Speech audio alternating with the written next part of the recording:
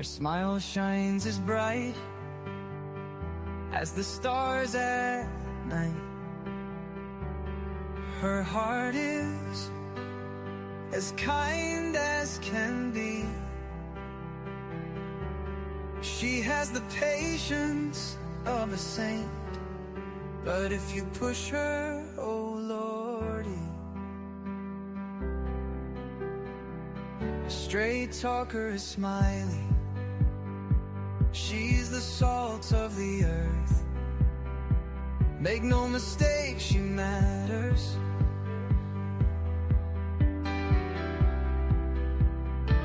Catch Smiley's story on a live stream.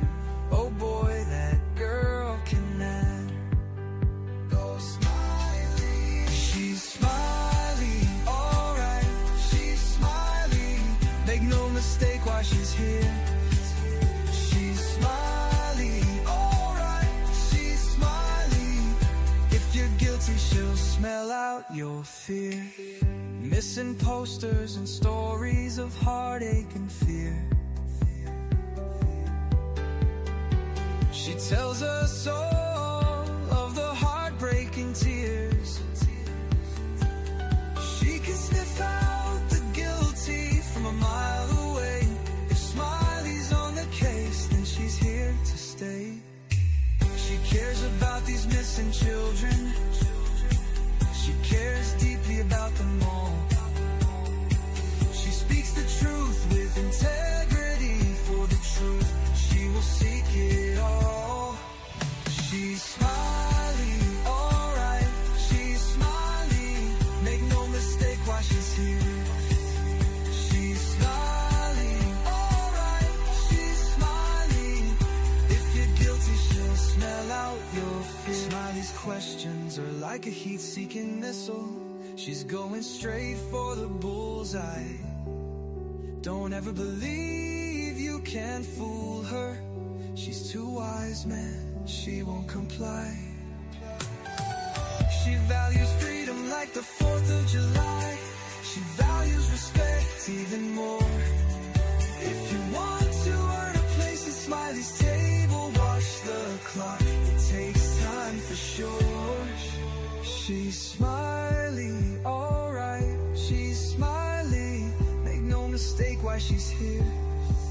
She's Smiley, alright. She's Smiley.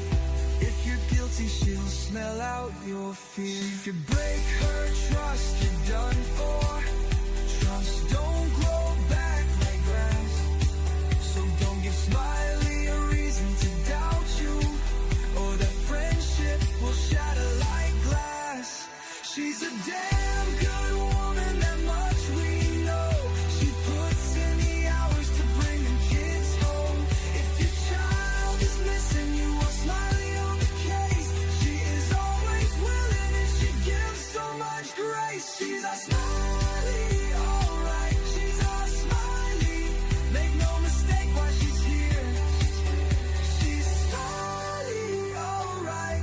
She's Smiley. If you're guilty, she'll smell out your fear. If you're guilty, you better feel fear.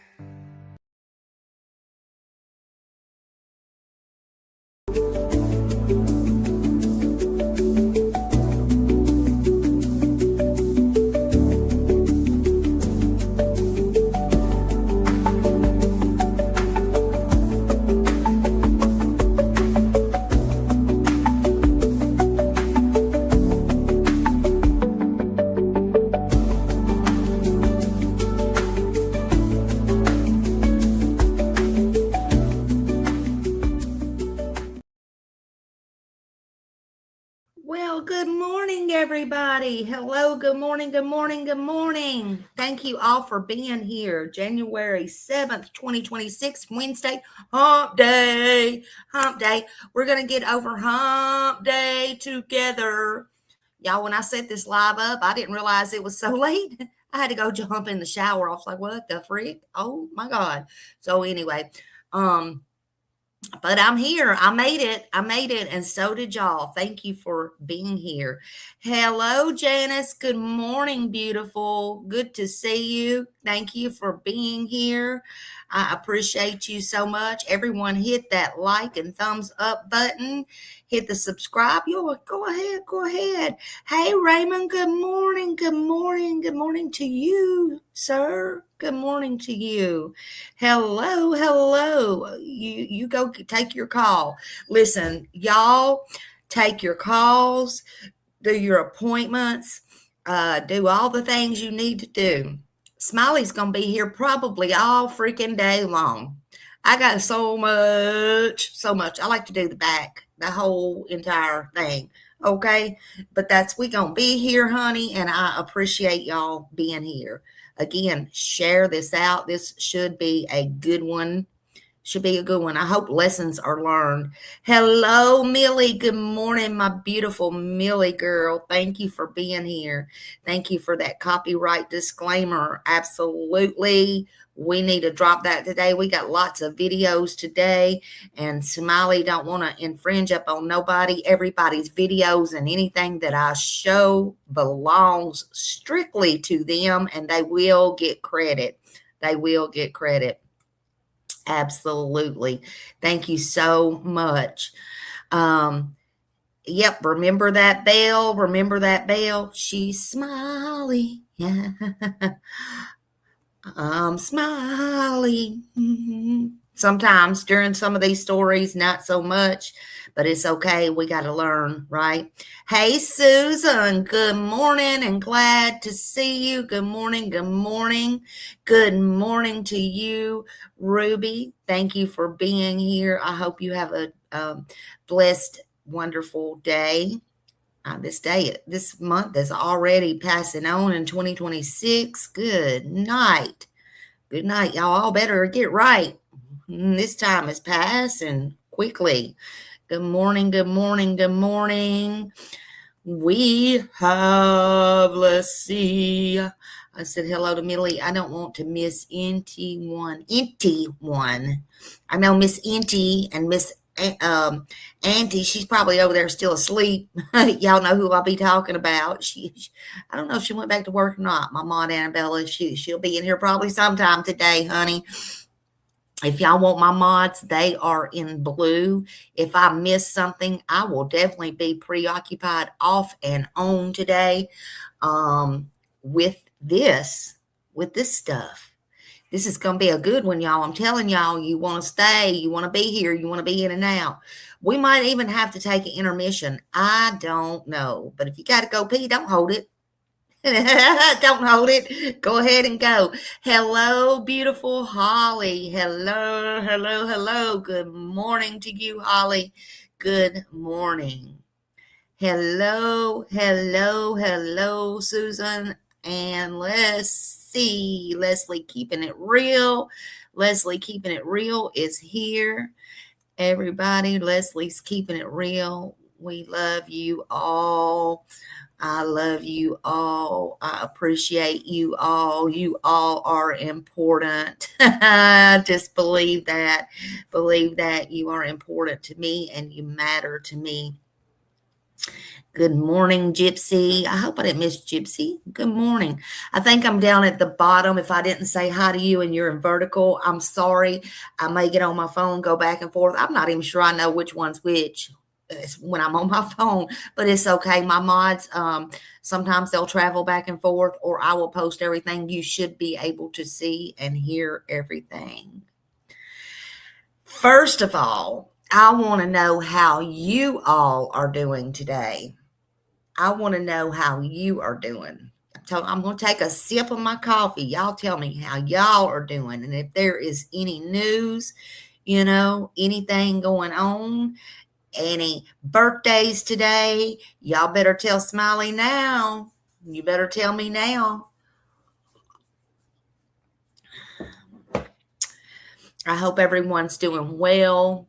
Many prayers to everybody who needs them. Raymond said he's doing good. Thank God, Raymond. I'm surprised I hadn't done unalived you by all these long lives I've started to do.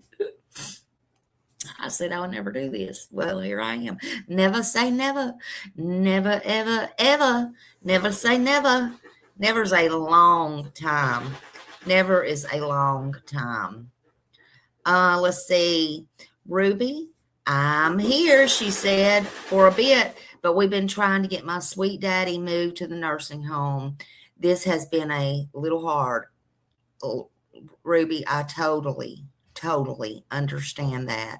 Been there, went through that. I totally understand, and it's hard. It's hard. And even when you go in, which was what I did, and I vetted, you know, and all that, well, I no more than got home and had to turn around and go back because whatever they did there, they couldn't keep my poor mama awake. So she ended up in the hospital, and she passed away. But the problem is, don't take your eyes off of things. Just saying. I know it's hard for you. I ain't trying to discourage you this morning. I'm just trying to say, hell, where my mama went, I went in and checked as a daughter. I thought only a good daughter would do that, especially before she left town after being there so many times. And then her people, couldn't even get in or get people to come to the door, and stood there and rung the doorbell. You talking about piss? And then the next thing I know, I'm called. She's being transferred by ambulance to the hospital again. But that's, you got to watch. I'm just saying, no debts on no rehabilitations or no nursing homes or whatever. You got to do what you got to do sometimes.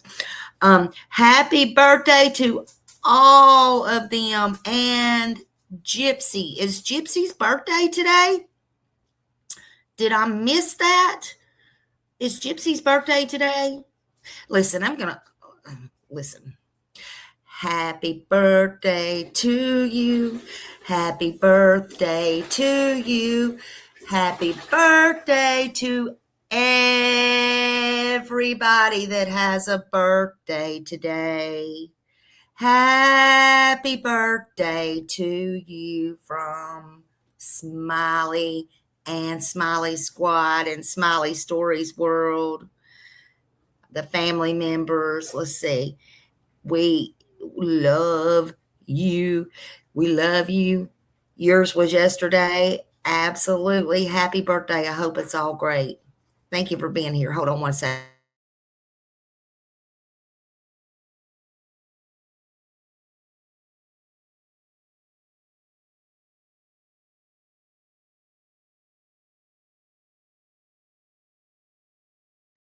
Okay, thank you. Sorry, I had to tell my son something. Okay. So today, I know many of you have heard about this case, and I'm going to do it. I'm going to do it from top to bottom. It's going to be long. I appreciate you coming in, coming out, whatever you need to do. But this was a, case, Vicky White, and she was a correctional officer, and she worked her way up to assistant administrative director. Casey White was the inmate. God, he had been in so much trouble before. We're going to tell all the things. We're going to watch some clips. Sometimes these clips are short. Back then we were all on our seats. So it's always good to go back. But this wasn't a dramatic breakout or a reckless act of passion, in my opinion. It was slowly unraveling, quiet. But it was deliberate, and it ended up deadly. A trusted badge, this trusted lady, Vicky, and we all need to try to remember to be respectful to her family. She still has family out there, but she was very well trusted, very well loved, very well liked. But her trusted badge met this dangerous mind right here, Casey's, this inmate. Why this inmate? Why this inmate? Why? She was near retirement, all the things. But somewhere in the silence, those lines were crossed. Lines she never even dreamed she would cross, never crossed before. She was well trusted. Lines were crossed. One by one. All the T's were crossed, all the I's were dotted. But what followed wasn't a love story. Mm-mm. Mm-mm. Some of it may have been lust, but it was no love story. But it was a collapse of judgment, and it ended in loss. Many lives were destroyed. Hey, you don't have to be her or him to have many lives destroyed, you know. And there was victims' lives re-victimized, in my opinion. But we know here all victims matter.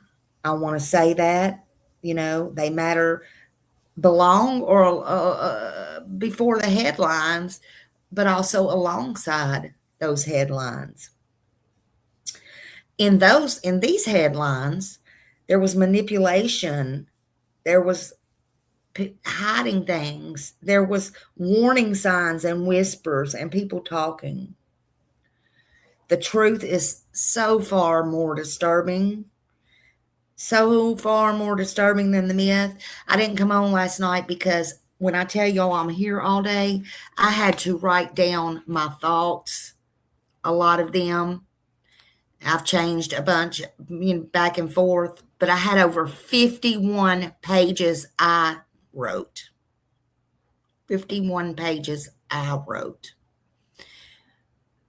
51 pages I wrote. Not counting the add-ons. Then I sat down last night and I rewatched the movie.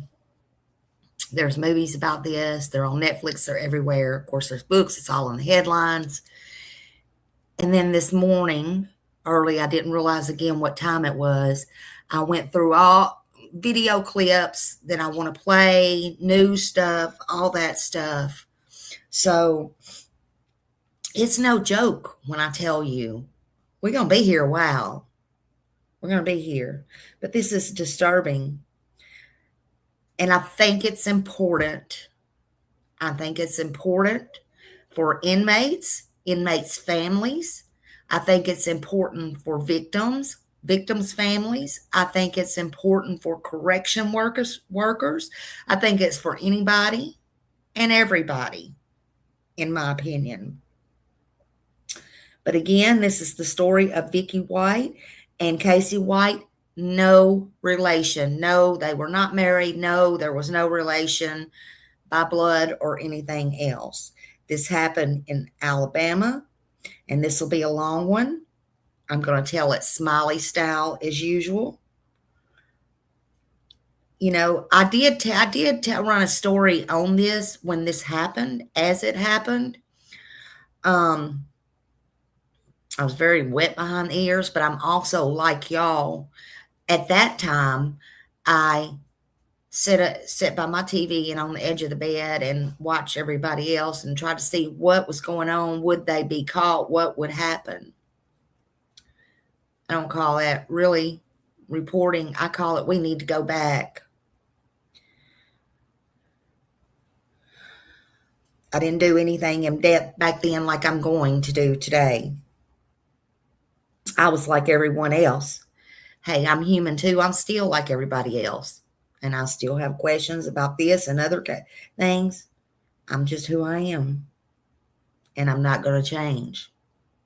But if you hadn't had breakfast yet, get your breakfast. If you hadn't had lunch yet, get your lunch. Have a pot of coffee made. Have 2 pots. We might ought to start getting, I need to go buy me an extra coffee pot. Maybe we need to get 2, 3, 4 pots of coffee made. But please hit that like button. That's free. The share button is free. Subscribe. Make sure you're subscribed. Make sure YouTube hasn't unsubscribed you. Subscribe. That's free also. And remember, take care of your heart. I hope this helps someone, anyone, everyone, somebody. Sometimes these stories are not easy, but they're worth going back. Let's try to meet some goals today. I have goals listed. And And I appreciate you being here, every single one of you. I appreciate what you do. I appreciate my mods. Let's do this with respect, especially, again, for the family and the people who knew both of these people and still knows Casey. He's still up in there. Up in there, up in there. You always get caught up in there.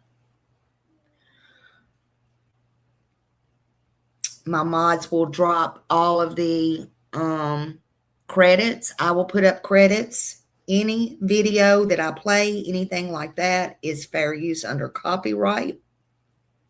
But I will go ahead and read it again. Copyright disclaimer under Section 107 of the Copyright Act. 1976 allowance is made for fair use for purposes such as criticism, comments, news reporting, teaching, scholarship, and research. So again, thank you all for being here. Before I start talking again, thank you, Holly. Woo! Thank you, Holly. Thank you so much. Let me do this for you. I'm going to try to remember to do this for y'all.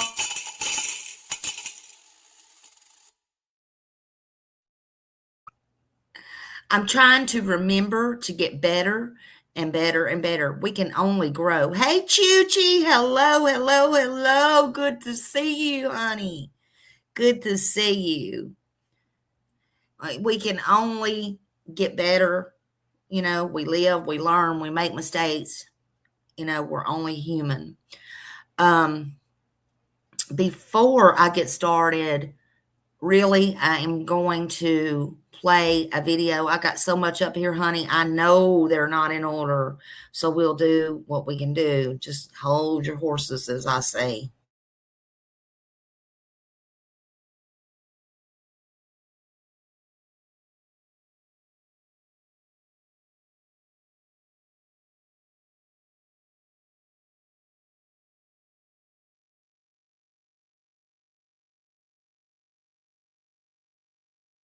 And we just have a statement that we want to make, and we won't be taking any questions today. It's just a statement. Whoops, this was Casey's family and the lawyer. This is Connie Moore and Addison's daughter and Connie's mother. And the first thing we want to tell everybody is that they've got calls and people come to their house from overseas, media networks and places from overseas. She got a call right before she came here from one of the networks. We want to just tell everybody that they don't want to make any statements right now. That any kind of communication should come through this office. If there's something that then we want to get them involved in or get them to make a statement, then we'll do that. Okay. Everybody locally, y'all know how we operate here, and we'll get it done that way. The lawyers on this case, we got a call from Connie, and they came in the office and retained us this week. I will be of counsel in this case. I've got put together, I think, one of the most outstanding team of defense lawyers in the state of Alabama. Robert Tootin's not here today. Marcus Hostowski, Nick Headley, and Nick Law. All of these people, all these young people are again seasoned criminal defense lawyers, and they'll be fighting this case. We know that we are against in this matter a very professional, a very seasoned prosecutor. We admire him, we respect him. We know we have our work cut out for us because of that. And we respect that. We have a preliminary hearing that's coming up on June the 20th. We will be appearing before Judge Carol Medley in that matter. Judge Medley is one of the most respected judges in the state of Alabama, and we look forward to that, having the proceedings at that time. The preliminary hearing is a probable cause hearing. It is not a guilt or innocence proceeding. This will be for the escape case, not for the capital murder. This is the escape case. The preliminary hearing is a probable cause hearing. It's not a trial where you have a jury. That's where the state will have to put on enough evidence to show probable cause. We will not be putting on a defense at that time. Okay, and so that's how that will play out. There has been a lot of social media in this matter, a whole lot. Nick Law told me there was one Facebook site with 50,000 followers. And Lynn told me there was a Reddit situation that was set up out there for this case. Let me say to everybody on the social media, the further you go down that rabbit hole, the less reliable your information is. Let me promise you that. Everybody in this room knows that everything's going to come out in the courtroom. This story is going to be told. It's going to be told in the courtroom. Okay? Oh, it's going to be told far beyond. And everybody in this room knows it because you've covered up so many trials, and you know that it's going, that it will come out and it will unfold. And we do have a story to tell. We can't tell it right now, but we do have a story to tell. I promise you that. Okay. And these fine lawyers will be presented. One other thing before I go, we've had some at this office today, and in my home, I've had some threats come my way. Physical threats and threats to property. And let me say this to the people that's doing that, okay? That's not going to make a damn bit of difference. All your calls and all your threats that you make, it's not going to make any difference. I've been practicing law 45 years. I've been threatened every way you can be threatened, and I've been accused about everything. So if you want to keep doing that, you just keep on doing it. It's not going to affect how we're going to represent this man right here. We're going to give him the best defense that we can possibly give. If you want to call and you want to threaten my life, or if you want to threaten whatever you want to threaten, you go ahead and have at it, okay? It's not going to affect anything we do in this case, all right? I want to make that clear, and I want to look in the camera and say that for you people that are calling and making those threats right now, okay? All right, with that, I appreciate y'all coming. Thank you very much. This is going to be we got an escape case, we got a capital murder case, we got a lot of matters going on here. It's a complicated case. It's going to go on for a while. Y'all be patient with us, and we'll be filing all kinds of motions and stuff like that. Thank these good lawyers for being with me in this matter. I trust them with my life. They're good people, and I thank y'all for being. And Robert, I wish Robert was here. Thank y'all for being here. Most importantly, we thank these people right here. They've been through an awful lot. And we're going to be with you, okay? We appreciate it. And you know that, okay? Addison, thank you for calling about your daddy. I know y'all love him, and we're going to do what we can to protect his rights, okay? So with that, thank y'all very much for coming. Change of venue. Yeah, absolutely. Did they say daddy? Yeah. That was daddy? Because I didn't find that. Be a motion to change the venue. Wow. Absolutely. He's probably got so many seeds spread around, he don't even know who his kids are. The other case, the escape case, is in district court. That's the lower court. That's where you have a preliminary hearing.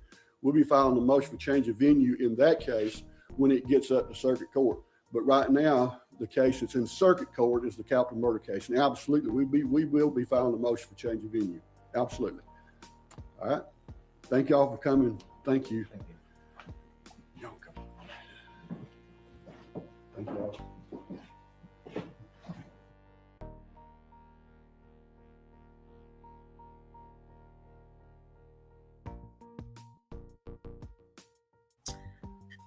Okay, so that was his lawyer. His lawyer was going to defend him come hell or high water, and everybody deserves an attorney, a fair trial, all those things.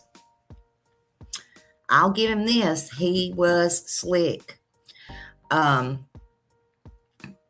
So a quiet woman and a dangerous man, that was a bad mix. We're talking about Casey and Vicky White, no relation.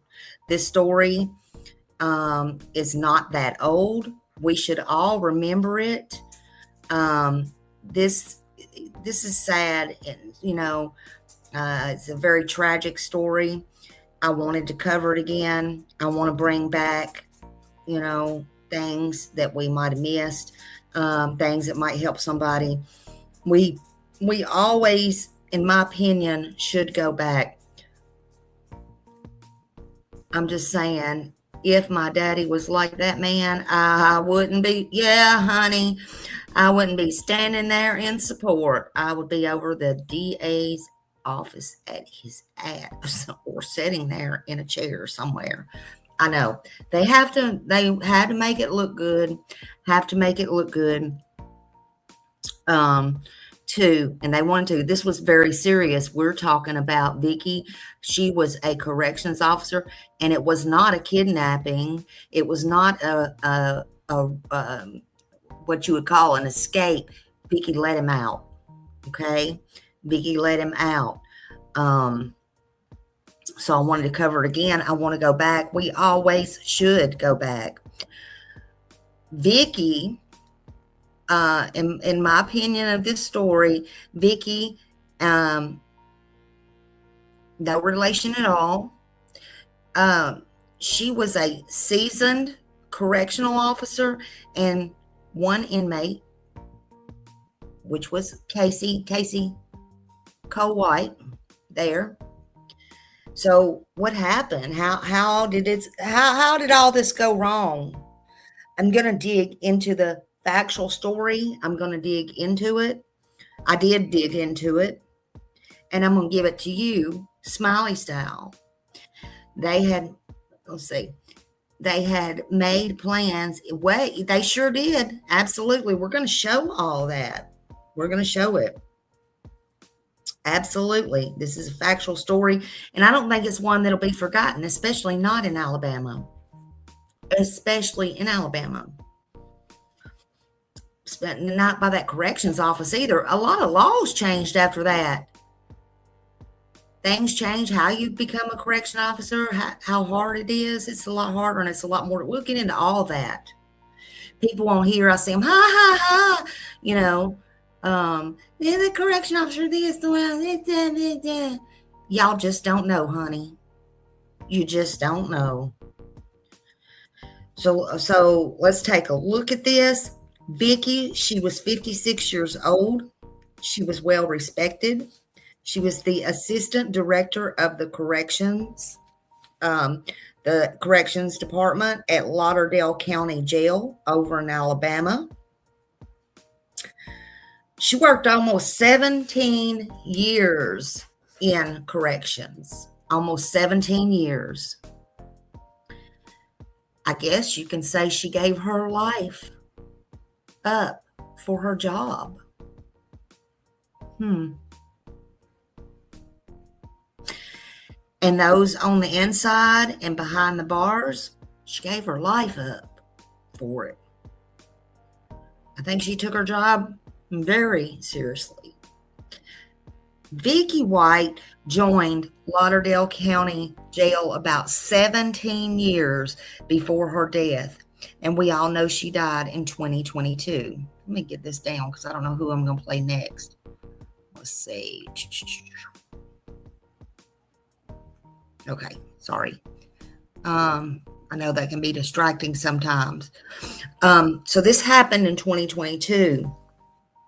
Some say that was a long time ago. It wasn't that long ago.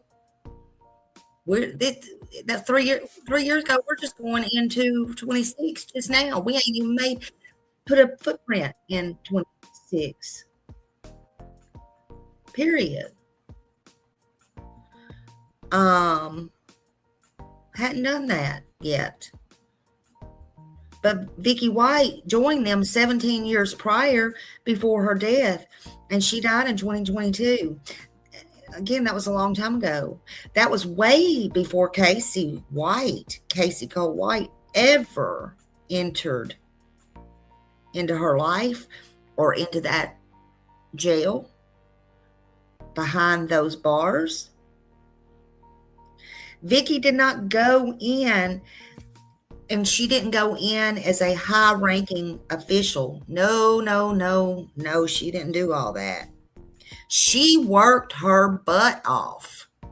She worked very hard to get where she got. I don't even want to know the things she's seen, saw, heard over 17 years, but she worked her heart out and her ass off. She started at the bottom, and she started as a jail correction officer. an employee on the low end of the totem pole.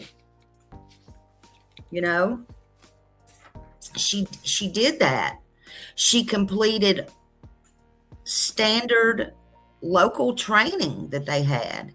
She completed the local hiring process. She completed the background checks. And for y'all that just don't know, sometimes when background checks are different. Sometimes you get background checks, they only stay in the state you're in. Sometimes you get background checks, or whatever. They're different levels. To become, and y'all keep this in mind, I don't have to say names, but to become a correction officer,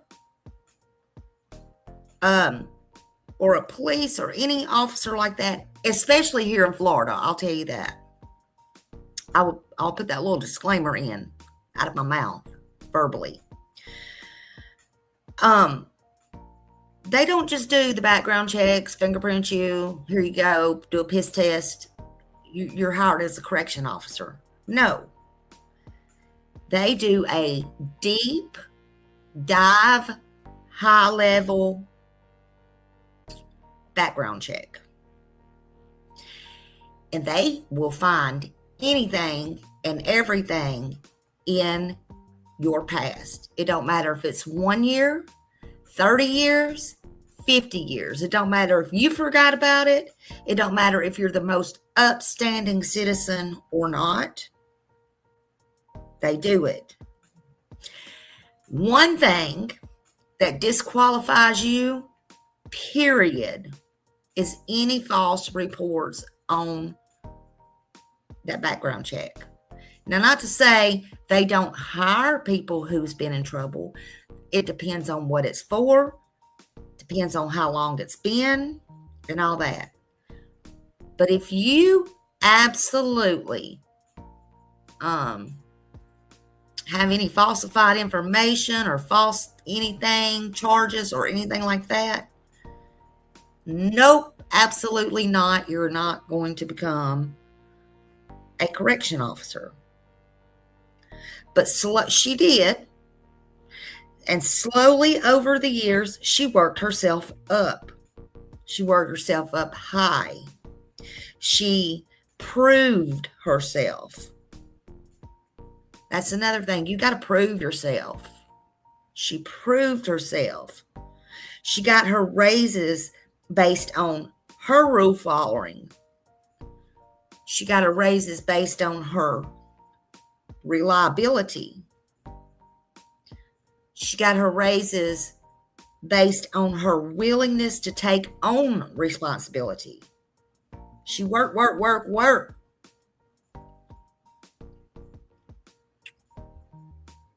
My license is federal with, yes, background check. Absolutely.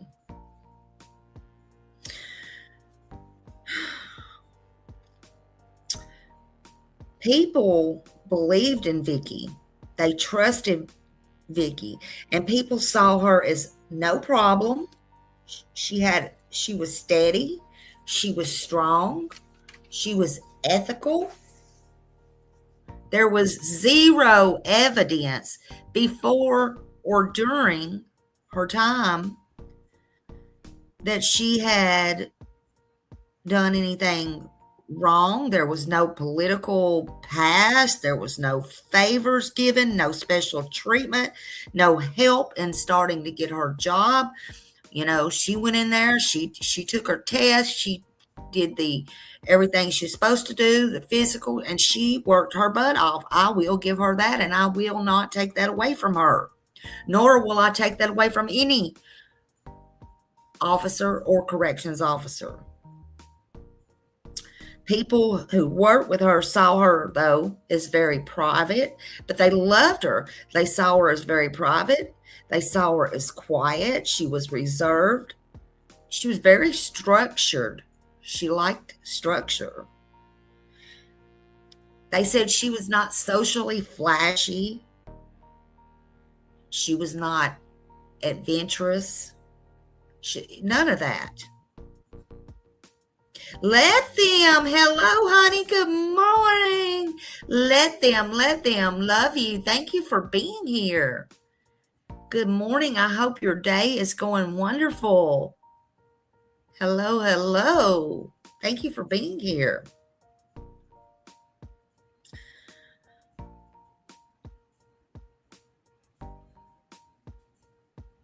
But she saw corrections as a stable job for her. Her mom worried about her because it was dangerous and they were scared what she was getting into. But she saw this and this job, and it's true. Listen, corrections ain't going away. It is a stable job. It's gonna be there forever, honey. You can go anywhere and get a corrections job. And you work your way up. You work hard, but you got to be trustworthy. You got to do those things. But Vicky saw this as a stable job for her, and she saw it as long-term benefits. She saw it as a career. And people wasn't sure she was going to make it, but she did. 17 years. This is not going out of business. That is a good business to be in if you can tolerate it. There's a lot of bad things that go on behind bars.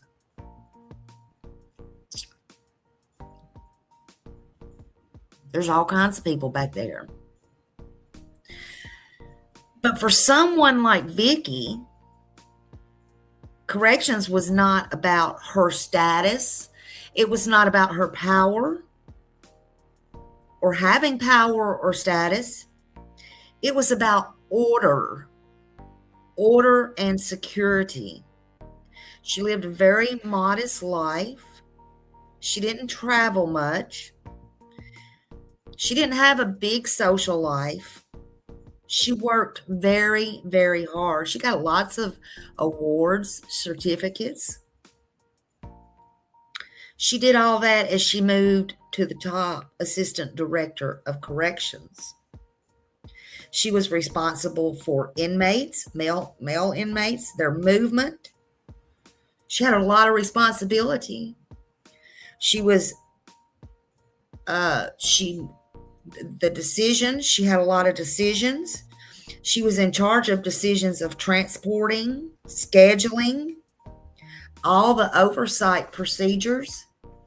She did all that. Everybody looked to her. Everybody called her. Everybody said her phone was ringing constantly. She never complained. I had to laugh. There was one girl on there, though, a coworker said, she'd fuss before she picked up that phone. But when she picked up that phone, it was, hey, this is Vicky. She knew how to control her emotions. She never let them show. All of her supervisors, her higher ups, they trusted her. She never had any disciplinary actions or write-ups, zero. She had no record. She did not cause trouble. She made no waves anywhere. She followed all the rules until she didn't.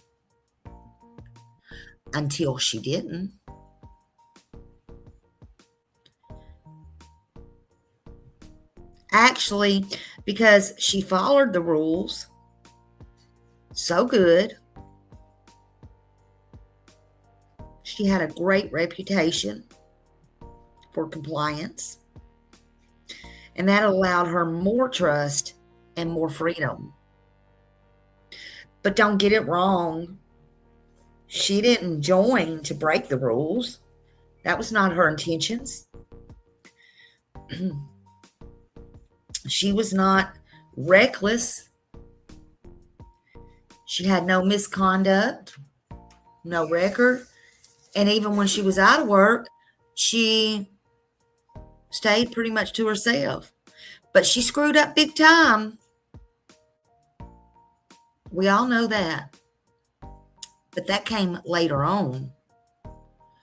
real close to her retirement. And I mean real close to her retirement. Now, I mean, who want to screw up their retirement? Listen, I think the Thursday before this happened, the day before this happened, she put in for her retirement. I don't know if she thought, I don't know what she thought.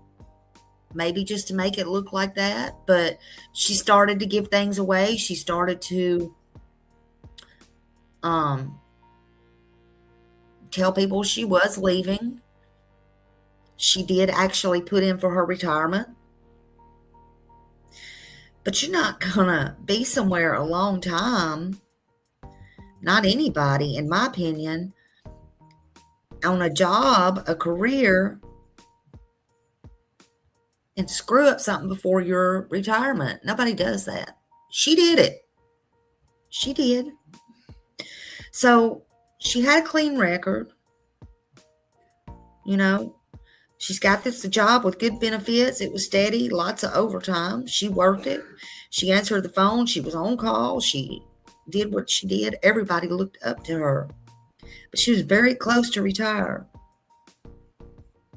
I'm not going to wait all them years and do something really stupid like this. Not over somebody like that. Just saying. I don't know why him. I don't know why this inmate. Because she's had many years with many inmates. We're probably never going to know the answer. I'm not going to take a risk if I'm by retirement. I don't think nobody else will either. Yeah, Holly, that was one reason. I think one reason. But she screwed up. She screwed up all that. Something happened here. But it had been going on for a couple of years, like 2, possibly. It took strategic planning. She could have stopped at any time. She could have. She didn't lose everything. She lost her life. She lost her life. You know, when people trust you, that means the world and everybody trusted her because they did. But when somebody trusts you, that means everything. And if you break that trust, man, you just can't do that. You may never get that trust back again. And when people love you, that's everything. People loved Vicky. People loved her. She had a family. She was married at one time. We'll get into that. Vicky was married.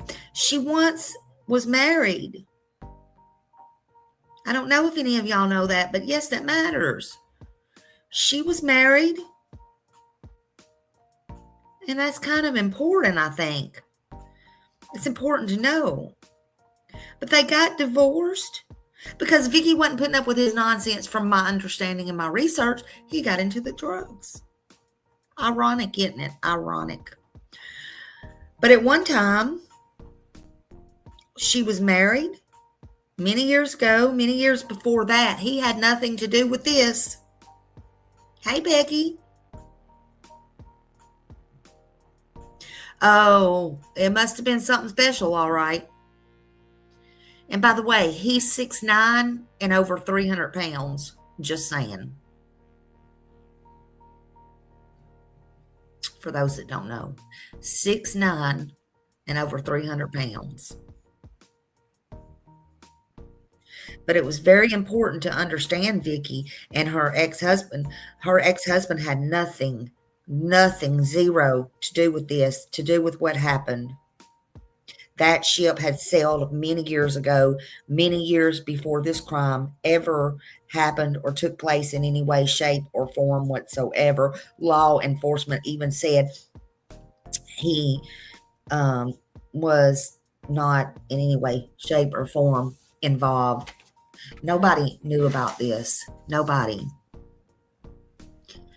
He's a private person. Nobody should ever bother him. He does have children, and thank God the media cautioned themselves and kind kind of protected him and his name and all that kind of stuff. He just kind of faded out the wayside. And that's very good, very quietly. But their marriage ended probably 20 years prior to even all this. He had nothing to do with nothing. He didn't know about nothing. He had his own life and his own family. Nothing to do with nothing. And Vicky was still a good, hard worker. She believed in justice. She believed in truth. She was trusted. She got focused, and she was focused on her job. She, stayed to herself. And like most, the right things is what she focused on. She could have had any of that time to screw up, any of it. But she didn't choose any of that time to screw up. She chose 17 years later with this inmate right here, and she chose to blow up her life, her career, her retirement, her family left behind. She had the key, not him. She had the key. There was no recent breakups that she had with her husband or in her past, or breakups that included DV. None of that. Some people assume, sometimes they assume too much, they assume all of those must have played a part in this. And in fact, they did not. She never had children. Her work is what she had. Her work. She loved her work. She seemed to love her work.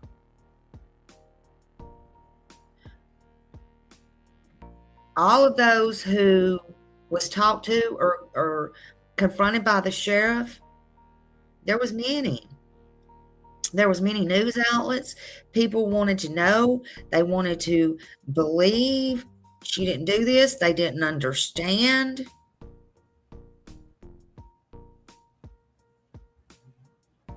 She did have a lot of isolation. People don't understand to this day, when you're a CO, that's your life. That's your life. You focus on your job, and it's to keep people inside, of course, not outside. It's to keep people inside and outside safe. It's your responsibility. It's to do no harm. The truth is in real life. The divorce rate among correctional officers are very high. They're very high. It's about a 70% divorce rate in correctional officers. But it's just like anything else. You take an oath. You are by all means an officer of the law. It's like any other job. You work your way up. You either like it or you don't. But you do what you have to do.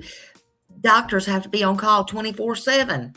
Nurses, people that do the instruments, that sterilize them, the operating room, firemen,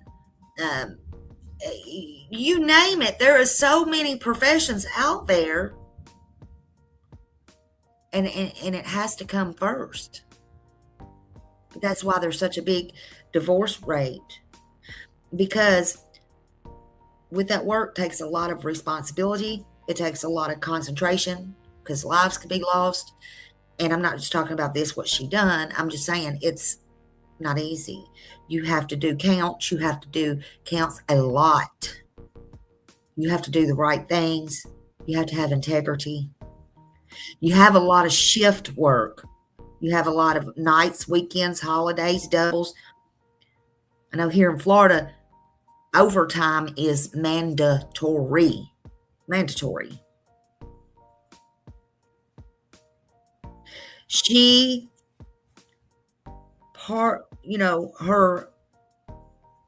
her husband, other husbands, other wives, they feel left out with people with this kind of career.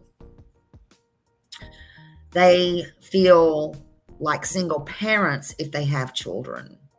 It doesn't matter if they're moms. It doesn't matter if they're dads. And it comes with a lot of responsibility, more than people realize. You see things you cannot unsee. Sometimes you just have to shut down your emotions just to survive, so you can have any conversation, but you shouldn't even be having short, sweet, long conversations with these inmates, because they will size you up. They will size you up. But COs, they witness more violence, more things you can imagine, more than they need to see. A lot of people get PTSD. A lot of people's not even, what do you call that? Diagnosed. Hey, Carol. Hello. Good morning. Thank you all for being here and coming in, everybody. Please make sure you don't forget to hit that thumbs up. We're talking about Casey and Vicky White out of Alabama, the inmate who was let loose by Vicky, and they went on the run. We know the story from 2022, but today Smiley's getting into all of it. We're going to be here all day. I'm just going to tell you, be prepared. Get all the things you need. But they see a lot of abuse, not happiness. That's inside one of those things. Look, you're not just an officer. You're not just an employee. Them bars shut behind you, clink as they shut behind them inmates. You're locked in for hours and hours upon hours. And sometimes you feel helpless. Sometimes, like I said, you get PTSD and you're not even diagnosed with it. You're always having to second guess, and it just spills over on your life. It should never spill over on your life. Because the uniform comes first. The person second. The person being her, I mean. Everything else for yourself, it's your job. It becomes last. See, the system, sometimes 1,000 people are up in them pods or cells. Sometimes only 1 or 2 people can be responsible for all of them. It's not an easy job. Inside those cells are insane in themselves. They don't have a very safe place for you. There might be a little break room. I don't know. I think they need, in my opinion, I think they need more mental health support. And I think probably after this case they got it, a lot of stuff has changed. They need more mental health support, more one-on-ones. That's just my opinion. As far as I know, Vicky, that was her only job. As far as I know, as far as I can find in my research, she got it very young when she got out of school. I think somebody introduced it to her. You know, Alabama's a small town, and she was in corrections all that time. I could be wrong on if that was her very first job or not. But she was serious. She wanted that job. She was serious. She got it. She had no time for anything else. 24/7. She was ready for everything, any emergency she was ready for, anything, because emergencies could happen at any time. You never know in those places. She really had no hobbies. They said she didn't really have any relatives. Now, my understanding is through one of the cops said she lived with her mom and her dad. Okay. But they were elderly. Now, whatever it was, she was pretty much alone with her going to work, coming home, going to sleep, maybe after doubles, working holidays, all those kind of things.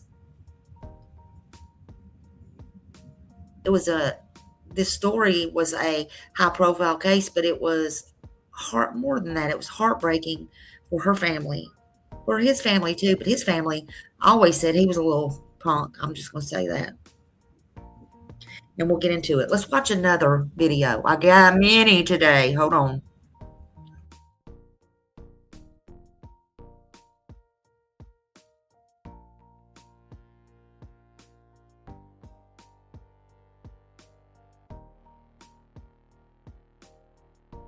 I'd like to introduce people who've been involved in this since yesterday, and that's Gabe Guerrero.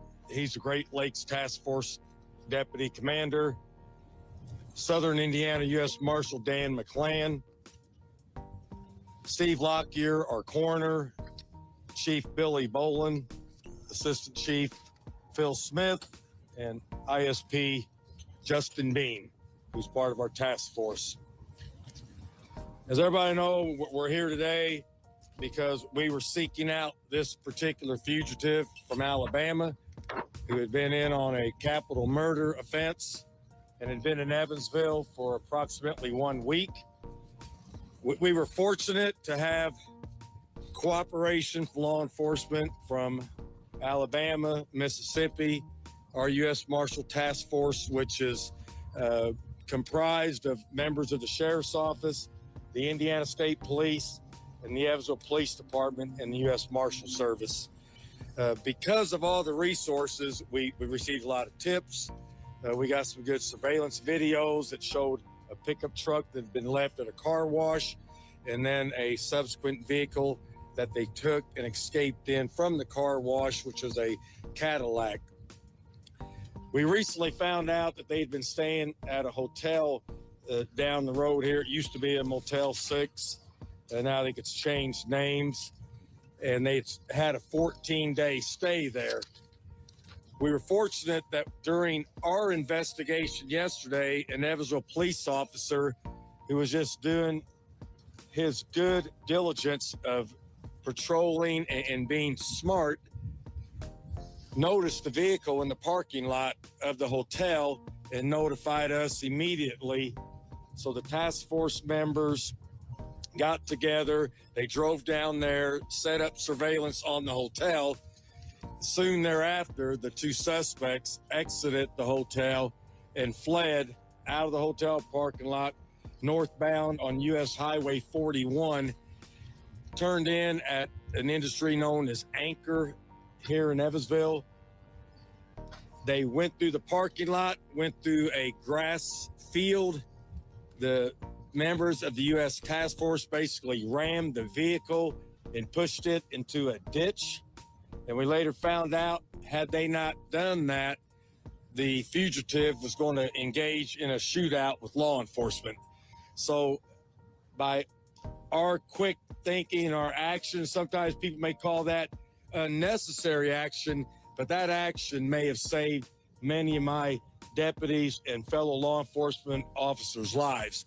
And that's why I represent the Sheriff's Office. I want to bring my people home, and I don't care about the fugitives' lives if it protects my people's lives. And here, I commend them for a job well done.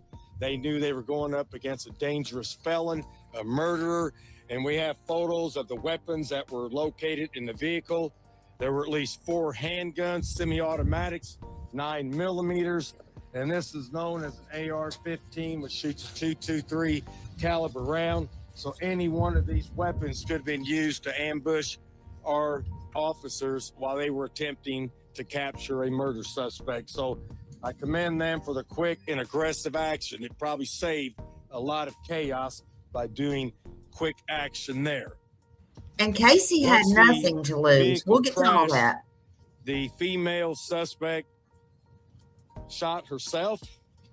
The male suspect gave up when we approached the vehicle. They were both taken out of the vehicle.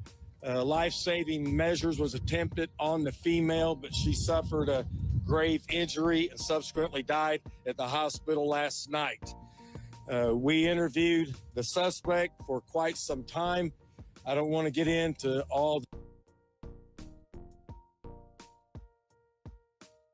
Listen, you know, they're confirming there, and it was confirmed through different things that absolutely, yes, she took her own life. Okay. And we're going to get to all that. I got a lot to say about a lot today. They have the body foot cam. They have all that stuff that they've released. But anybody telling you they have her at the hospital, no, they don't. If they do, show me privately, but they don't. The reason I say that, there was a couple of documentaries out. I want to get this out of the way. I watched one last night just to kind of refresh on it. I don't think it was in the one I watched, but I know my husband watched one the night before. And in that one, it like showed him screaming, is his wife still alive at the hospital and this, that, and no, none of that. Okay. Just saying. Last night it was brought to my attention. One of my people thought that there was another inmate that was killed or that was with them or, all of that. No. That was all rumor. It was Vicky and it was Casey. That's it. Vicky and Casey. Anything else? Rumors. Okay. Just letting you know. And we'll get to all that.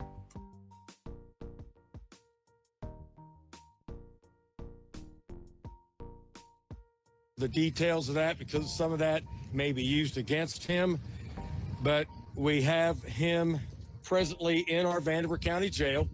He signed a waiver of extradition to go back to Alabama.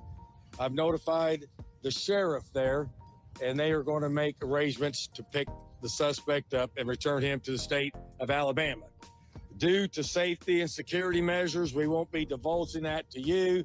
It won't be a public spectacle. When he leaves, they'll go out a hidden exit, and it won't be for public display.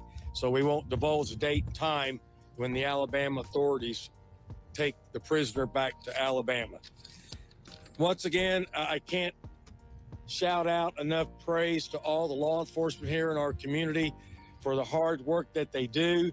The task force, I was asked by a member of the media this morning if this was like an odd occurrence, and it's certainly not an odd occurrence.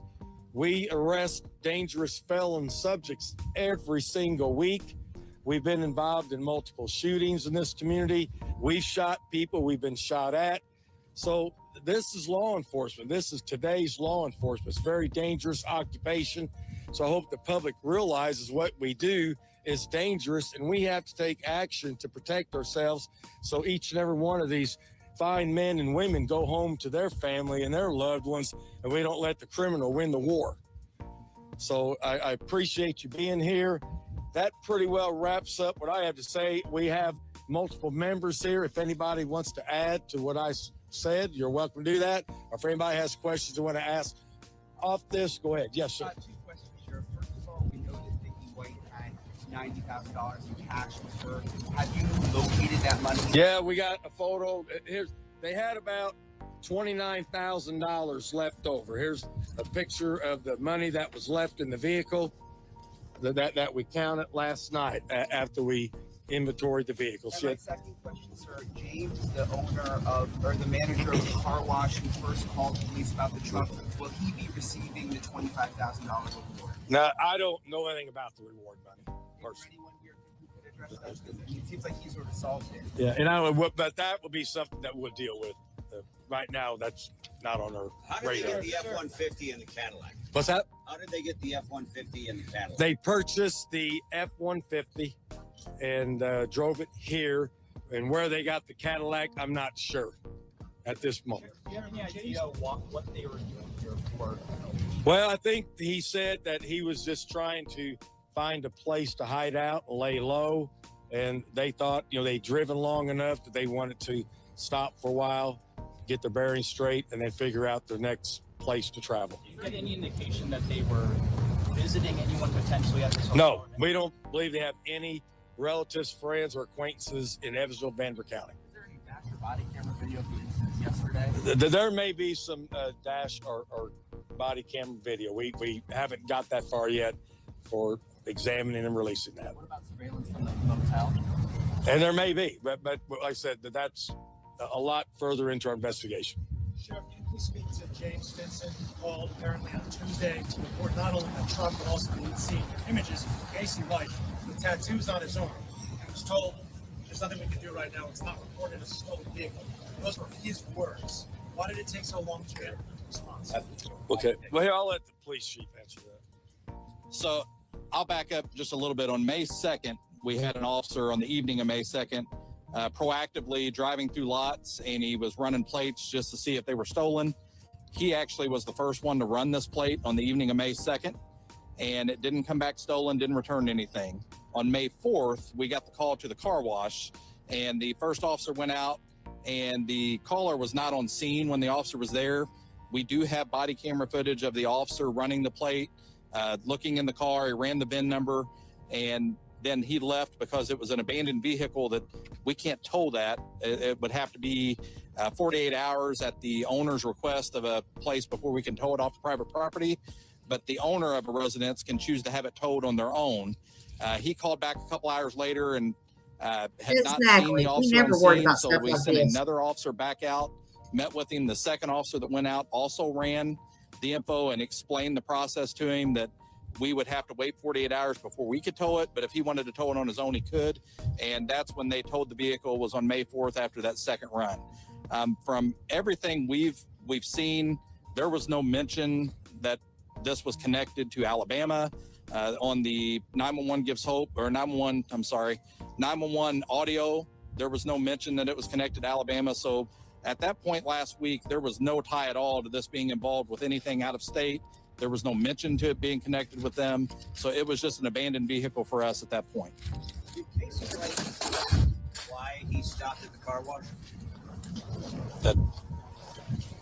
No, there's no reason. He just happened to pull in there. I think he's going to try to ditch the vehicle there. You clarified the 14-day stay. They were only gone for about 11 days, but you said a 14. That he had paid for 14 days to stay at the hotel. In advance? What's that? Yes. Uh-huh. Sure. Did he give you any sense of an end game? Did they have somewhere they were headed to? Say that again? Did he give you any sense of an end game? A place? So look, they had been planning this. Vicky sold everything, or she gave away everything she had. She had been saving cash. When they went into her house, they found that,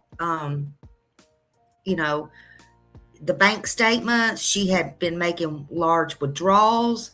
She bought a car to escape in. She did all these things while going to work, knowing this was going to happen. In my opinion, again, she could have stopped at any time. But that didn't happen. And they just said they paid for a 14-day stay at this one motel.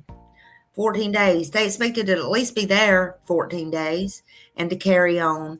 And I've got videos, or you're going to hear different calls and stuff. It's strange how all this fell out, but it happened, and it happens, and people have to be trusted. She was trusted. Oh, thank you, Let Them. Thank you so much. Woo! Let Them. Thank you so much, Let Them. I appreciate you. You rock, and you're amazing yourself. We all love you here. Thank you so much for the super chat. I appreciate you. This one, that's why I didn't come on yesterday, was not easy to research, to try to get the facts. And then last night, oh God, I was so tired. I kept yarning, but I did watch the movie just to kind of refresh. Some things in the movie is not correct, but it doesn't matter. There's different documentaries, different movies out there. It still should be seen, in my opinion. Also, this morning I got up and I had over 50, I think it was literally 51 pages. I don't know that I'll use or say all of it. I sway a lot. I sway a lot. But it was so much in my head and in my thoughts yesterday. This happened in 2022. You know, this was something I think and I hope people can learn from today even. You know, it's always good going back.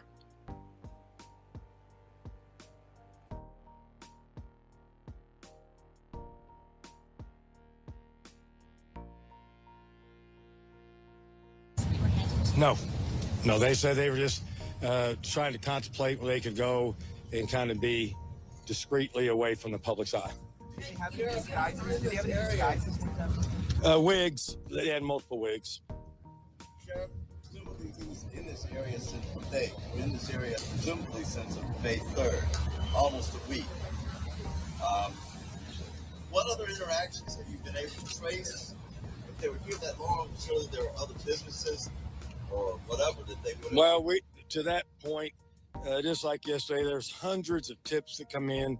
Someone claims they've seen the suspects, but we've had people claim they saw them in Richmond, Indiana, and we just go through every single tip. But from my standpoint, we've got the case solved. We've got a person deceased, and we have another person in custody headed back to Alabama. That's my concern. Hey, Sheriff, when we hear that when he was getting pulled up, when he was coming out of the car, he said, "My wife is dead and I didn't do it." Do we know if that's true, and were they married? They were not married. They shared the same last name. And our preliminary investigation, we don't believe he shot her. But once the coroner examines the body through pathology, he can make a determination of that.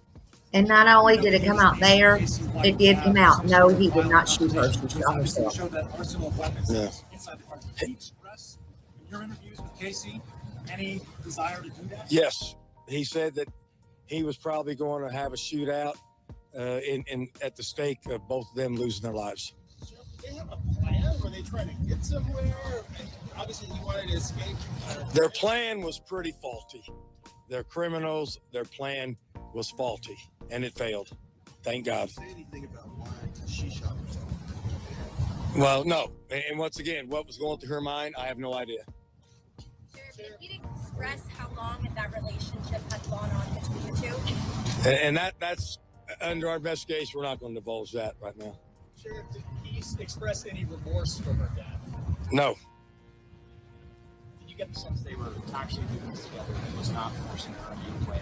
Right. No, he was not forcing her. It was a mutual relationship. Sheriff, can you clarify where? No, he didn't do it. That's one thing he did not do. We'll let the coroner talk about that after the pathology this afternoon. When is that coroner's report expected? Well, we think this afternoon. Well, we're going to initiate this afternoon. Yeah. The autopsy will be conducted this afternoon, and they'll put a report out when they're ready. Hey, Sheriff, if you don't know how they got how did you guys know to look for a Cadillac? No, we saw the Cadillac in surveillance video at the time they ditched the pickup truck, and then they left in the Cadillac. Is he cooperating with you basically here? We're not going to charge him here. He has much more serious charges in Alabama, and we want to get him down there and let them take care of that. Were any drugs found, Sheriff? We haven't found any drugs of any significance. Sheriff, you run a jail. How do you feel that somebody that works in a jail, or not in a jail, but somebody that works in a jail did this? Well, it's certainly an unpleasant thought. It's kind of shocking that somebody would do that. But remember, they're human beings, that they have their own minds, and for whatever reason, that they've developed some type of relationship. And so it's startling, but, you know, they're humans, make mistakes. Sheriff, how many law enforcement vehicles were damaged? Maybe 3 at most. And that's a small price to pay to stop a murderer.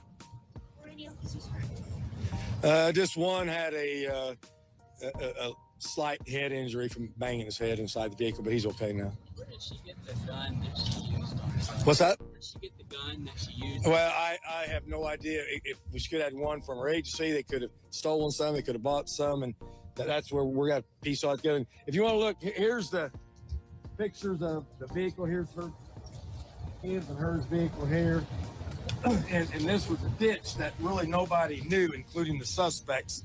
But this ditch actually helped us in the pursuit, because as they forcefully rammed the vehicle, it turned over on its side, and that disrupted his plan to try to have a shootout with law enforcement. And he even yes, made that they statement. are, Holly. Unfortunately, they are more common than people think. I know things like this don't happen very often. Right. Can you speak to that, just kind of what this was like for you? Department, as well as maybe really going to try and take care of the members of the police department, maybe a collaboration between everyone here. Well, But I'm remember, going to in say law you're putting your risk at you can going be yourself at risk for going to prison town when you do like in Posey County, where a deputy was shot in the head. You can be in New York City. You can be in Evansville, Indiana. Crime is everywhere. Unexpected crime, violent crime is everywhere. So we never go to work thinking we're not going to encounter an unusual or serious situation. Quite a long time. Is there any indication at all that maybe the clerk or someone who works there, if it was them, I mean, this is a nationwide manhunt, could they have possibly been threatened? Well, I mean, we don't have any reason to believe that right now. But once again, we're less than 24 hours in this investigation. We have a lot more of the puzzle put together. Well, So how many days was that surveillance at the hotel? Just yesterday. Yeah, yesterday. A very short window of time. Casey White injured yesterday. He had a couple bumps and bruises from the crash. Sheriff, can you confirm that there was a Facebook video that was circulating at the side angle of the arrest actually taking place? Can you confirm that it was Casey White in that video? I haven't seen the video, but Casey White was at the scene, so you got that for sure. Also, can you get JPEGs of those posters and you can actually have a digital version of that you were showing us? Possibly, yeah. What was the approximate time after the crash that Vicky shot herself? I think it was almost instantaneously. Before our deputies and task force members got to the vehicle, she shot herself. I know you said it used to be a Motel 6, and you say the actual name of the hotel. Yeah, I got it written down here. So. Motel 41. Yes, by less than a mile south of here. North, Dave, it's actually to your left. Oh, I'm sorry. Yeah, I'm not sorry. I apologize. To the left. I'm sorry.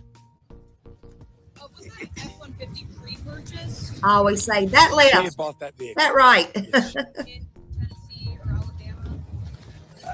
I don't know where she may have bought it in the state of Tennessee. I'm not sure. But did she die? Did she purchase it ahead of the escape? Like No, I think after. Right, the marshal said that car was actually purchased by Casey White for $6,000 in Tennessee, same day they escaped. Is that not accurate? That's probably accurate. Sheriff, can we see your hold the shot of Casey one more time?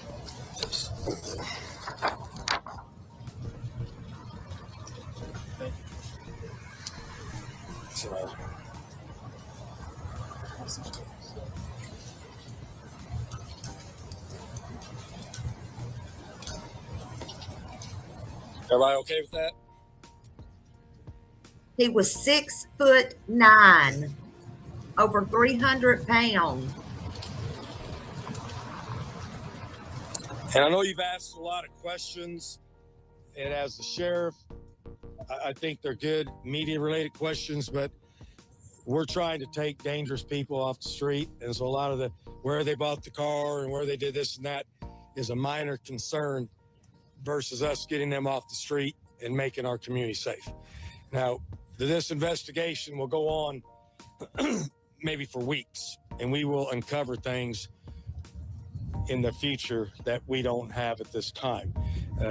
But like you say, we're less than 24 hours from the time that we were involved in pursuit and a serious crash and somebody losing their life. Sheriff, which agencies are involved in the investigation at this point? Several. We have the United States Marshal, the Indiana State Police, the Evansville Police Department, the Vanderbilt County Sheriff's Office, many members of law enforcement from Alabama, Mississippi, some members of the FBI, and probably agencies in between. So there's plenty of agencies involved. Sheriff, is someone in law enforcement or any of the people behind who are involved in law enforcement, in your mind, what without your assistance, 17-year veteran, corrections, how did that help this take so long? I'm not understanding your question. As someone involved in law enforcement, Vicky White has a 17-year law enforcement corrections officer. Presumably, that had something to do with why it took so long, over a week, 11 days, for this to come to an end. I'm asking, with her expertise, that contributed and how? No, that has absolutely no merit to what went on. Zero. Sheriff, I'm sorry. The photos that you're releasing today, are they going to be posted on your Facebook page or? We'll have photos available for media later. Yes.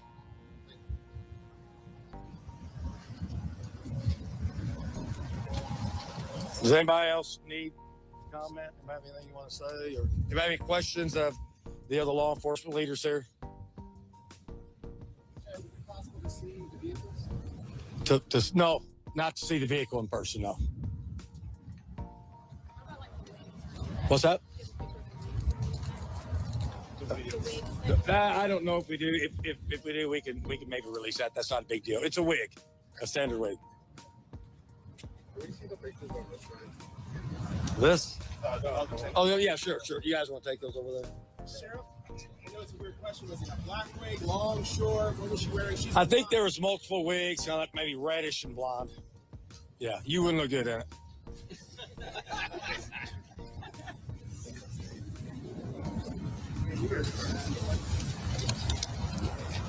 Well, we thank you. If anybody needs any other questions from anybody, everybody will be mingling around for a while. And once again, keep in mind, less than 24 hours, there's a lot of questions that won't be answered.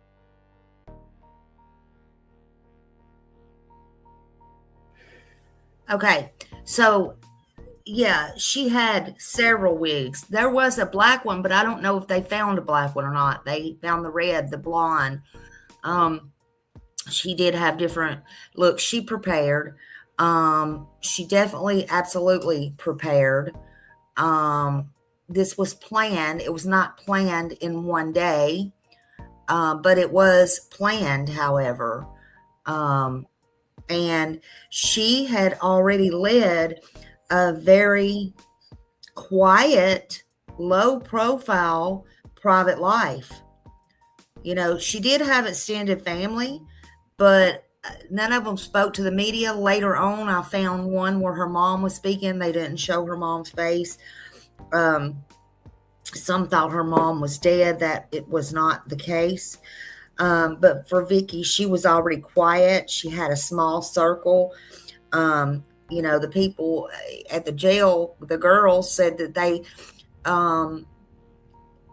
was going to a party one night. It was a sex toy party, but ended up talking. Vicky ended up going, and it was like, what? They didn't believe it. I mean, she was just so quiet. She kept to herself and all these things. But I think once she got involved with Casey, in my opinion, she didn't care. It was kind of odd to me though, because he was getting high in jail on the meth and all the things. And, that's what caused her divorce in the first place with her first husband years and years and years and years ago. You know, she was not a lawbreaker. She was very trustworthy. You know, all of those things. And everybody saw it in her. They trusted her. They thought highly of her, even before, during, and after. But Vicky, you know, she lived with her mom. She cared for her mom. So she was a caretaker. There were some people in the jail that even called Vicky mom. She was just that type of person, you know.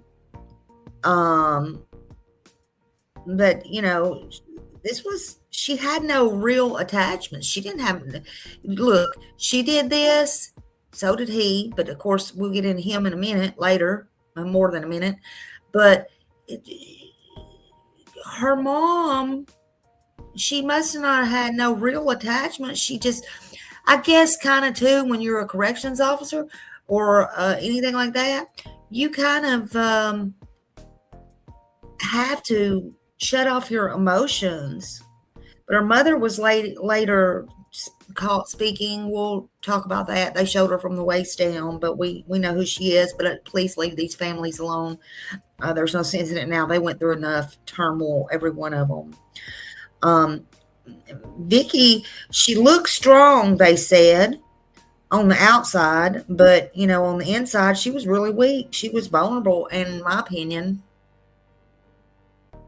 So looks are always deceiving, if you ask me. And, it matters. It matters. Some of the littlest people come in small packages. But she looked healthy. She looked good. She looked strong. But evidently she was broken. Vicky was born and raised in Alabama. She grew up in Florence, Alabama. In North Alabama, that's where she spent most of her life. She came from a working class family. She was not rich. Her family was not rich. She worked for everything she had until she didn't. She wasn't even really known. That was such a small town. She was known by them. But she wasn't known until this became public, until this happened. And then this was all over the news. This was everywhere. Now, allegedly, her father wasn't in her life. However, there is one place where I found that when the cops did go out to her home just to see if, after she didn't return to supposedly she was supposed to be taking Casey to court and to a mental evaluation, which all of that was a lie. And she didn't return, and they had to call in more higher ups. They went out to the house, and her father was there allegedly. So I don't know if that was her stepfather or her father, but that is kind of irrelevant. But I don't know. It may have been her stepfather. I'm thinking her real father might have passed away when she was young, but I'm not sure about that. I'm not going to tell you something I'm not sure about. But again, there was no evidence of abuse ever in her household either. No criminal activities, no DV, and none in her past. She was a caretaker, for her mom. She to the inmates. She was called mom. They all say, her fellow co-workers, the inmates, they all say she was good. She was good to all of them.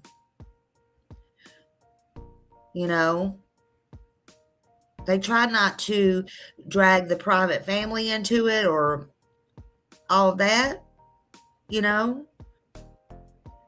The outlets, in my opinion, they did act responsible. The media was responsible, in my opinion, in this case. And it didn't cross those lines that some do. But she still lived her life quiet, modest. Sometimes parts of her life and her story that was told, I'm not sure it really shaped her, but maybe it did. I don't know. When all this happens, Vicky still lived, and she still worked in Alabama. She worked at the Lauderdale County Jail. I can't wrap my mind around. Alabama may just do it different. All these charges he already had went to court. He already had 75 years. He was going on another pending case, yada, yada, yada. I don't know why his ass wasn't in prison instead of jail. But that's just my thought. Everybody does everything differently. Everybody. But this was Lauderdale County Jail in Alabama. She was fixing to get her retirement. She was fixing to retire. Although she did travel some, and I mean some. She didn't travel much. You know, they didn't have her going to multiple states. They didn't trace any of that back. So this tragedy took place in Evansdale, Indiana, where they were finally caught. That's where they were finally caught. At that time, they traveled. They changed cars, I think, twice. You heard them say she had one car. Maybe that's what the money bought. I don't know, but they had two.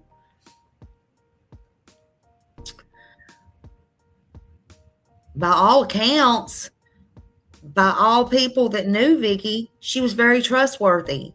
She was a decent human being until she wasn't. And they didn't know she wasn't until that afternoon.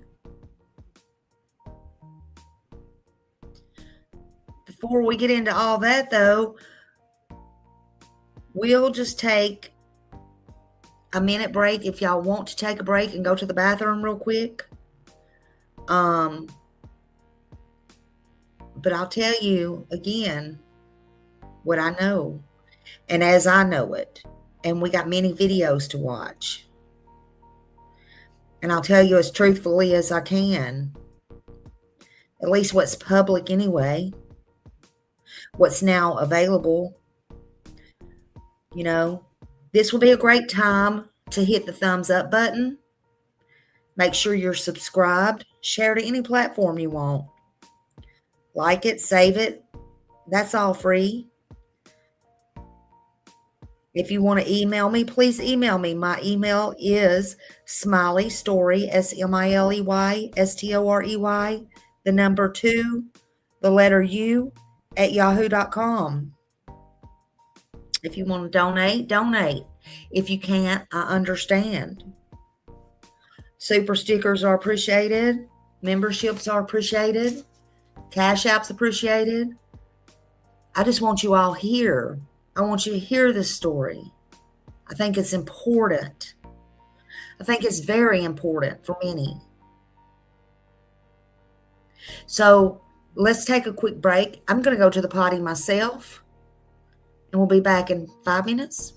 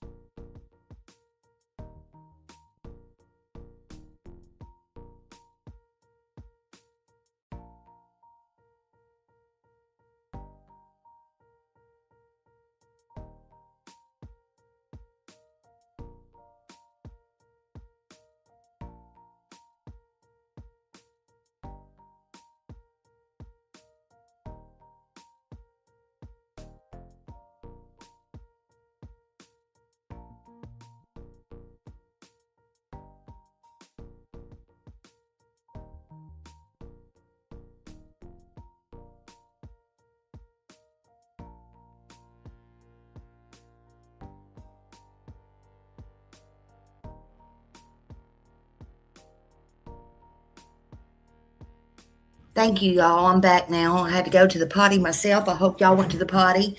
I also grabbed me a cold Dr. Pepper out of the refrigerator, even though I got my coffee here. I appreciate you all being here. Thank you. Now, let's get into the Casey part of this. Casey White, Casey Cole-White, he was the inmate. And how everything went down, let's get into that and who he is. But before we even do that, I want to play another video. Give me just a moment.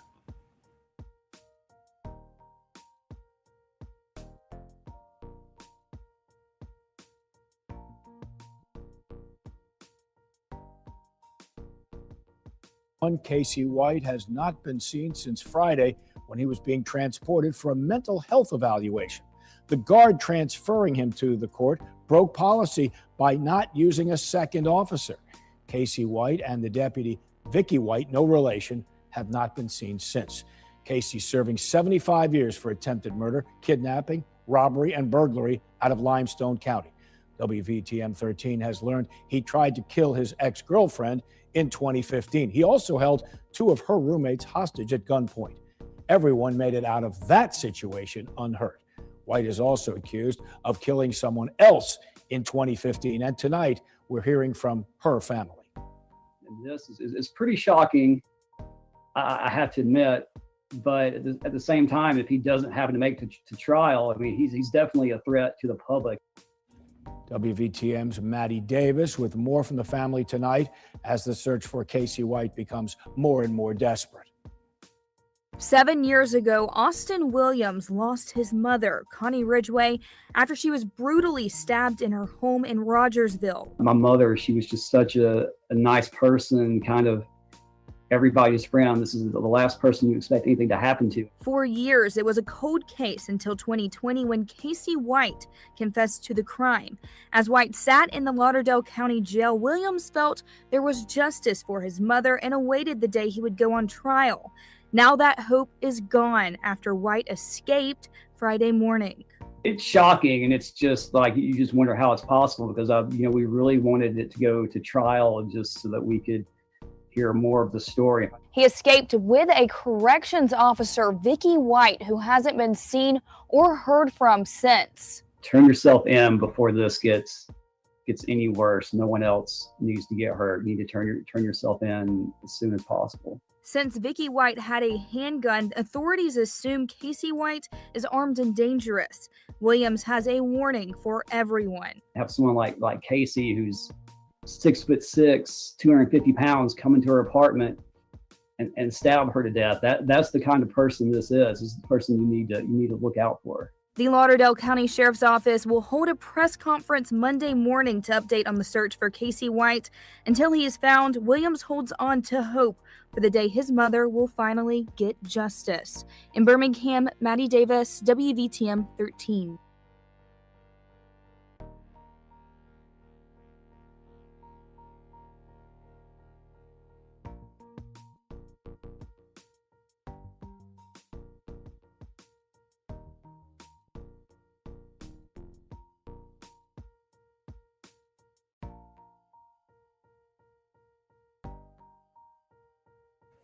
Okay, so thank you. Thank you for waiting on that. Anyway, at least what we know about Casey and Vicky, they had zero relations of any kind. They were not kin. They were not married. They just happened to have the same last name. Unfortunate, I guess, for both families. But yeah, unfortunate. Casey Cole-White was born in 1983. Same year my first son was born in. 1983. Some year, I guess. His parents never expected this. All this went down in 2022. This was when he was 22 years old, and he was born in Alabama also. Casey was by all means a man, 6'9", 300 pounds. did all the manly stuff, is my understanding. You know, in my research, he was very tall and he weighed a lot. He was a big guy, as you see. But you wouldn't want to mess with him. I bet you that. You wouldn't know that in some of these pictures. Some of these pictures don't do justice for his height, in my opinion. And also his weight, you know, he carried that well due to how tall he was. But his family members, all of his family members cooperated with law enforcement. His family members had zero to do with this. They didn't know anything about this. Everybody was kept in the dark. Even law enforcement said that. And, you know, but law enforcement was told many times over the years that Casey, their son, was very capable of violence. His family members told the cops that. He even wanted, you know, even the police said that, but they even warned the police of that in the past. It's pretty bad when you do have to warn the police that your own child is very violent and very dangerous. Again, the media and the law enforcement said she lied. He lied. They all lied to their family. They lied to their co-workers. He didn't have co-workers. He might have had homies in there. Nobody told on him. She lied to her co-workers. But the families had nothing to do with this. It's just kind of showing who he was, who he is, you know.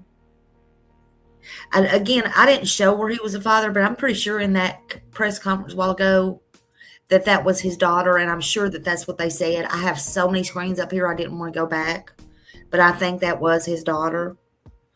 But I would like to think that they're keeping her safe and protected. However, she did go on the press conference, so if that was his daughter, well, you know. A lot of times, a lot don't come out with the families for protection for them, for stigma, for stuff like that. But Casey was a very troubled human being. He was very troubled in his childhood. Even his family said that he was very troubled. He was very violent. Even as an adult, he became more violent. He had anger issues. He had violent tendencies. You know, there was no reports that he was ever diagnosed with any mental illness. There was no reports of that, not that I could find. But I feel some people are just like that no matter what, even with help. Now, and here, I'm not blaming his family. I'm not saying that. They tried. They told the cops. They did everything they could. Look, I know firsthand about that. Hey, I'm not blaming them or saying that. Don't take this the wrong way. But in some people, I think it don't matter. It don't matter how you was raised. I think they probably did everything right that they could.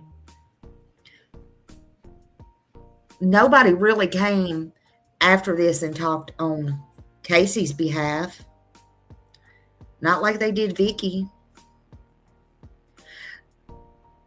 You know, nobody said he was just misunderstood, or he just did this one time or short term, or this is not who Casey is. No, none of that. They didn't say he was stable. They didn't say he worked hard. They didn't say he had a military background. Nobody said anything about that about Casey. Nobody gave him any great character references. Only his family said he was a troubled kid. They said that to the publishers. They said that to the police. Now, his juvenile records, we know, are sealed. Alabama's real strict on sealing juvenile records. even in high-profile cases, unless the minors are tied to something like this and they're a criminal that is tried as an adult. Then they're not sealed. Law said they couldn't release those things. But again, he had a long-standing behavior problems, I say. He was violent. He had violent tendencies. And those were not new to the police. Everybody knew him too. He grew up in Alabama. It was told he was dangerous. Somebody thought he was a big old teddy bear. Maybe that's what Vicky thought. I don't know. Can't go on her head and think now, can we? But we don't need papers or headlines to tell us that. He was very troubled, very violent. People still want to know where were the warning signs? What happened? And yeah, there were warning signs and there were red flags, in my opinion. Otherwise, his own family would have never told police he was dangerous, ever. Not in his childhood, not in teens, not in nowhere, not as an adult. Some, again, don't know this, but again, he was born in 1983 in Alabama. So I'll say it again. In 2015, he was 32. He was arrested. He escaped when he was 38. We all know he was old enough to know better. He knew he was going to get caught. But now, what got him in prison besides his own criminal acts? Everything was his decision. He did it. Well, in Rogersville, Alabama, he chopped. He didn't chop nobody up. He copped. Hold on a minute. Somebody, I know nobody ain't mowing my yard. Hold on a minute.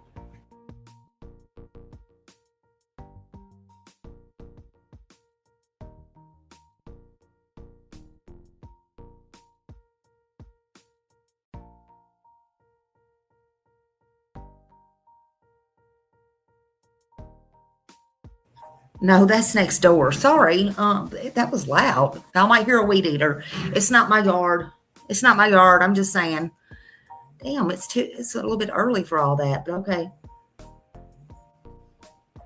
Anyway, I hope y'all got y'all's coffee and everything, because this is a long one. It's going to be a good one. Like, share, do all those things.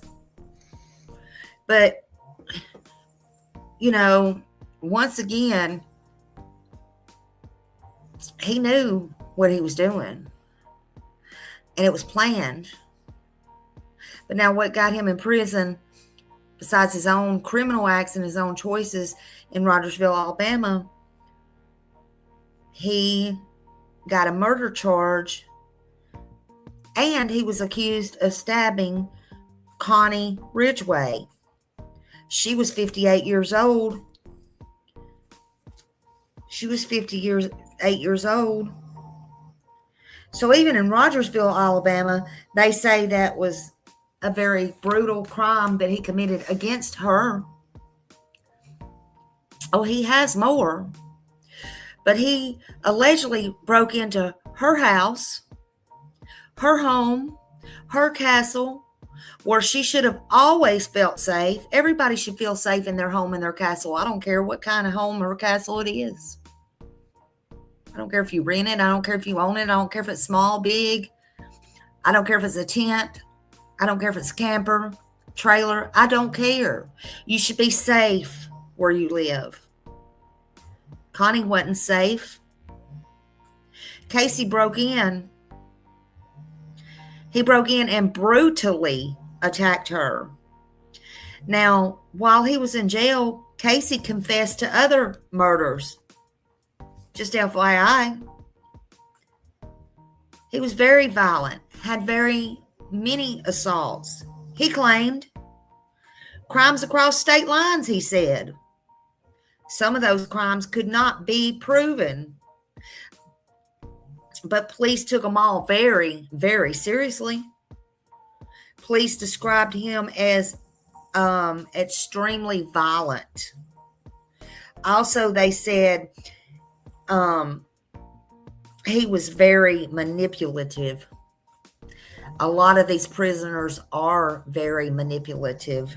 You can trust and believe that if you don't believe nothing else. And if you're going into CO work for the first time or officer work for the first time or any kind of jail system for the first time, you better believe these people will manipulate you.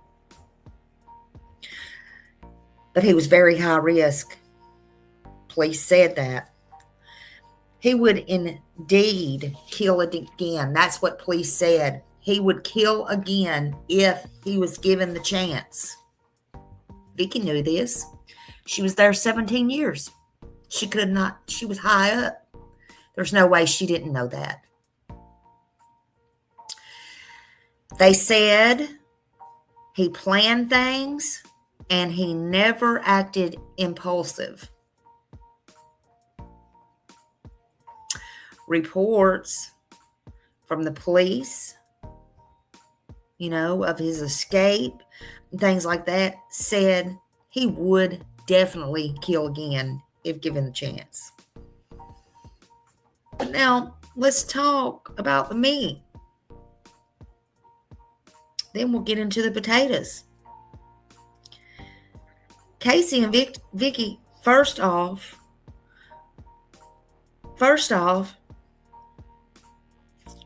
he did not kill her for those coming in. She took her own life. Okay? She had the key. She let him out. She helped plan this. She did all the things. Again, she was just as responsible. They say she was not street smart, though. She was very intelligent, but she was not street smart. That's where Casey come in. But he did manipulate her. Very emotionally so. He used her. He used her authority to his benefit and to his own advantage. He did that to her. He used her authority. He used her trust. He used her being trustworthy. In 2015, 2016, somewhere thereabout, Casey was started being held at the Lauderdale County Jail there in Alabama, waiting for his trial for a capital murder. The one he committed before that. So Vicky met Casey through her job. Through the job she was supposed to be upholding the law, and she always had, as far as anyone knew. Her job there at that time, she was already a senior staff. Their contact didn't start through flirting and suddenly, in my opinion.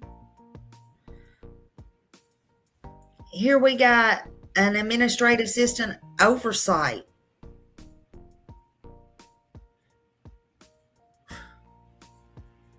Bad decisions.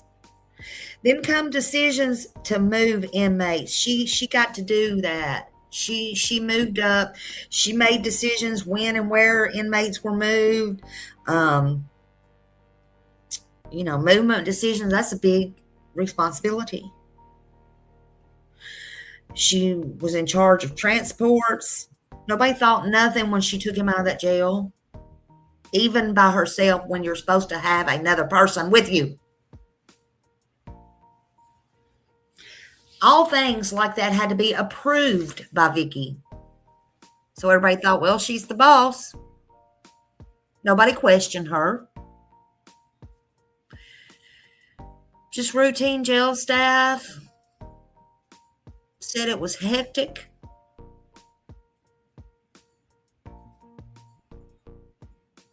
So because of her rank, she got also manipulated, in my opinion. Vicky had legitimate contact with Casey there for a while. Their relationship didn't just happen, it happened over time. They didn't just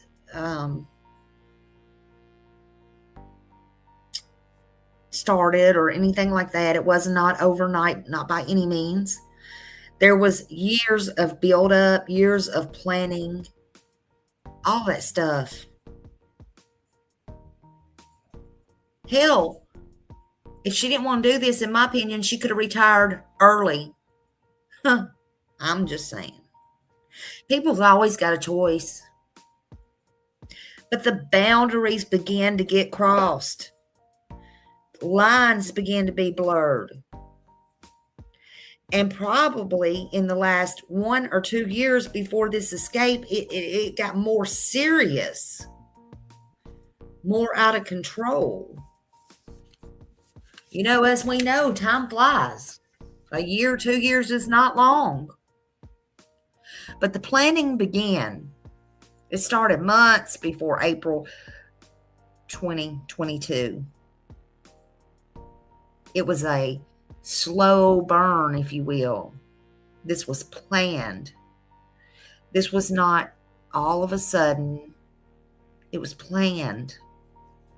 But remember, Casey was highly manipulative. See, he studied staff.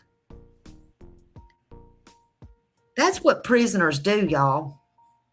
FYI, I'll give you another little lesson here. That's what they do. They study the staff. They see what kind of things you will do or you're willing to do. They get to know you, even when you don't mean for them to know you, even when you don't have the small talk. These are things that happen on the inside. They watch for things, cups you drink out of. Is it a sports team? Is it a cat? Is it a dog? Is it a mouse? Is it butterflies? What is she like? What is he like? They can strike up conversations like that. They get personal. They try to get personal. You have to say, no. You want to be hard ass? A lot of people in there don't want to be hard ass. That's okay too. There's many different 7, 8 kinds of correction officers. But they try to manipulate you. They see what kind of things you like. Is there a emotional vulnerability somewhere within you? Do you talk? Will you write them up? It's your job to write them up. He knew about Vicky. He made it his mission to gain Vicky's trust.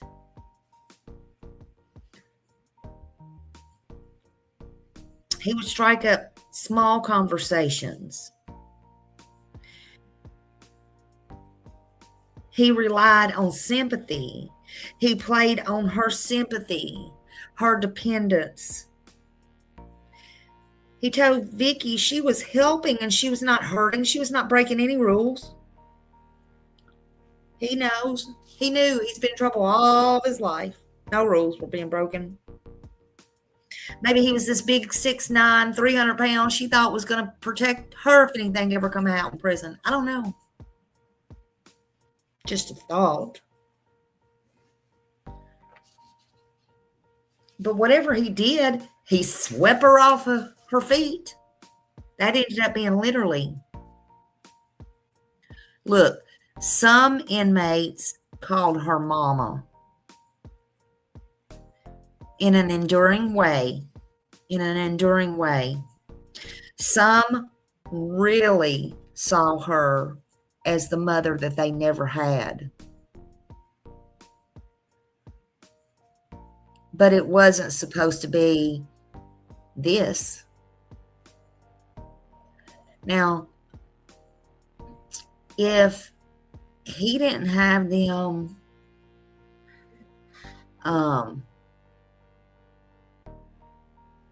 If he would have been wrote up by her, or she would have said no,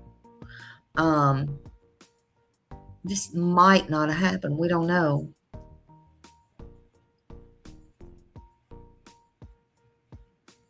She'd walk by, he'd tell her she had a nice butt. She was lonely. He knew she was his ticket out. At least in his mind. Look, they both of them, street smarts, smart, book smart, not smart. They knew, even if they got out, they were going to be caught. She knew there was a risk. She got all of her ducks in a row beforehand. Again, she gave away things. She sold things. She saved money. She drew out cash. But she thought she loved him and he loved her. Prisoners don't love you. But he handled her very, very gently. He studied her. He made it his mission to study her. Evidence showed Vicky started selling her stuff, all of her assets. She would just give away things just for no reason, for no reason. That's a red flag. She started to withdraw more, even though she was a quiet person. She started to withdraw more. They probably didn't see it then, but in hindsight, they did. Large amounts of cash was being withdrawn.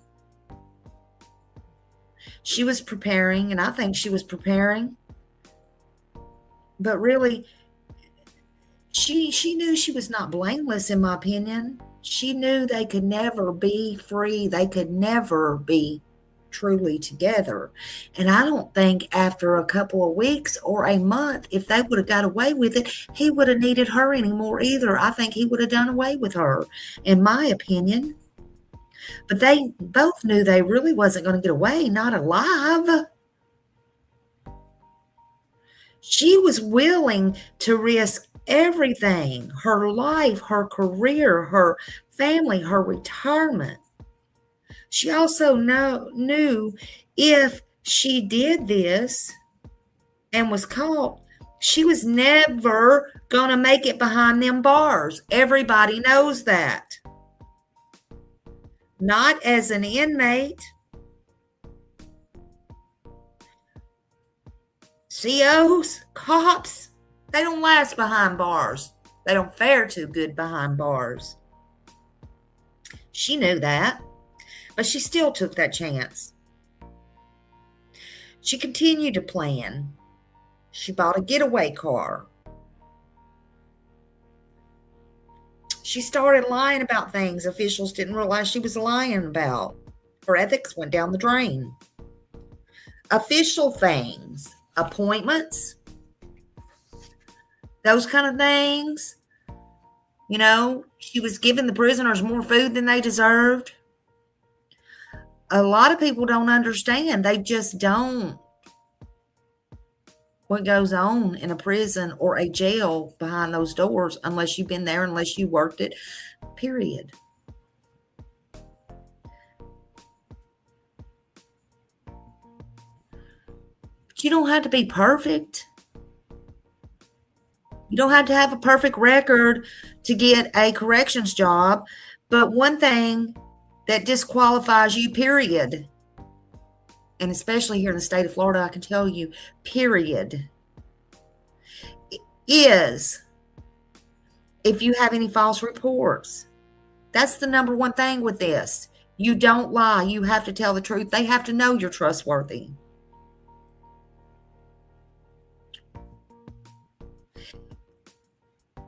A false charge will disqualify you before a fraud charge in your past will. Just letting you know, FYI. So again, she had none of that in her record. Not a thing. Her record was clean. at the time. She lived by truth. She lived by ethics until she met Casey, until she didn't. So that relationship had already crossed many lines, and it was planned, and it was well thought out. So again, this was not sudden. It was not a mistake. It was not a kidnapping. It was unplanned. It was not unplanned. It was planned. And it was not a sudden thing that happened. And it was not a one-time bad decision. Now, Casey, he had no mental illness again or psychosis or anything that anybody knew of. He did not kidnap her. Every time that he committed a crime in his life, he knew what he was doing, in my opinion. And obviously in the police's opinion, obviously in his parents, they said he was violent. But this started out slow and very calculated on his part. He manipulated her. She enabled him, but he got her to trust him. Even the law said that time and time again. They were very clear. Her commanders said she was not forced. She was not kidnapped. But they did say she was manipulated. I say both or all of those are the truth. And they both and all can be the truth at the same time, in my opinion. So remember this. It did not start as an escape. That trust was built. But all the lines were crossed. All the lines were blurred. Until one day, there was no more lines to cross. Let's watch another video here that I have. Thank you all for being with me. Please understand, I appreciate you being here. I know it's long, but we're going to get into all of it today. I got time today. Please, thank you. Hit the thumbs up, like, share, subscribe if you want to donate, and you can. I appreciate you. I thank you. Want to join the membership? Please join the membership. Mods can drop the link. But there's a lot of ways you can support this channel. I want to grow with y'all. I thank you for being here. But let's watch some more video because we got it today, honey. We got it.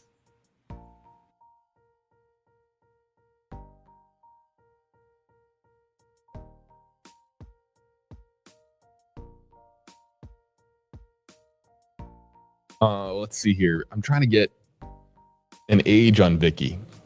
And this is where sometimes our YouTube and Facebook audience can be very, very helpful. See if I can try to get live on WFLA now. This is Hey JV. Here.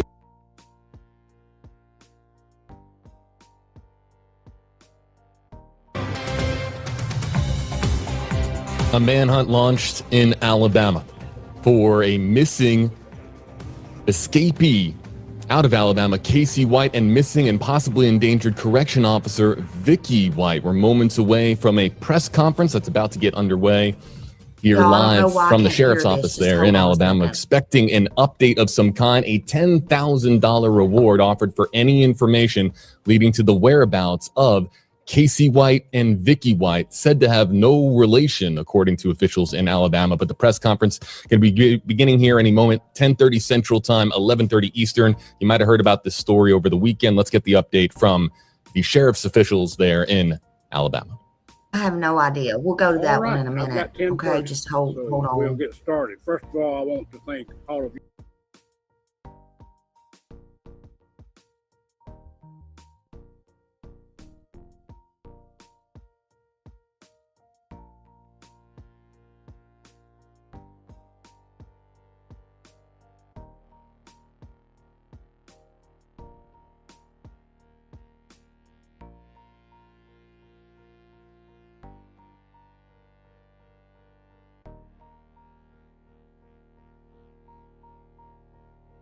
above, and working diligently, basically around the clock, to try to locate Casey White and Vicky White.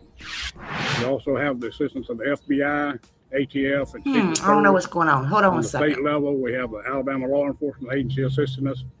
So we've got plenty of resources. These federal agencies and state agencies have resources that we don't have. They've made all those resources available to us, and we're utilizing everything we have. And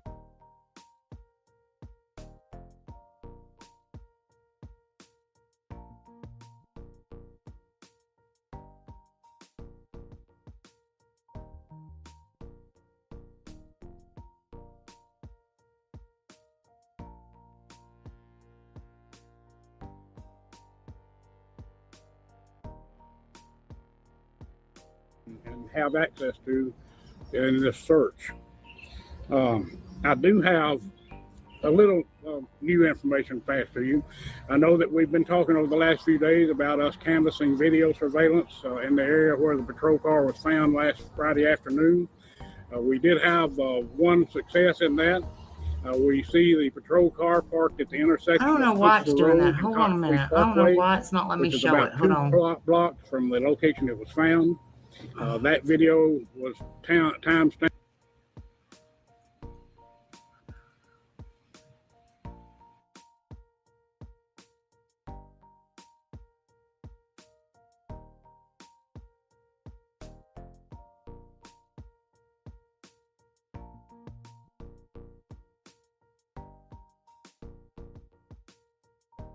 Manhunt to find a violent convict continues. You've heard about this. The corrections officer authorities believe helped him escape from jail.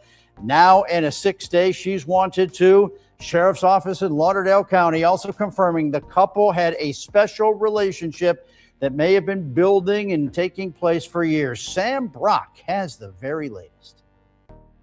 In this newly released surveillance video, the pair left the jail last Friday like it was any other day. Corrections officer Vicky White holding the door open for accused killer Casey White, who was handcuffed and shackled. They can later be seen popping into Vicky White's patrol car, but the man serving 75 years in prison for violent crimes and the deputy honored with 4 Employee of the Year awards have not been seen since. We have discovered some evidence that confirms that there was a relationship outside her work hours. I'm not talking about a physical relationship, but outside her work hours, there was some contact between the two. The sheriff giving us a tour of where White, facing capital murder charges, was staying. Here, Casey White's cell was the first cell here on the left. You got the 2 windows. One of the windows looking into the bunk room. A former inmate expressing shock over the deputy now suspected of freeing the massive 6'9" convict. Everybody loved her. Nobody had nothing but good things to say about Vicky, ever. In this small Alabama community, I think they left the area.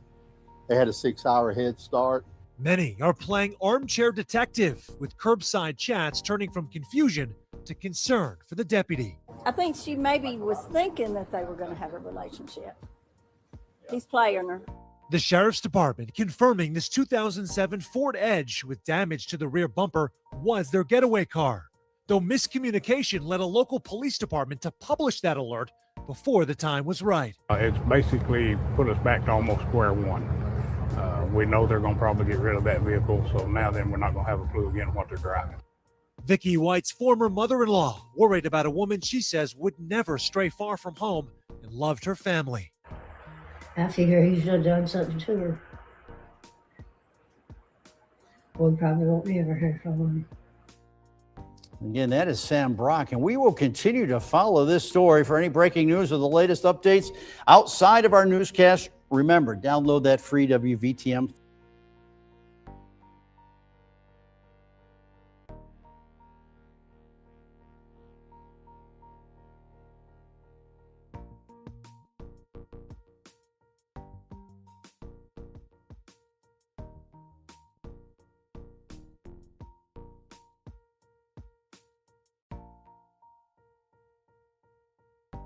Nicole Zedek joins us live now in studio after speaking with Vicky's Neither Vicky or Casey have been seen since leaving the detention center on Friday. The Lauderdale County Sheriff's Office says Vicky submitted retirement papers Thursday. Her last day was set for Friday. Vicky has not received any of her retirement money. And new tonight and only on Way 31, Vicky's mother's desperate plea for her daughter to come home safe. Nicole Zedek joins us live now in studio after speaking with Vicky's mother today. So Nicole, how's she processing all this? How's she doing right now? Brittany, she's definitely in complete shock, saying that everyone who knows her daughter, Vicky, says this just doesn't make sense. She's scared for her daughter's safety right now and says even if she did help inmate White escape, she should turn herself in and get back before anyone gets hurt. As a mother, that I didn't know how to act, because I thought at first it was a mistake. And then when I found out for sure it was just disbelief. Complete shock. That's how Vicky White's mother, Pat Davis, describes what's been going through her head ever since her daughter disappeared with accused murderer Casey White Friday morning. I lay in there at night and you can't get it off your mind. And then when you wake up, if you do fall asleep, that's the first thing that you think of.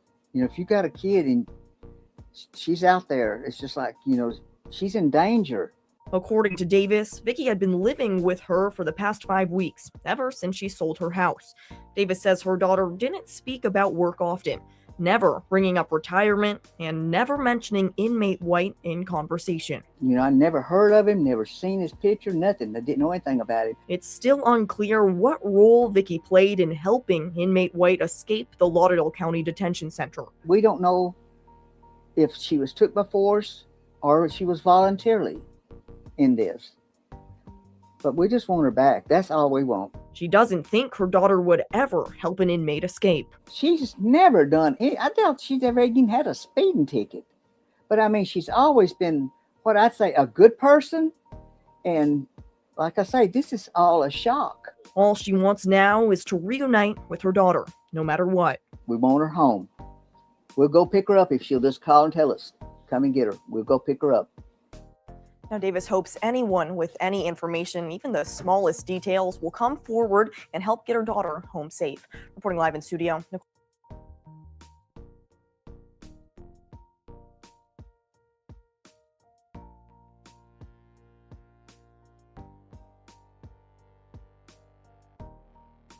Bless her little mama's heart, honey.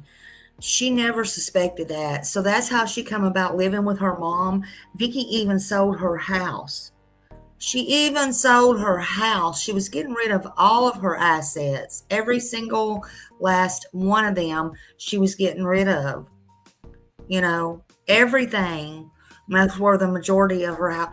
Now listen, what I understand and from what I hear and what I heard, she literally auctioned off her house because she needed the money fast. So it wasn't like she did it. She auctioned it off fast. She could have got a lot more money for her home and ended up getting like $90-something thousand. Which is just crazy. That's insane. Again, what was it about this inmate? She's went through thousands and thousands of inmates. Nobody ever suspected this. Her mama said she didn't even have a, okay, you're fine, Raymond. Her mama said she didn't even have a speeding ticket that she knew about. That's insane. It makes it so sad, and she was right by her retirement. She put in the day before for her retirement, giving all of her things away, all that kind of stuff. He really did a number on her. He really manipulated her. The senior staff never thought anything. They all had high respect for her. Everybody that knew her or seen her grow up or anything like that had high respect for her. They trusted her, But these people don't love you. These inmates don't love you. They will manipulate you, male, female. They say females are worse.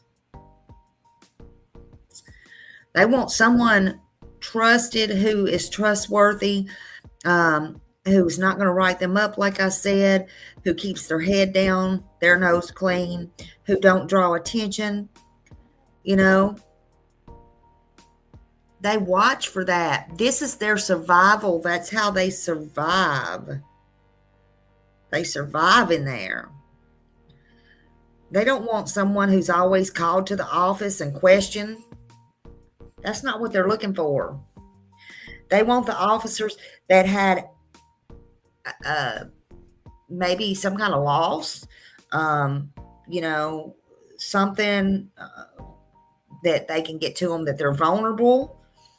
But they don't care, especially if they're in there for their life. 75 years, pretty much. He was going to be in there for his life. And I don't even think he went to the court on the other till after this. You know? They don't care about you. They don't care. They don't care about you. They don't care about your family. They don't care about your retirement. They don't care about you, period. Get it in your head. I don't care how lonely you are. Go buy a vibrator, honey. I'm just telling you. Vicky's walls started closing in. But all of that alone, that she was trusted, that she was quiet, that she had authority, they were looking for all that.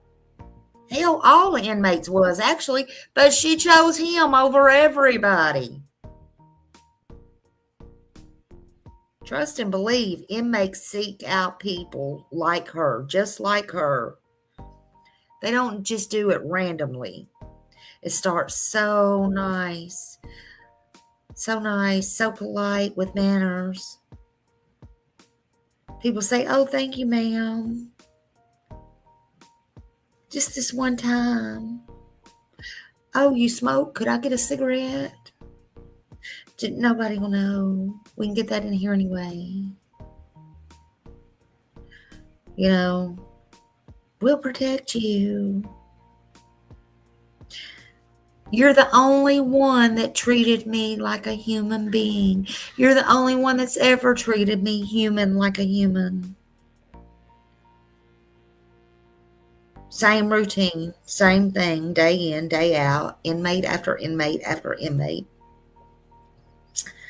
They notice you, like I told you before, drinking out of certain cups. Could be an angel on it. It could be a dog. It could be the Tennessee Titans. That gives them room to strike up a conversation on, oh, did you see who won last night? Oh, you like football. Oh, you like angels. I need to go to church. I'm such a Christian. Can we just this one time? Officer so-and-so won't let me out. I need to go to the chapel and pray.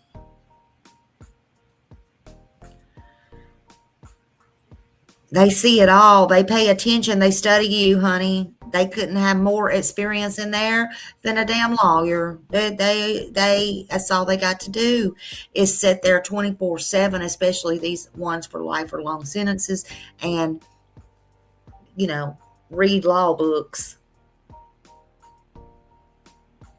They will study. They will learn. They will get in your space if you let them.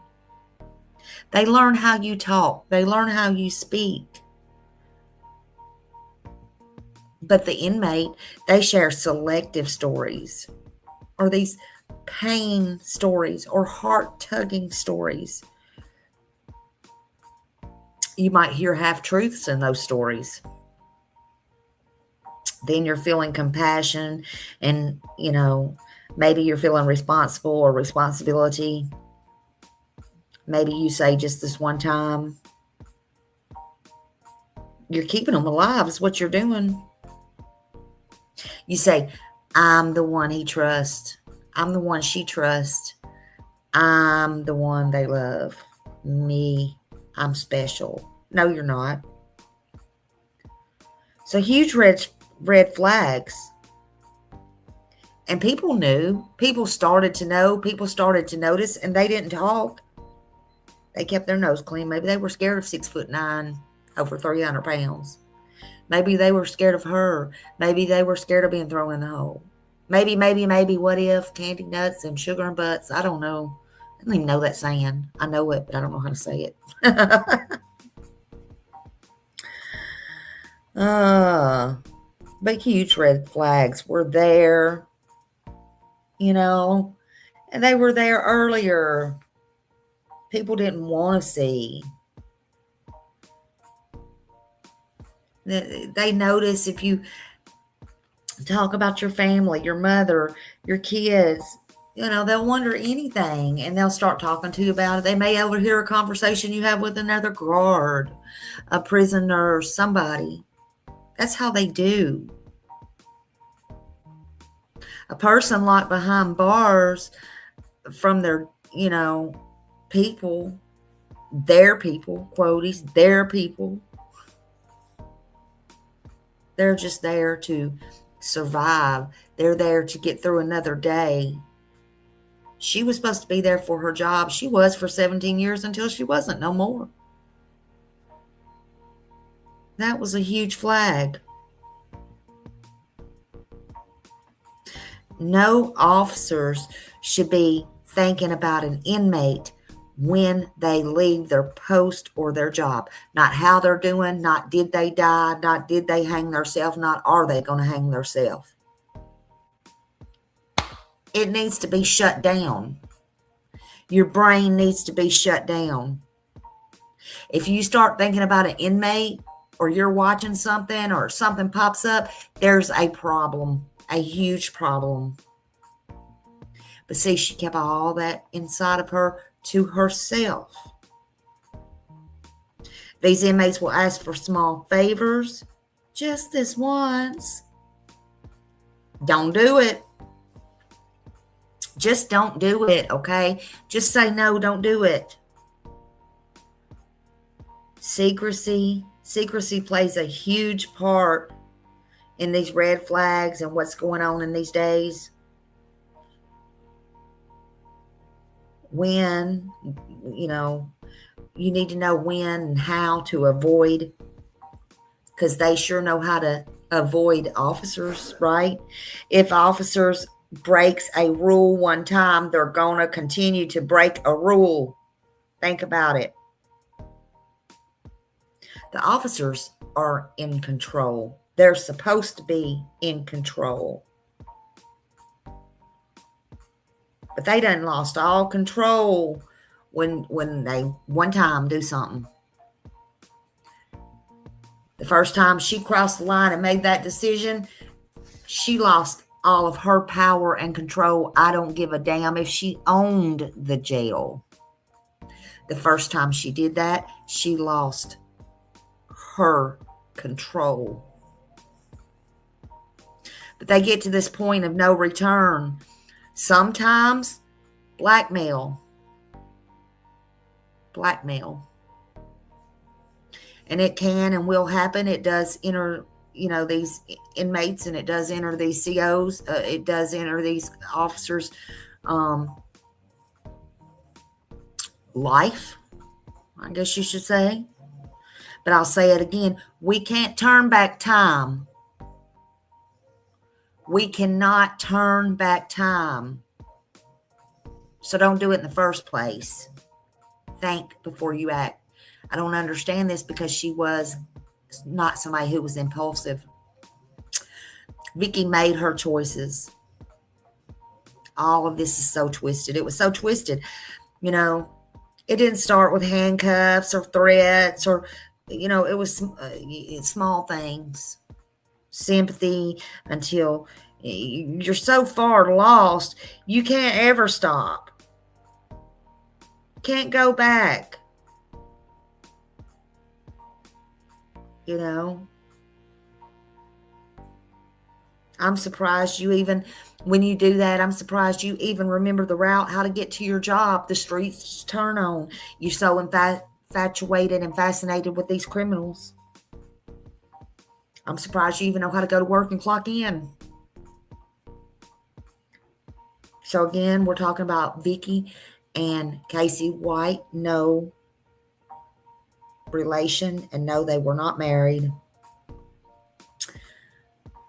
So on Friday morning, April 29th, 2022, Vicky White told her co-workers she was going to transport Casey White she was going to take him to the courthouse, which was not unusual. Sometimes they had to go to the courthouse and get mental evaluations and different things like that. She told him she was taking him to the courthouse, possibly for a mental evaluation.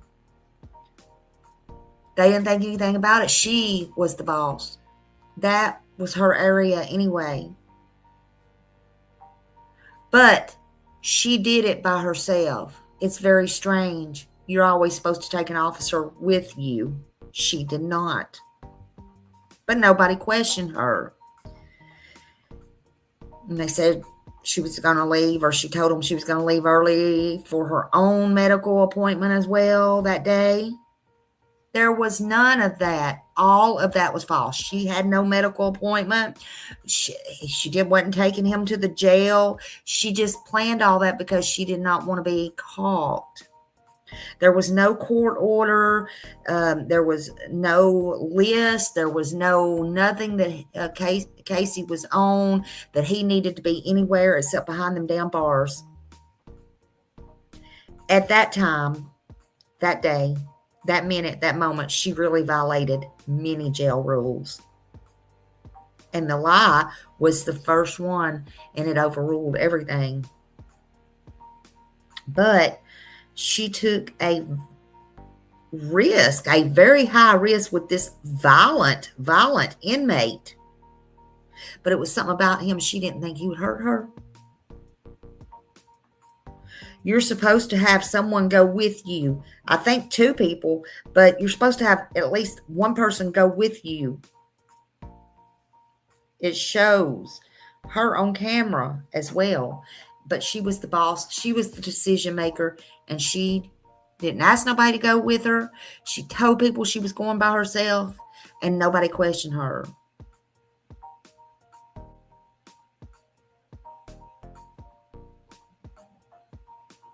She didn't need her supervisor's approval to do that. But she had all these violations. Nobody knew was going to happen or that she violated or did until it was way too late. And they were both the heck out of Dodge. But because of her rank and her position and her trust, nobody questioned. You shouldn't be offended if you're a correction officer. You shouldn't be offended if you're a police and somebody asks you. You know, there was many laws changed about this. There was many ways they handle now these things. But they got into the county police car. She unlocked that door. She had Casey brought up. She unlocked that door. And surveillance showed them. They showed all of that. She knew it. She knew what she was going to do. But that was the last sighting of them in Alabama anyway. Very shortly after that, they drove to a shopping center after they left there, and that's where she left the police car. She abandoned the police car. The police car was there. At some point, they went out. They searched it. They found the keys, the handcuffs, and all that in the back seat. There's no way he could have did that by himself. They knew at that point their heart sunk. They knew that. Let's watch something else.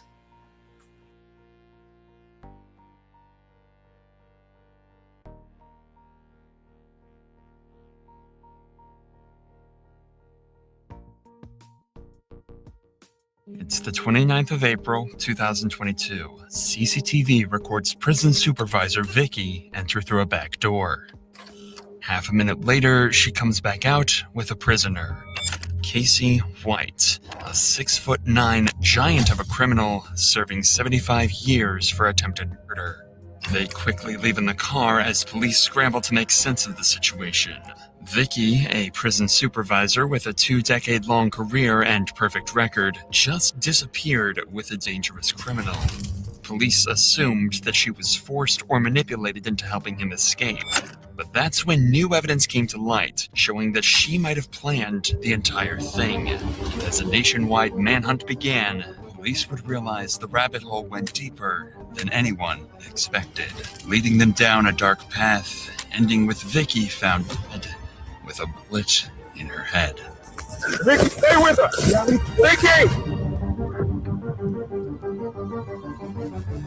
It's April 29th, 2022, and prison officer Vicky has just told her work colleagues that she's taking a prisoner to a psychological evaluation at a local courthouse. But something isn't right, as she's transporting the prisoner alone, despite rules mandating prisoners must be escorted by 2 officers at a time. But because of her senior position as a supervisor, nobody stops her. And it would be 6 hours before police realize that Vicky and the prisoner are never coming back. Desperate for clues, police start looking into the man that Vicky escaped with. It was Casey White, a man serving 75 years in prison for domestic violence, home invasion, murder, and brutally attacking a man with an axe. But there was one crime that stood out to police even more. 7 years prior to this, Casey had abused and manipulated his then-girlfriend to a point where she tried to escape from Casey's vicious hands. After they successfully made it to her friend's house, Casey would break into the house with 2 guns and full intent to murder them both. Luckily, they both escaped and survived his vicious attack. But that's when Casey fled the scene and began a series of carjackings across several states, until finally getting into a tense standoff with multiple police officers. Casey, put the gun down. Let me see your hands, man. Put the gun down, Casey. No. Put the gun down, bud. Casey, put the gun down. Just relax a little bit. Go get that over to and tell her to watch this. Hey, Casey. Yes, sir. I will get you a sun drive if you'll be still. Just be calm. You ain't got no more gun on you, dude. No, you got to fucking that. It's unusual, but the cops rolled a drink and a pack of cigarettes towards Casey, hoping this would calm him down and avoid a shootout. Miraculously, this actually worked, and the cops were able to move in and make an arrest. His interrogation gave cops an even clearer view into just how insane this man was. I've been trying to wait just a killer ever since. I couldn't wait no longer. I had to do it tonight. Do you regret what you did tonight? I regret I didn't kill him. Police now had a clear picture of who Vicky just helped escape prison. But how does Vicky fit into all of this? She works at a completely different prison, and there's no plans for Casey to ever see outside these walls again. Well, 1 year later, Casey confessed to a murder, resulting in him being moved to a different prison.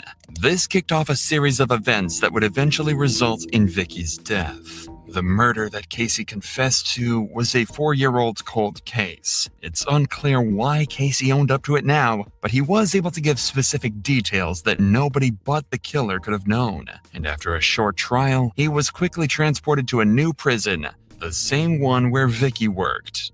Vicky is 56 and has been divorced for several years and put her heart and soul into her job. She was a model employee and popular among her colleagues, but her life had become boring and lonely. She wanted to change, and when Casey showed up, that's exactly what she got. They slowly began to talk more and developed a connection. They bonded over their shared last name and began to think that they were destined to be together. She started coming in on her days off and was noticeably happier.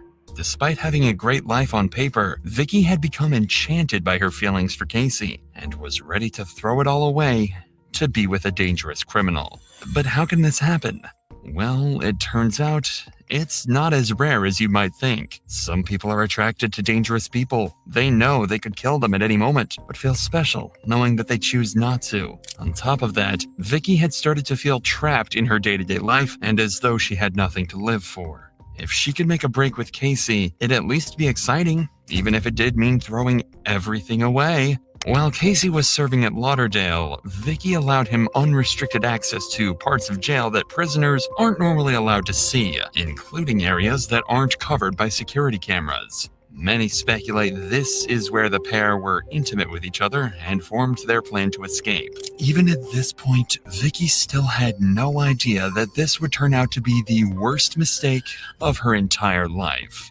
3 days before their escape, they decided to do a test run, after Vicky told her colleagues that Casey had an appointment with a judge at the courthouse. Of course, there was no appointment, and they just sat in her patrol car for 9 minutes before returning. But now they know this works, and they're ready to make preparations for the real thing. 2 days before their escape, they're spotted on camera passing notes. It's thought that this was them discussing the final part of their escape plan, but by the time this footage was discovered, it was already too late. By April 29th, 2022, everything was in place, and they're ready to make their escape. As Vicky holds a senior post at the prison, she has certain powers that she's about to take advantage of. She arranges to send 12 inmates and 5 deputies to court on the day of the escape, leaving her as the last remaining officer in the prison with transport privileges. She then tells her bosses that Casey has to be taken for a mental health evaluation. Looking at the surveillance footage, it's clear something was up. Vicky has her firearm with her, something that is strictly forbidden inside the prison walls. She's also walking in front of Casey instead of behind him, showing she trusts him not to harm her. By helping Casey to escape, esteemed prison officer Vicky has thrown everything she had away, and in one pivotal moment has become a criminal. Vicky's always been a good girl I went to school with. It's got to be other people involved, and Vicky's just a scapegoat. You knew her, you loved her. I feel like if she had anything to do with it, it was definitely love. Vicky and Casey casually walk out of the prison into a patrol car and drive away to freedom. It took 6 hours before anyone noticed they're missing. When the prison calls the courthouse to see what's taking so long, they're told that there is no appointment, and they come to the horrible realization that Casey has made a break for freedom. To evade the authorities, they quickly ditch the patrol car and flee the state, and the cops now have no clue where they are, where they're going, or how to find them, marking the start of an 11-day manhunt that will span the nation. On day 1 of Vicky and Casey's escape, the cops try to find clues at Vicky's home, but she's nowhere to be seen.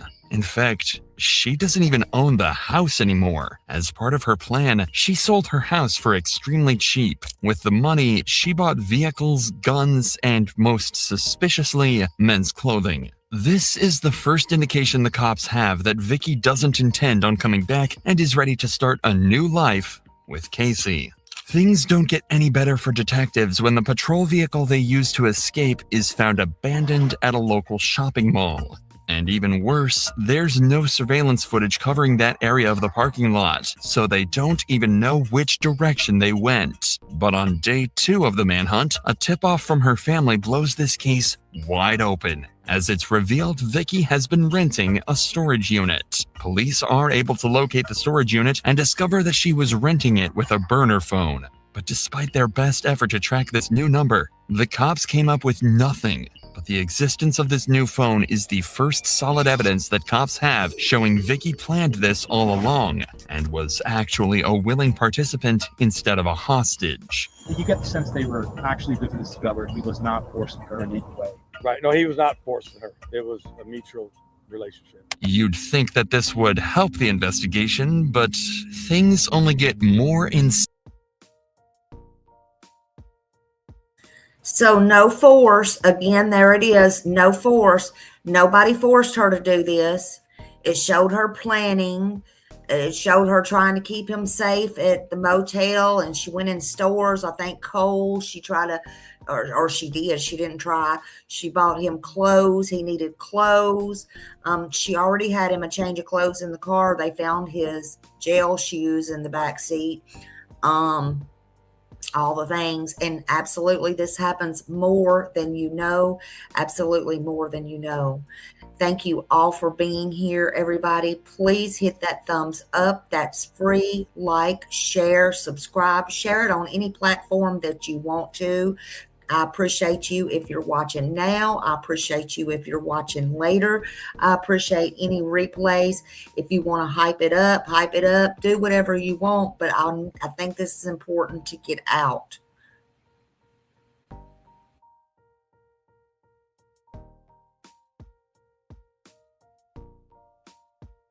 Insane and confusing from here on out. After realizing that they're essentially back to square one, the cops return to the shopping mall where they found the abandoned patrol car and decide to comb through all of the surveillance footage from the days leading up to the event. That's when they spot Vicky a few days before the escape, parking a car in a nearby parking lot. And this isn't her usual car either. It's one she bought only a couple days earlier, a 2007 Ford Edge that the cops quickly realized had to be their getaway vehicle. But when police went back to the parking lot and the supposed getaway vehicle was still there, they realized that Vicky had left a decoy. Police had just lost their only clue, while giving Vicky and Casey a 5-day head start. But since they abandoned the Ford, the cops assumed that they have to have found another vehicle in the area, and lo and behold, they quickly picked up another lead. A homeowner nearby told them he sold his Ford F-150 pickup truck to a man who approached his house on the day Vicky and Casey went missing. That man is described as being around 6 feet 9 inches tall and looked exactly like the picture he was shown. Now all they have to do is find that Ford F-150 and bring this manhunt to an end. And thanks to another lead, they're closing in.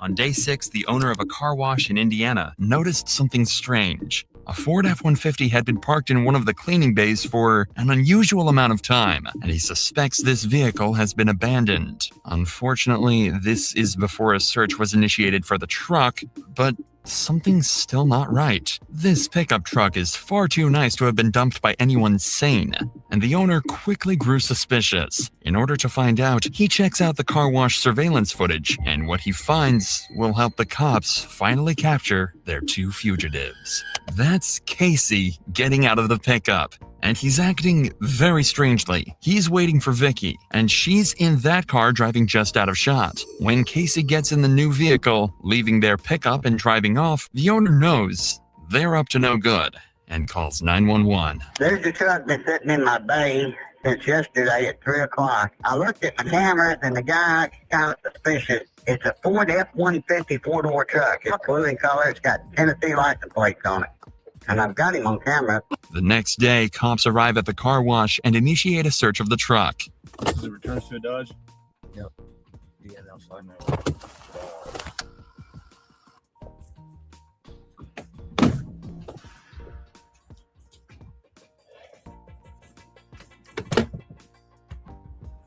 With nothing to go off of, the cops quickly leave the scene and the pickup is towed away. It takes 4 days for this vital lead to get back to detectives, but when it does, they drop everything and head straight to Evansville on day 10 of the hunt. They're due to arrive at the car wash at 9 a.m., but fail to show up on time, frustrating the car wash owner so much that he takes matters into his own hands and calls the local press. So then 9:30, they're not here. So I get on the phone to Fox News. I said, y'all want a story? Yeah, we like a story. I said, I got one. So I got a convict over at my car wash. I got him on camera. He said, you talking about the one in Kentucky? I said, no, I'm talking about the one in Alabama with the girl. I said, okay, we'll be right there. They showed up. They got there 10 minutes before the marshals. U.S. Marshals arrive during the media frenzy, and when they take a look at the surveillance footage, they realize they found the car Vicky and Casey could still be driving, a Cadillac, and one that Vicky and Casey think is completely unknown to the cops.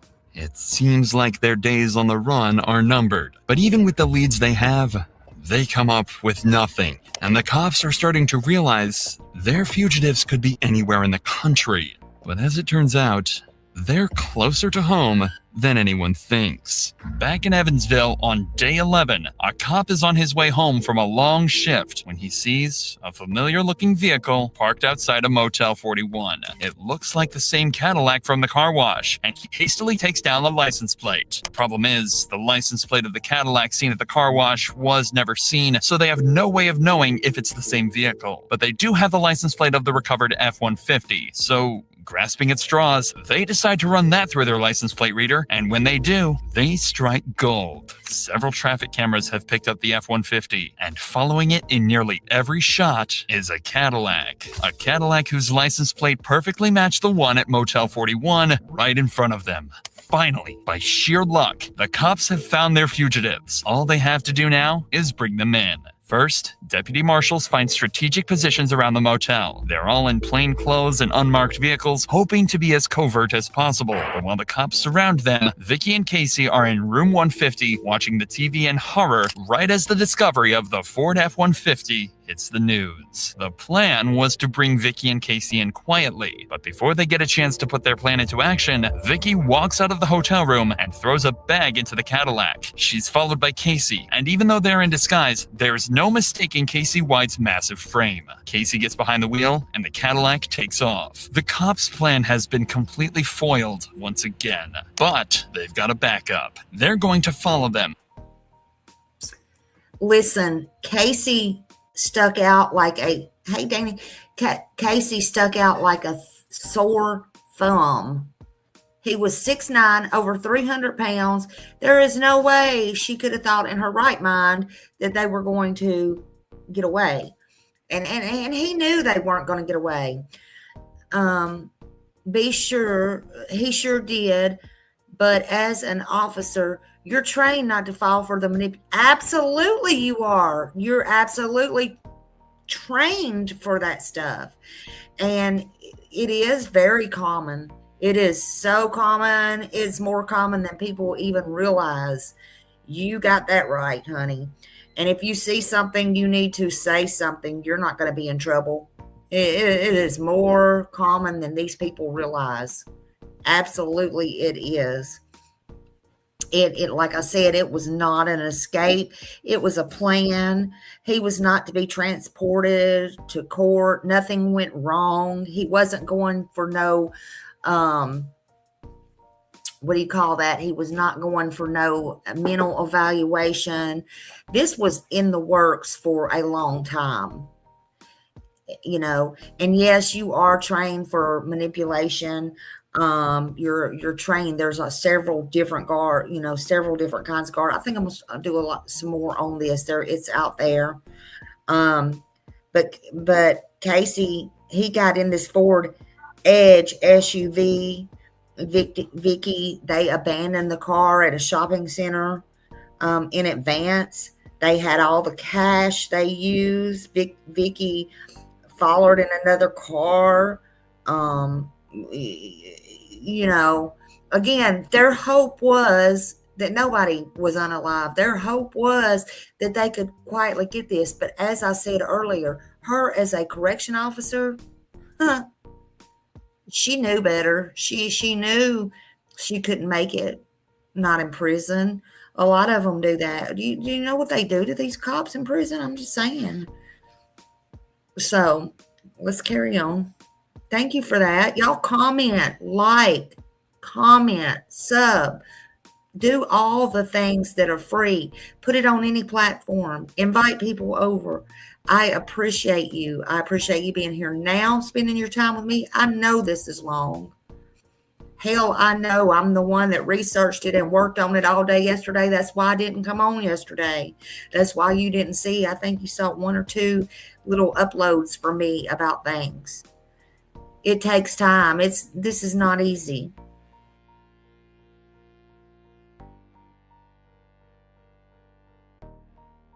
And try to box them in to avoid a confrontation. But before they get a chance, they realize they've been spotted. Casey turns onto US Highway 41 and hits the accelerator, taking the cops on a chase across traffic and through parking lots until he manages to make a break for freedom by driving straight through an open field. At around the same time, police dispatch receives a call from none other than Vicky herself, and it gives you an idea of how terrifying this chase really is. Airbags are going on. Let's get out. A police vehicle forces Casey to drive straight into a ditch, and this pursuit... We'll listen to it again because I have just the audio. But if you heard her, she said, let's get out and run. Hell, she's the cop. She's the one supposed to be in charge. She said, let's get out and run. Where she think she... Never mind. I'm going to be as respectful as I can on this.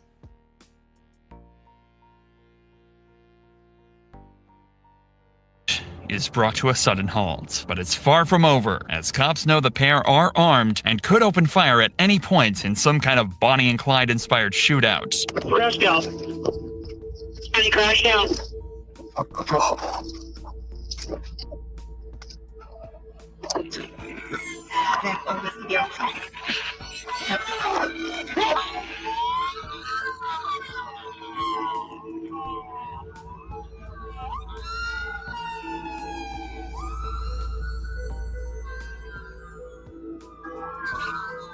Black. Where's she hit?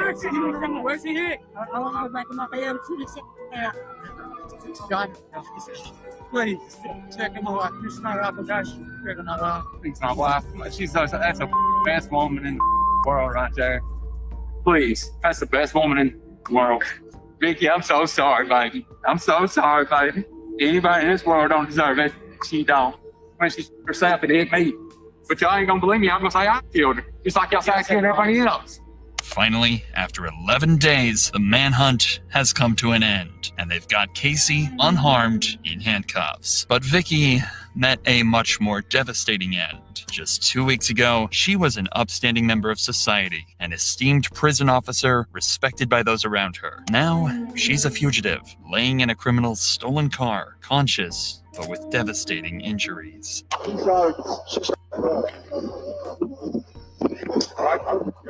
David, she good to him? No, she's good. She's still got it in her hand. Yes, good again. All right, medic right here, medic. Get back. Still in her hand? Yes, in her hand. I gotta break this sucker up here. You go in? Well, I think we can reach in to get the gun. It'd probably be easier in the windshield. Oh, see, little open. Good idea. We got cover? Yeah. It's opening. It's opening. You got me? Yeah. You want to go for the gun first? All right, pull me out. All right, I got it. She's been shot in the head, and Casey claims she took her own life. When cops get a better look, they find her finger is still on the trigger of the gun. Later that day, Vicky was pronounced dead in a nearby hospital. We'll never really know what the two had planned for their life together after their escape, whether they wanted to go off the grid and settle down or live the rest of their lives on the run. Well, it turns out Casey never planned to keep Vicky around at all. He described her as a liability and someone that didn't have the mind for this sort of thing. It's likely that she would have been ditched shortly after this point or killed by Casey anyway, as he was found guilty of first-degree prison escape and sentenced to life behind bars. He'll be 98 years old before he gets a chance at parole, so this terror of a man will likely be off the streets until the day he dies.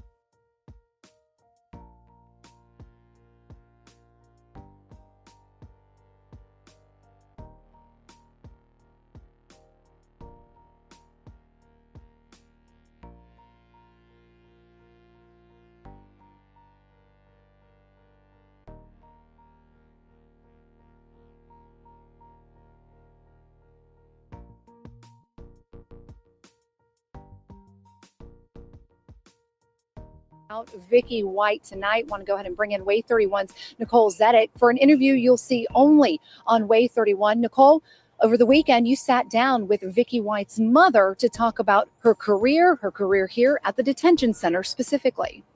That's right, Marie. And she said she's proud of all of the accomplishment her daughter has been recognized for over the past 16 years, but it definitely took her a while to warm up to the idea of her daughter working at such a dangerous location. It makes me feel good that, that she was so well thought of and she done a good job. Pat Davis's living room is covered in memorabilia from her daughter's time at the Lauderdale County Detention Center. She's got 6 awards back there. Davis says Vicky never intended on starting a career in law enforcement, but when the opportunity came up 16 years ago, she accepted. Somebody called her one day and said, hey, there's an opening at the jail, so she just took it, and she's been there ever since. I guess it was just a job. A job that's always worried her mother. Law enforcement, the violence and stuff like that, I guess. Get rid of her. I guess every mom's that way, Now her worst fears have come true, as her daughter disappeared with accused murderer Casey White more than 72 hours ago. He could hurt her easy. And that's what keeps me awake at night. She says even if her daughter voluntarily helped inmate White escape, it doesn't matter. She just wants Vicky home safe. Come home. That's all she needs to do. Just turn herself in, come home.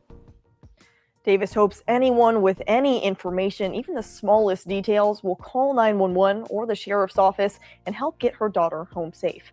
Reporting live in studio, Nicole Zedek, Way 31 News.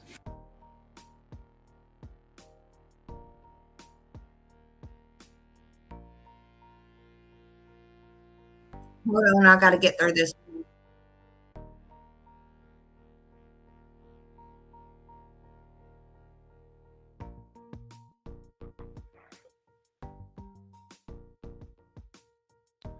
Amazon Island. 911.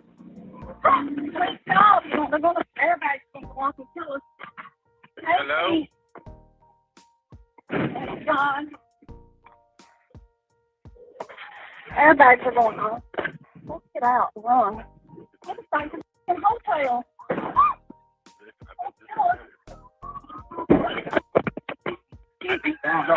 Hello?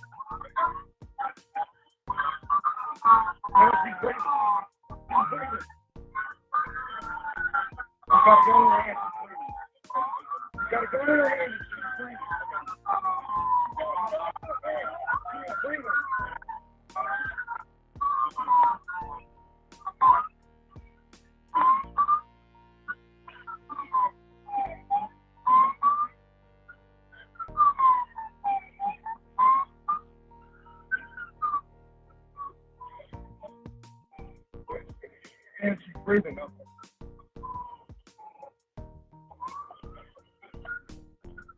She's got her finger on the trigger.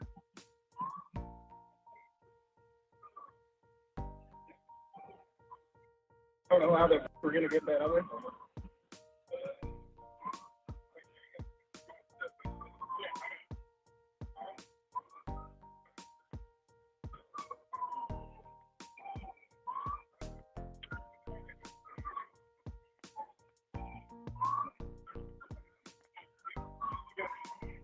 Got her finger on the trigger.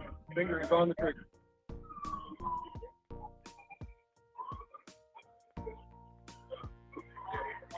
All right. Go.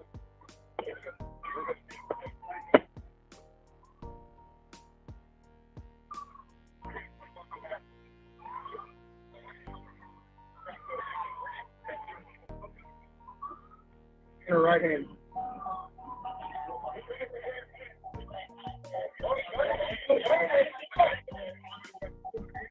Yeah, get her hand, finger on the trigger. Got a finger on the trigger.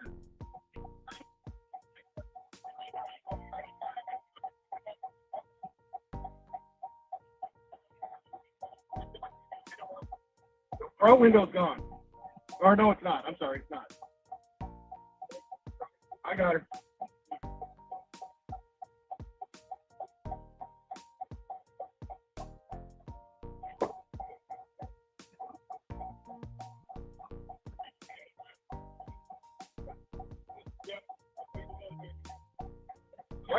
I'd like to move that off her face. I can't even tell if she's conscious.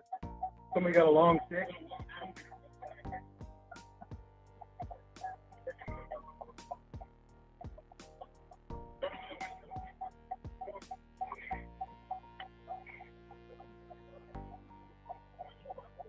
She doesn't look conscious. Go ahead.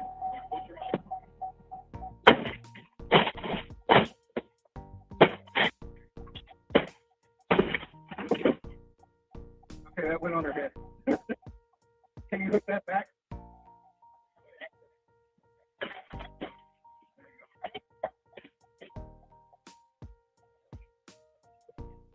Looks like an exit on the top of her head.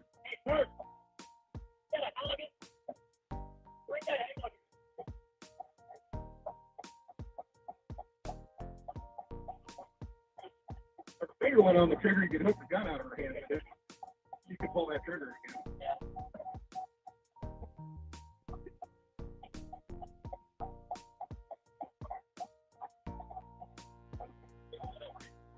It's just diagonal breathing. She's done. Yeah, I'm good.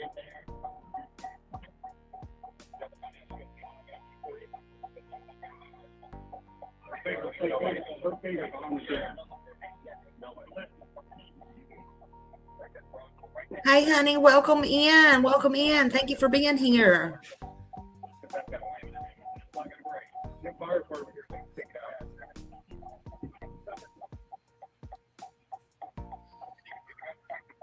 The gun is pointing at an angle that way. Pointed down. For those that don't know, she took her own life. Casey, this is one time he didn't have anything to do with none of that. But he was going to ditch her. You better believe that.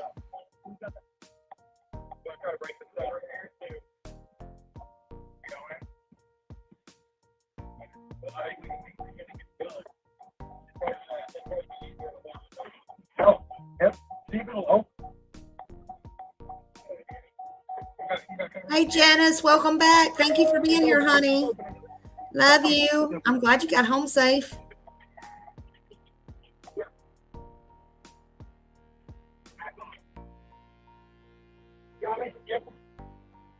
I'm going to go for the gun first. I'm not covering. Okay, I'm going to go for the gun. Good. Watch it.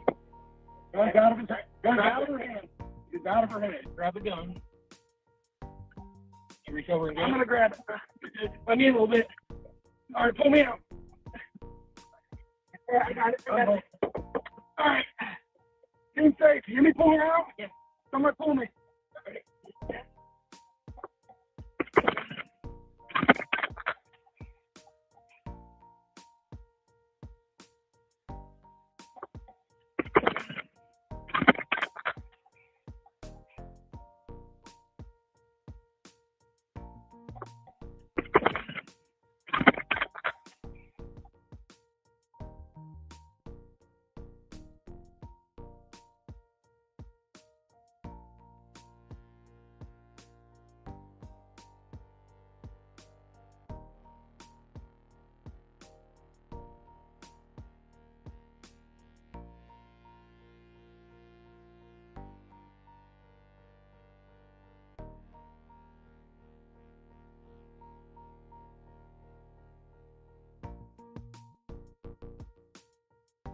Thank you all for being here, Janice. I'm so happy you made it home safe.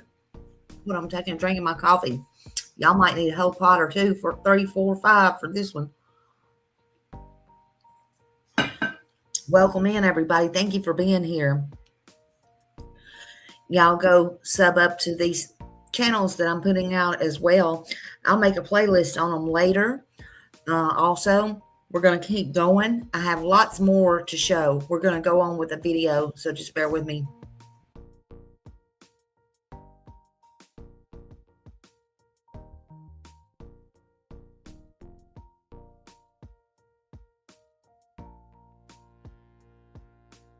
Casey White on the run. His ex-girlfriend says she is terrified, and so is the son of the woman Casey White is accused of murdering. We're going to be speaking to him in just a few moments. Not only is Casey White nearly 7 feet tall, he's 260 pounds, but his past is horrifying. Law enforcement who have spent years chasing him say he is more dangerous right now than anyone could have thought because he could be cornered.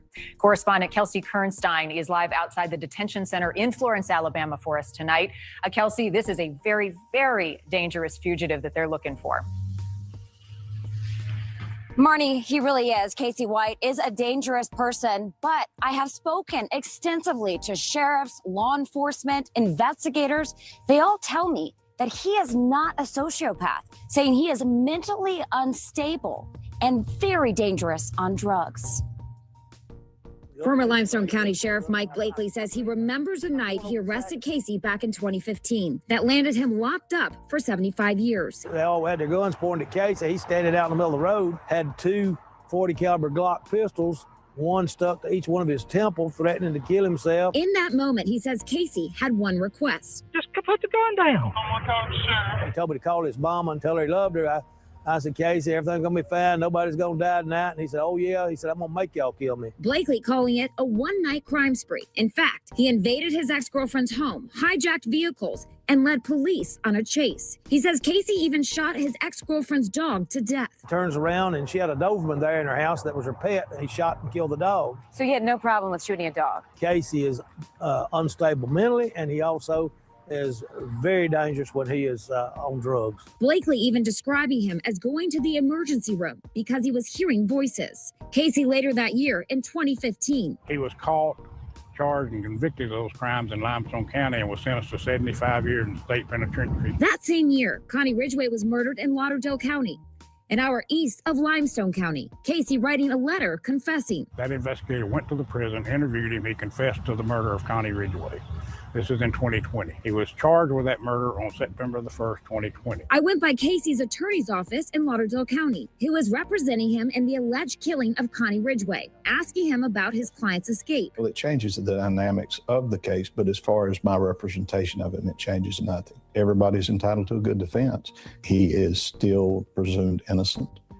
He has an opportunity and will have a day to present his case. I asked Blakely if he thought Casey murdered Connie Ridgway. He's allegedly stabbed a woman to death. Knowing him, arrested him. Do you think he's capable of that? I think he's probably capable of anything. Sheriff Singleton says Casey was brought back to the Lauderdale County Detention Center for his arraignment, saying this wasn't the first time he tried to escape the jail. He was planning an escape.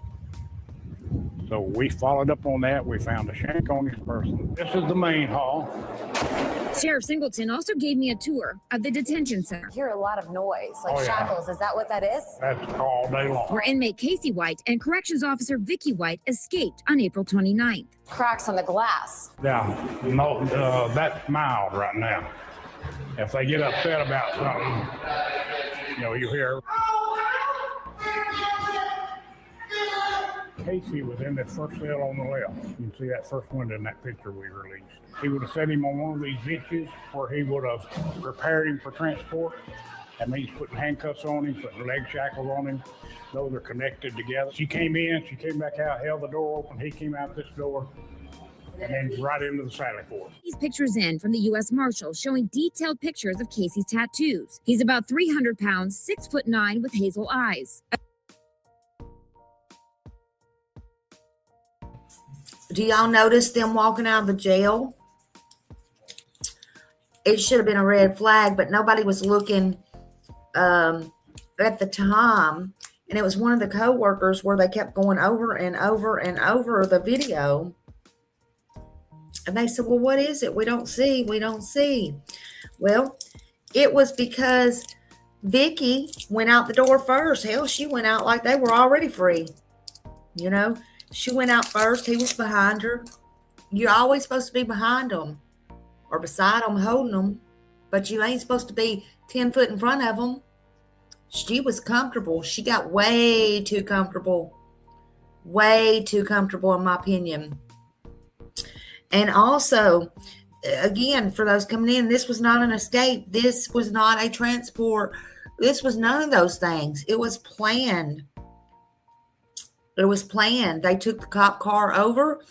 Casey, was set free, had clothes, had shoes. This was planned well in advance. Vicky followed in front of him, though, when they went out the jail. That should have been the first sign. This started, it took a couple years planning, 1 to 2 at least 2. It was planned. There was nothing about this that was not planned. I feel sorry for her mom. Her mom didn't care. Her mom wanted her alive, but her mom didn't get her back in alive. She got her back in a bag. That's horrible, and it's sad. We don't like the crimes that our family does or that our people do, but we still love our children. We still love our children, no matter what. And nobody at that time knew what exactly was going on. Her mother was just as surprised and stunned as everybody was. So was Casey's family, even though there was warning signs with Casey, many warning signs years prior. His family had told the police he was very dangerous, he was very violent, and he was all through his life, although some of his records as a juvenile was sealed, because Alabama's real strict on that.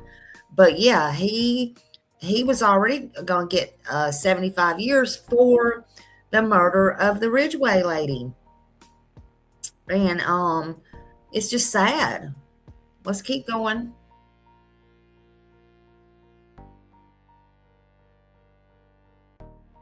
Officials now believe Casey is connected to an Alabama-based white supremacist gang.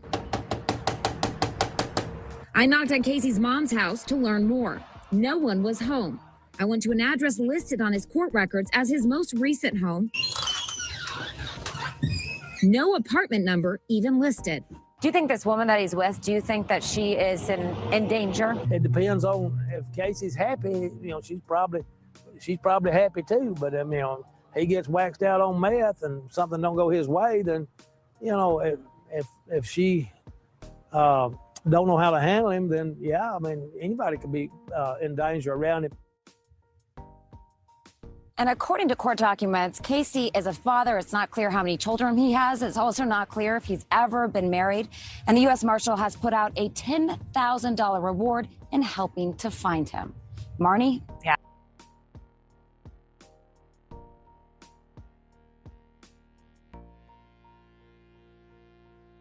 And the sad thing is, she knew this. She broke all the rules, but she was never a rule breaker. And yes, he did do the meth. And I don't know if he did it while they were out. I'm sure he did. He was going to. Excuse me. He was going to ditch her, but he did it in prison, and she knew that. They had over 900 and something phone calls between them. They found during the prison. She was taking calls from him, 900 and something phone calls. I've got some of those too somewhere. We got all this up here. So come on in, grab your coffee, grab everything you got. Get comfortable. We're going to be here a while. We already been here a while, and we're going to be here a while more. And I want you to know I appreciate y'all all coming in. I thank you for coming in. Please hit those thumbs up. Let's grow this channel together, and let's do more like this, and let's get more out there to see. That was News Nation. Very good channel. Go subscribe to them. Go like them. Tell them Smiley said hello. Do all of those good things. Hold on just a minute here.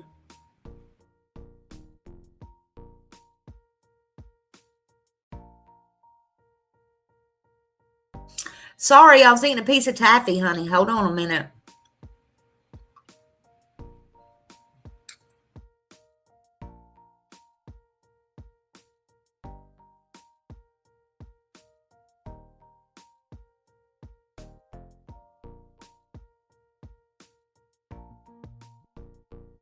Each other in the 7 months leading up to the escape that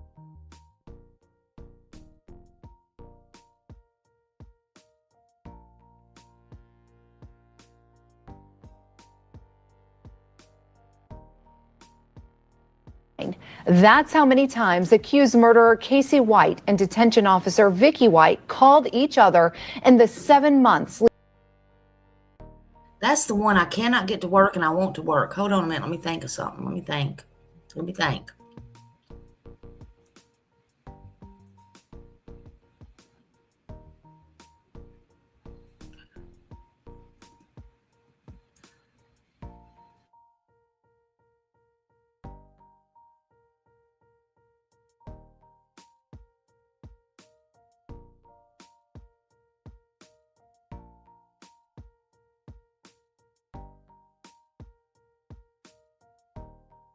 from the DA's office for a hearing to discuss moving Casey White from a state prison in Bessemer to a jail in Coleman County.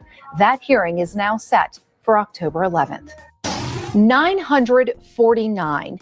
That's how many times accused murderer Casey White and detention officer Vicky White called each other in the 7 months leading up to the escape that captivated the nation. The Lauderdale County Sheriff told us the two were not only forming a romantic relationship, but also the detailed escape.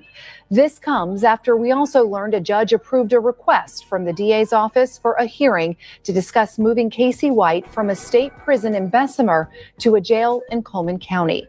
That hearing is now set for October 11th. 949. That's how many times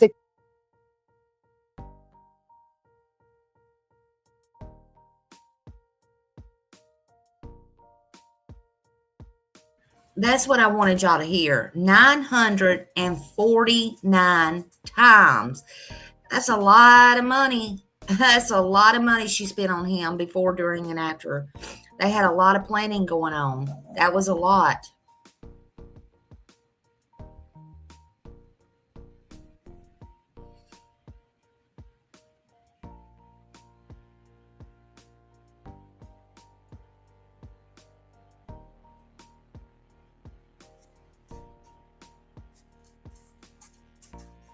But first, we want to start with Way. Okay, just making sure. My computer's been acting wacky. It's my buttons, my fingers. 31's Matt Kroschel. Our sources say the escape might not have been the first try. Matt joins us live from the jail where it all went down. And Matt, you've learned investigators are exploring this very real possibility. And Marie, what we do know is sources telling us here in Lauderdale County that are involved with this investigation that Vicky White took steps on Tuesday before the successful escape on Friday to try a dry run of this escape. All of this happening here at the Lauderdale County Detention Center. What we do know about that possible attempt is that it was not successful. That was until Friday morning when the pair drove right out of this parking lot. Jail officials would neither confirm nor deny this reporting on the record today, and Sheriff Singleton would only say it's very possible Vicky White practiced the escape plan ahead of Friday. Now, in my opinion, this is just my opinion, Leslie. I don't know anywhere out there that says that she put money on his books.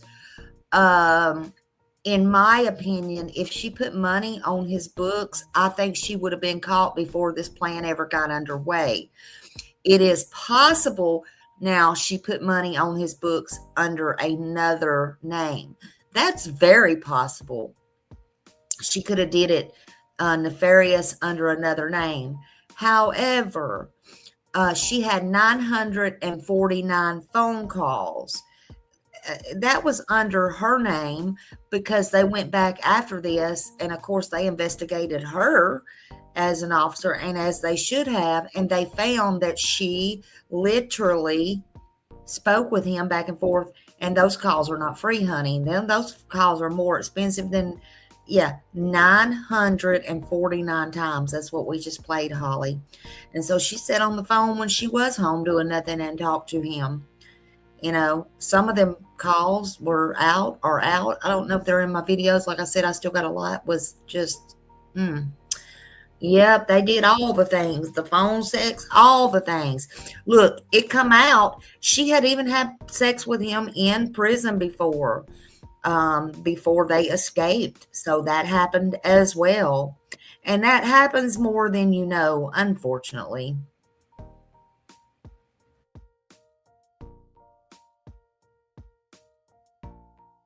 Friday morning. Vicky White traveled that route pretty much every day, going and coming to work. So, just on any given day, going or coming to work, she could have, tested it. As far as any overt effort to test the route and so forth, I don't know. That window of opportunity happening on Friday when that supervisor was able to get Casey White out of the jail alone. They made up a reason for that, a mental health evaluation for Casey White and a doctor's visit for her, giving the pair a nearly 6-hour head start. And we have confirmed that back in 2020, when Casey White was first locked up here in Lauderdale County, there was another escape attempt. In that attempt, officers actually found a shank, and that's when they sent Casey White to the state lockup. There's no indication that Vicky White was involved with that escape attempt. Reporting in Lauderdale County, I'm Matt Kroschel, Way 31 News.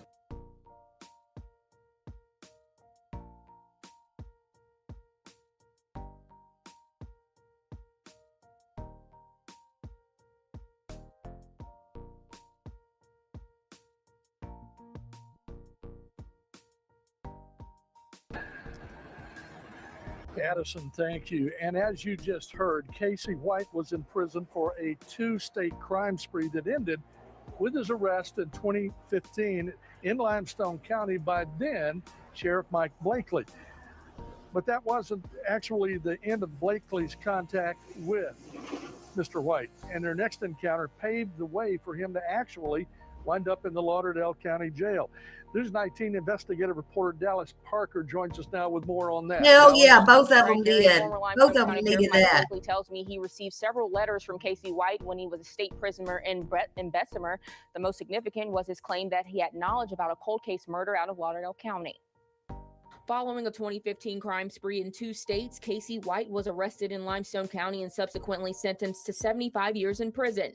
Former Limestone County Sheriff Mike Blakely says White spent several years in the Limestone County Jail before his conviction. But after he was transferred to the Donaldson Correctional Facility in Bessemer, Blakely says he began receiving letters.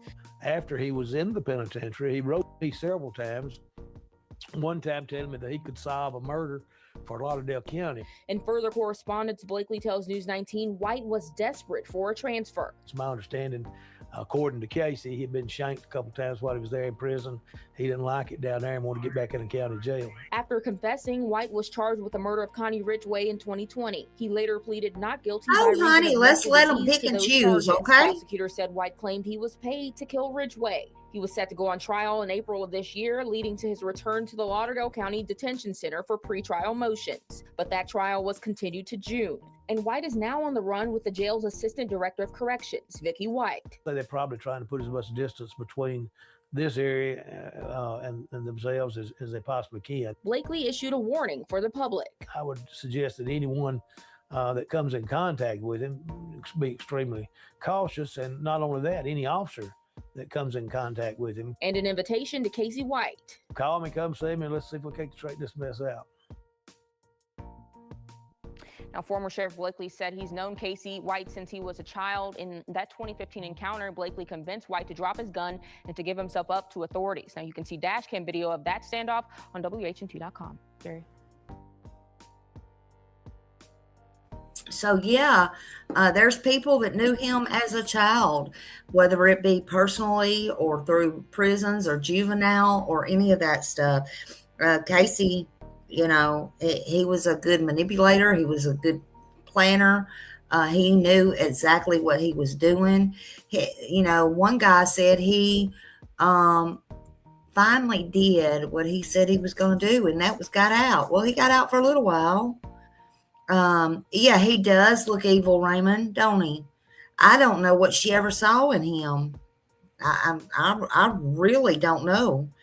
I don't know. You know, it's all very crazy to me. But those officially lines, they were crossed. They ran out. You know, they crossed the state lines. They used cash. She had sold everything she had, sold her home, moved in with her mom.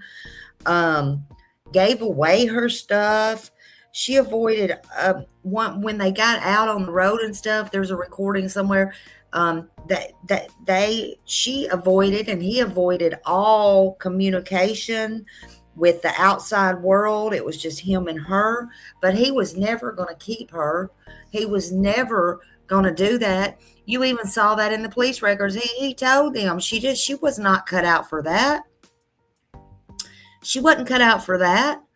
Federal agents got involved, the U.S. Marshals, the FBI. It was all over the news. We all saw it. I reported on it at the time, but it wasn't nothing to this extent. It was tiny. We all was sitting on the edge of our chairs. Are they going to be caught? When they're going to be caught? Did they get caught today? All of those things. But there was a break that came in the case on May 9th, 11 days later, right in Evansville, Indiana. They had crossed state lines. They went over to Indiana. You know, the U.S. Marshals looked at them in a motel. They were going to grab them, but, you know, she kind of foiled the plan when she left. We heard that a while ago. But the surveillance confirms and confirmed at that time that was 100%. Both of them there. Police attempted to do the traffic stop, and, you know, Casey, you know, tried to flee the car. Police, you know, they got everything under control. They maneuvered them over, you know, even though they crashed. And that's, you know, when they try to maneuver and get in front of them and all that, that's when the car crashed. But Vicky, she was not going to go to jail. She knew an officer such as herself would not ever make it in prison. And that's exactly where she was going to go. And that's where they wanted her to go. They didn't want her to die. They wanted her alive. But that's where she exactly would have ended up at. But Casey surrendered. Oh, you know, he made it out like a bed of roses, honey. He's still got 3 hots in a cot to this day, you know. Vicky, she shot herself, you know. She was taken to the hospital. They tried to save her, but she later died to her injuries. I think she was shot in the head at the hospital. But officers, FBI's, the marshals, you know, they all say Casey did not shoot her. Her hand was on the trigger. And the medical examiner and the report said she did it to herself. That's one time Casey didn't do it. It didn't matter, though. They still put it, he had other charges. He was already 75 years in prison. He had nothing to lose anyway. But then he had to also go to court on, you know, the other charges. And then this charge, he's got life in there. He'll never get out unless he tries to escape again or sweet talks another. And they plan and overpower somebody that's with them, because you have to have more than one officer with you, period. And a lot of laws have changed on this. There was still aftermath, though. You better believe that. There was a lot of aftermath. You know, Casey was returned back to Alabama. This case, it happened in 22, is still talked about today. But he pled guilty. Well, why not? Why wouldn't he? Hell, he didn't have nothing to lose anyway. But he pleaded guilty to capital murder. Of the other he was going on and all that. He was sentenced to life without parole. So that's where he'll die. I don't buy him telling the other guy he was shanked a couple of times and wanted to be there. I personally, in my opinion, Smiley's opinion only, never, I mean, and I know Alabama's different, all states are different. I don't understand why he wasn't in prison in the first place, why he was in the jail. We don't get to pick and choose where we want to go when we commit a crime. You know, you can stand in front of the judge and say it's easier on my family, and, you know, I might want to go to this prison, or I might, you know, if possible. And it's up to them to try. It don't mean they're always going to get you a bed there or get you there just to help the family out. It ain't for you, but we don't get to pick and choose. But why was he in jail? I don't understand that. There was an internal investigation afterwards. The policy changes came nationwide. It's mandatory 2 officers always has to transport an inmate, period. But there's now enhanced training, especially on manipulation. You got to go through academies. You got to pass the exams. You got to do all the things. A lot of changes came. So the escape, it wasn't a kidnapping. The escape, it didn't start in the hallway. It didn't start with just, I love you, honey. It built up over time. 994 calls. It was planning with permission. They should have never been given or been around him or whatever. I mean, they could have. There was prisoners that knew. There was people that knew. Nobody even wanted to lighten their load, though. They wasn't fucking with Casey. Just saying, because I think, in my opinion, he was too big. They feared him, in my opinion. It ended, but it ended with her life, not her retirement. It ended with her life. She's gone forever. Things will never be the same. April 29, 2022, Vicky White.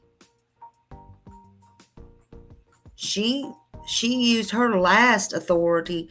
She did it falsely. She's going to transport, allegedly, Casey White handcuffed in a patrol car to court for an evaluation. And then she told him she was going to a doctor's appointment after, so she'd be leaving the rest of the day early after that. She was going by herself. Nobody questioned her. That was none of her plans. None of them. All of it was pre-staged, pre-arranged. 2 cars bought. The police car was left at the shopping center. He had clothes. Then she went and bought him clothes in Kohl's. They got a motel for 14 days. They didn't make it 14 days. They caught them after 11 days. They was caught in Indiana.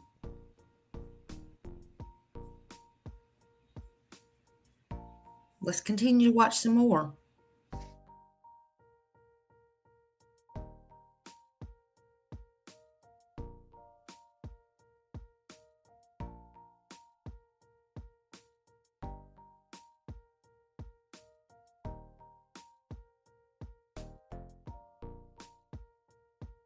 Tonight, only on Fox 6, Casey and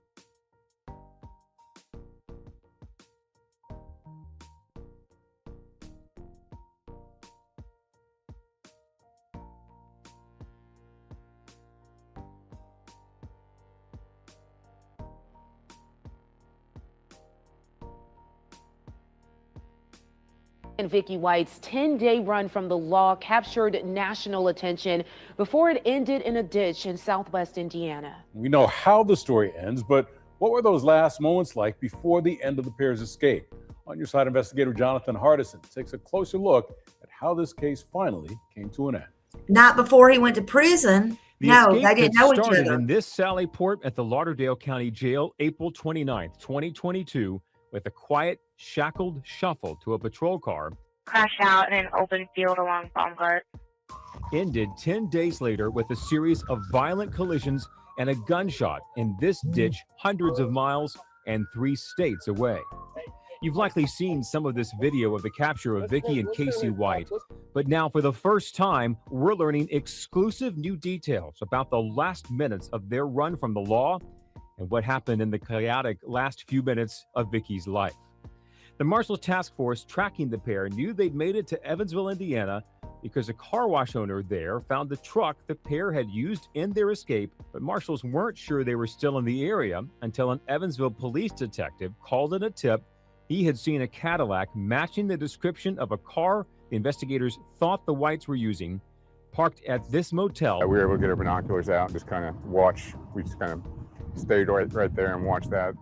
I saw the white female walk out, which later was Vicky White, obviously, but she had a wig on, and I couldn't really recognize her because she did have that waddle kind of. Yep, the Vicky White like you saw case, Vicky White, the jail footage and stuff. and Casey Cole So I White. knew that was her, and then a short time later, Casey came out, and he had a crutch. These are some of the most wanted folks in the country at the moment. What's going through your mind? What's out of the ordinary is why they're in Evansville, Indiana, which is not a small town, but it's not a big town. It's just how they end up here.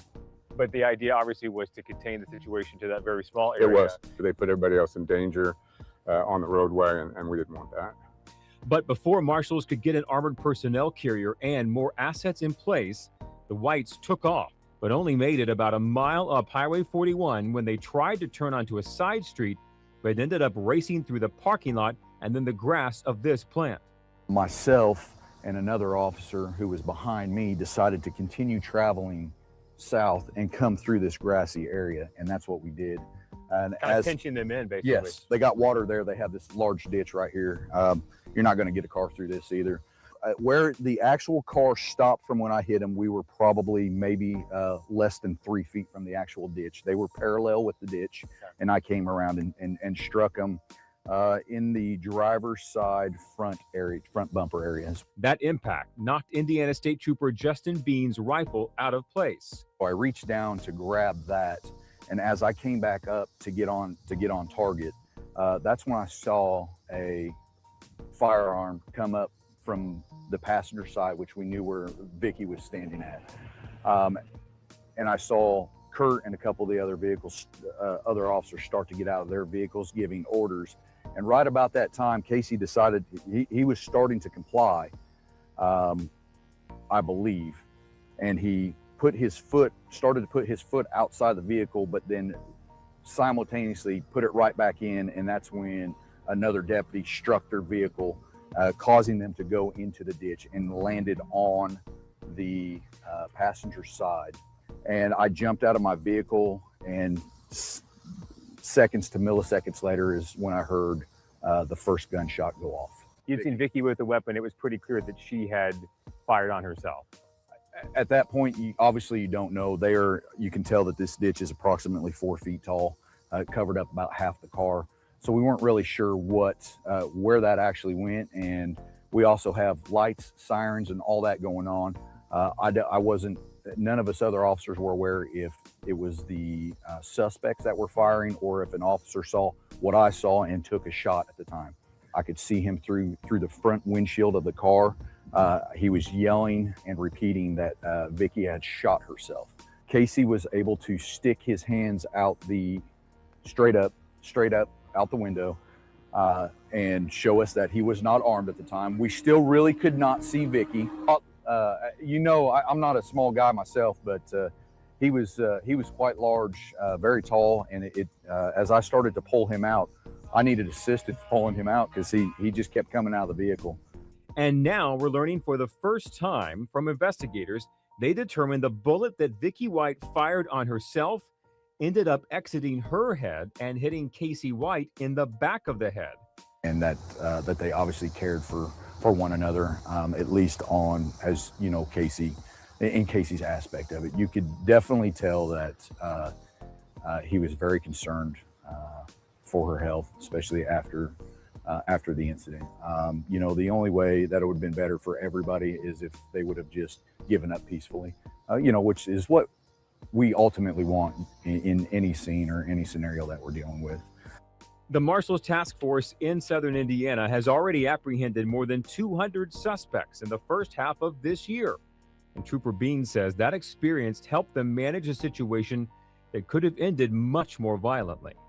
I would say this is probably, it's in my top 5, maybe my top 2. I've been doing this quite some time, and a lot of stuff that we do kind of goes under the radar, but it's meant to go under the radar.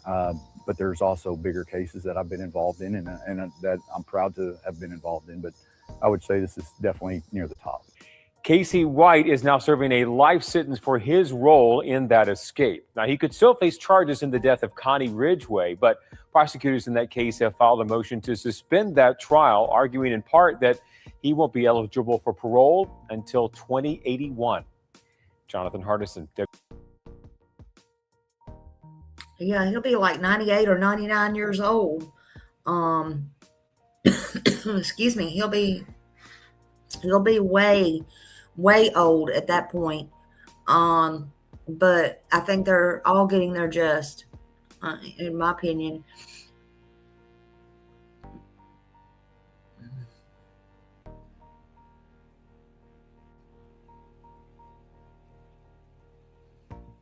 Sorry, I was trying to look at something. Hold on.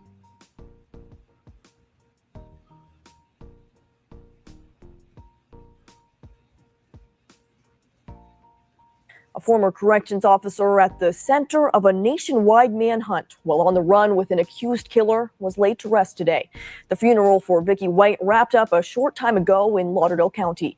Way 31's Xavier Wary joins us now live. Xavier? Hey, Nicole. So White's funeral was held at Center Hill Cemetery in Lexington, Alabama. And for those that attended today's event, or today's funeral, rather, it gave them an opportunity to receive some closure as friends and family members got to say their final goodbyes. Now, Vicky White, who formerly worked for the Lauderdale County Detention Center, was front and center in the news nationwide as police tried to find her and the accused killer she sprung from jail. The pair went from Lauderdale County to Tennessee all the way to Indiana, where the two would eventually be found. Vicky White shot herself in the head as U.S. Marshals moved in after a brief chase. The manhunt lasted 11 days, and many of Vicky White's colleagues say that she was extremely kind and treated everyone fairly. Vicky White passed away at the age of 56. She is survived by a mother, a father, and various family members. But for now, we are live in Lauderdale County. Xavier Wary, Way 31 News.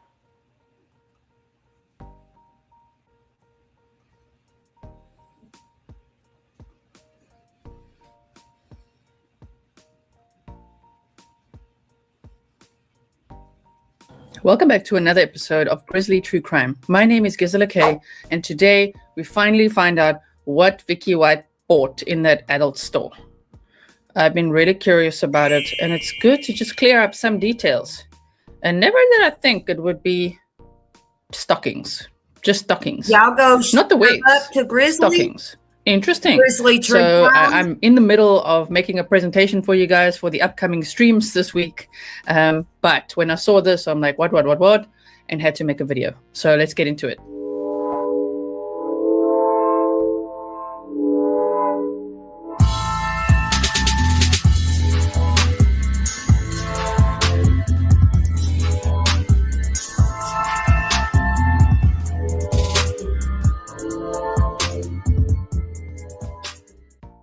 Okay, so I'm just going to dive right in. If you are brand new here and this is your very first time viewing one of my videos, welcome to the Grizzly community. I hope that you consider subscribing, hitting the bell, leaving a comment below.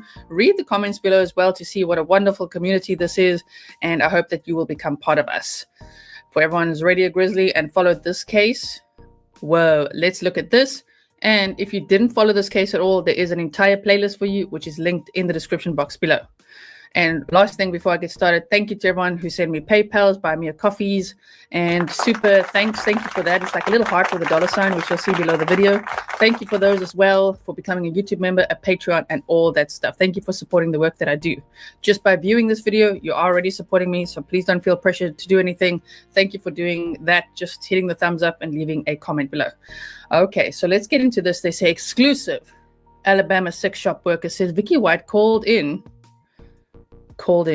to buy stockings and browse sex toys days before busting murderer lover Casey White out of jail. So let's skip the bullet points and just go right into it. Just days before she sprang her lover Casey White from jail, Vicky White bought sexy stockings and browsed the sex toy section of a local adult store. I could have guessed 100 things. I would not have guessed that.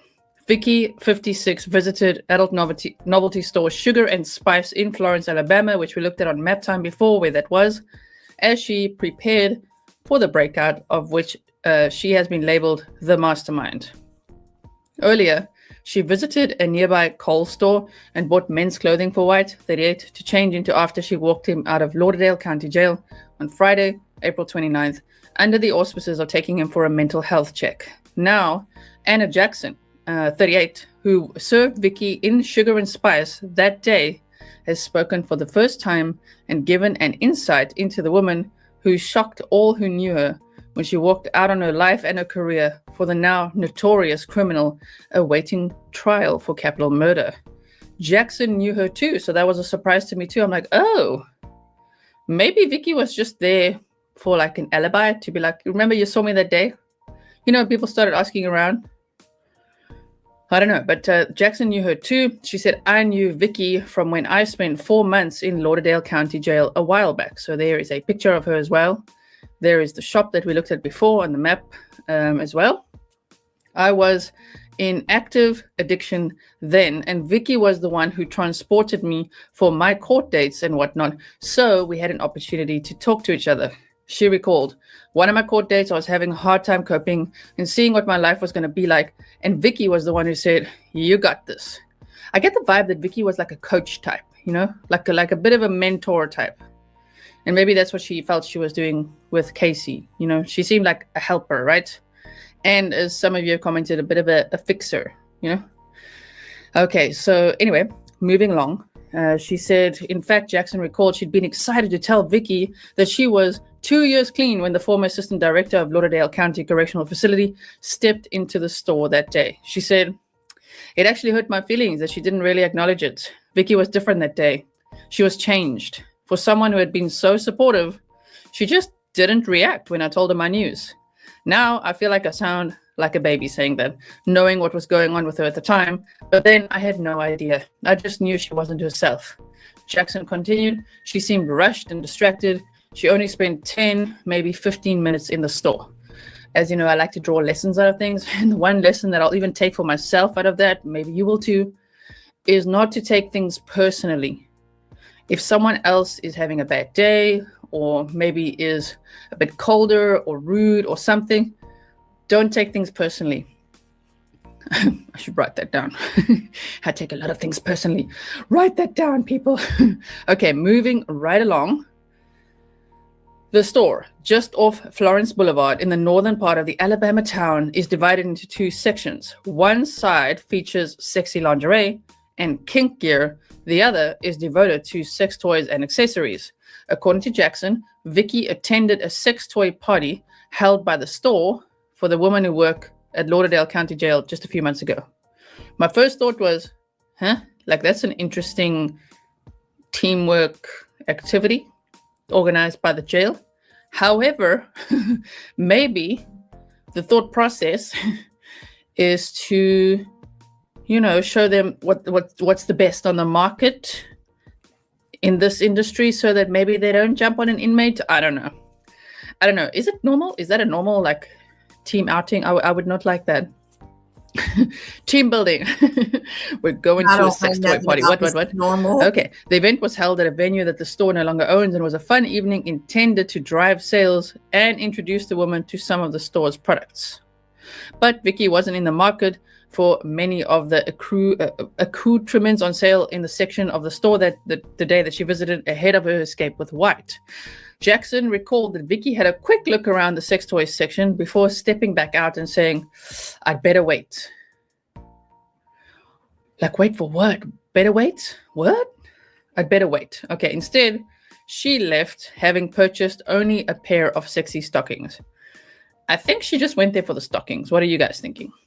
Today, Jackson admits that had she known what was going on in Vicky's mind or what she was planning, she would have tried to caution her against it. She said, of course, I'd have tried to say something. But she said she doubts that anything or anyone would have made any difference. She said, you can't stop a person when they're driven by love. Something. True. And according to Jackson, knowing Vicky as she did, I feel like for some reason she fell in love with him. She loved him, and she was not doing what she did to hurt nobody. She did it because she loved him. I don't know him at all, but we can all fall for the wrong guy, and the universe does crazy things.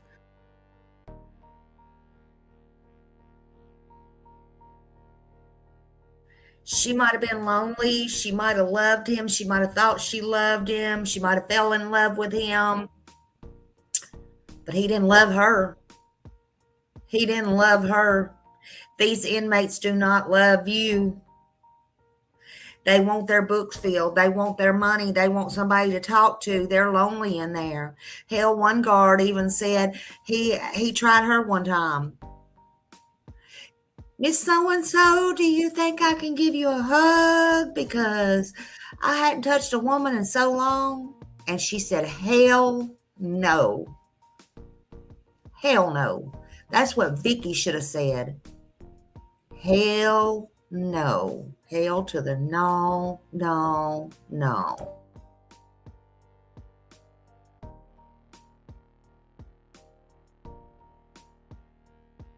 Okay, so yes, we can all fall for the wrong guy, but rule number one, let's not let them out of prison. Okay, don't unlock those gates. That's a no-no. Okay, so moving right along. The day they heard that Vicky and White's time on the run had ended with her death from an apparently self-inflicted gunshot wound to the head, Jackson and her colleague Tina Wright, 26, switched off the lights, closed up the store, and had a moment of silence in Vicky's memory. Above all, the one thing Jackson said she remembers about Vicky is she never judged us. She was one of the ones you were happy to have about in jail. If you needed anything, Vicky would get it for you if she could. There are a lot of people who are doing okay today because Vicky helped them. So maybe she wasn't only giving very special treatment to Casey. Maybe she was very kind and nurturing to a lot of inmates, you know? Or inmates, is that the correct word at the correctional facility? Yes? Okay, whatever she did, she didn't deserve to die the way that she did. Casey White really loved Vicky White, is devastated by her death, and wept openly on a prison call to his mother the day after the prison guard shot herself in the head. Interesting, we didn't know that either. Speaking exclusively to dailymail.com, White's mother, Connie's talking more. Connie Moore said, they were just two people who really loved each other. It's just so sad, and I worry for Casey. I spoke to him yesterday, and he was crying and saying he couldn't believe she was gone. As you guys said, no more extra biscuits. I don't know. I struggle a little bit to believe like how much emotional range he has. You know, he might be pulling heartstrings now. I'm not sure though. Maybe he really is devastated.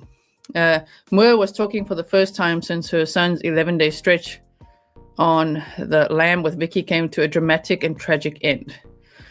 Okay, so here's Casey White's mother. We've also not seen a picture of her before. There she is. This article is just jam-packed. Well done, Daily Mail. Oh my word. Now you know why I'm like, wait, what? I mean, I just was like, put on a cap, get that microphone ready, start making a video. Because when I saw this article, I'm like, what? I couldn't wait to share it with you guys. He was recaptured, and Vicky, 56, died after a high-speed car chase in Evansville, Indiana, ending with a couple's car rammed into a ditch by law enforcement.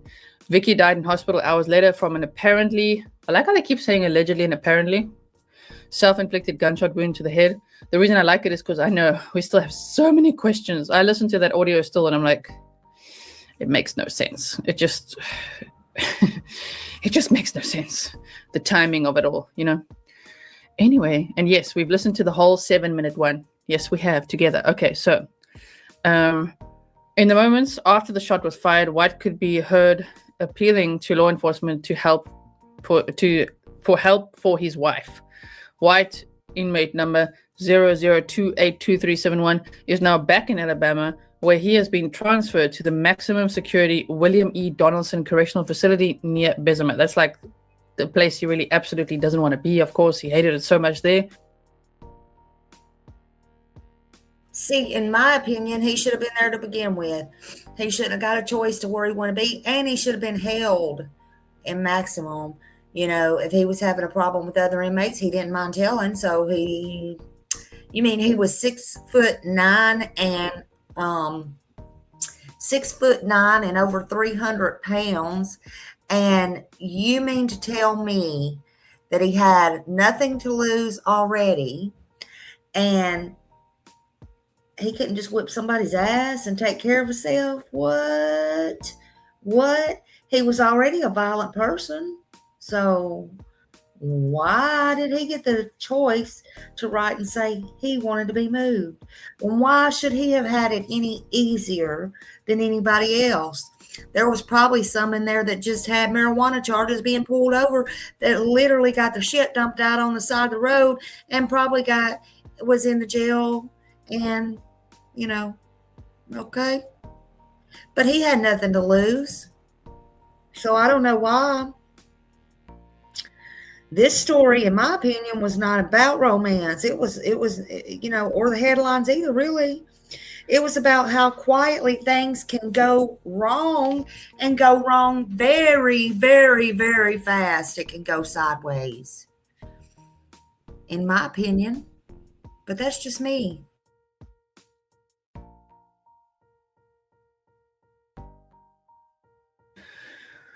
Which is pretty much, I suppose, how the whole plan started. Because he hates it so much there. He's really suffering there, I believe. Hey, now, drop Noor has the link revealed all through that he here, called Vicky, Vicky I his love wife during her. his time in prison too. She said Vicky was really, really good to him. Just being there for him, talking with him. They had a real thing. You see, it sounds like Connie knew this all along. Because initially she was like, I don't know. I didn't know it was her.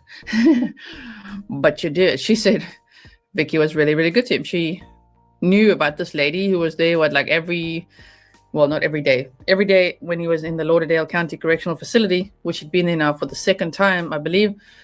Yes, but she also called him when he was in the William E. Donaldson Correctional Facility, maximum security prison. She also called him, she wrote him letters and all that stuff. So I think Connie knew all along. He was calling her his wife even when he was in prison. I just sort of went along with it. I didn't say you shouldn't or whatever. It made him happy. There has been much speculation that it was in fact White who pulled the trigger on his lover. Now his mother has slammed that idea, saying he's very upset. I know he loved her. He talked to me for over a year about how he had a friend, how nice she was, and how he loved her. Okay. Let's walk in there, escorted out of court arraignment. That picture though, whoa, I'm still like, what happened there? It looks really painful either way. Sure. Right? Oh my word. Okay, so there they've mapped out the whole thing. We've seen this as well. He never told me her name and I was shocked. Okay, here she says, he never told me her name and I was shocked when I learned who it was. But he would never hurt her. I told the FBI and the marshals too that he would not hurt her.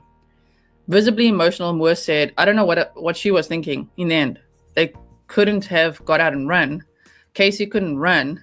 And where would... In my opinion, I don't care what somebody's didn't do, or how redeemed they are. You don't know what somebody's thoughts are when they're in that position. You can't guarantee that nobody's going to hurt nobody. Just stop it with the figure of speech, because you don't know. His own family said he was violent since he was a kid, and so did sheriff's office. You think he loved her? He didn't give a damn about her. He didn't care.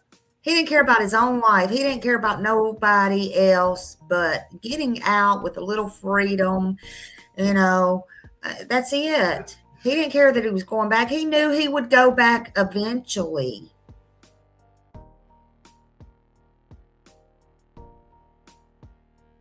would he hide if he did? 6'9". No, I'm glad they didn't run.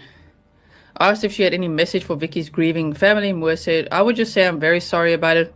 And from all that I've heard from Casey and everyone, that she was a very good person. I just hated with all my heart that it happened. She said, but Casey is not the monster that they posted him to be. I think it's so sad that the comments that the whole world has made have made fun of both them and a situation like this. It is a ridiculous situation, though. Anyway, I read 1,000 comments and nobody has a good word to say about any one of them. Imagine if we were to enable such behavior. Anyway, and be kind and super empathic to shame these poor people. That's when we go into the dangerous ground of saying, shame, poor Ted Bundy and all that. It's a boundary. No. Anyway, moving right along. Assistant Director of Lauderdale Correctional Facility, Vicky, walked out on her life and 17 years of unblemished service. She had received Employee of the Year award 5 times and was about to be awarded with the honor again when she sprang White from jail and went on the run. And there's that the Motel 41 in Evansville. They stayed in room 150. Whew. They had a whole arsenal of weapons. Of course, I wouldn't say lots of cash compared to how much they started with.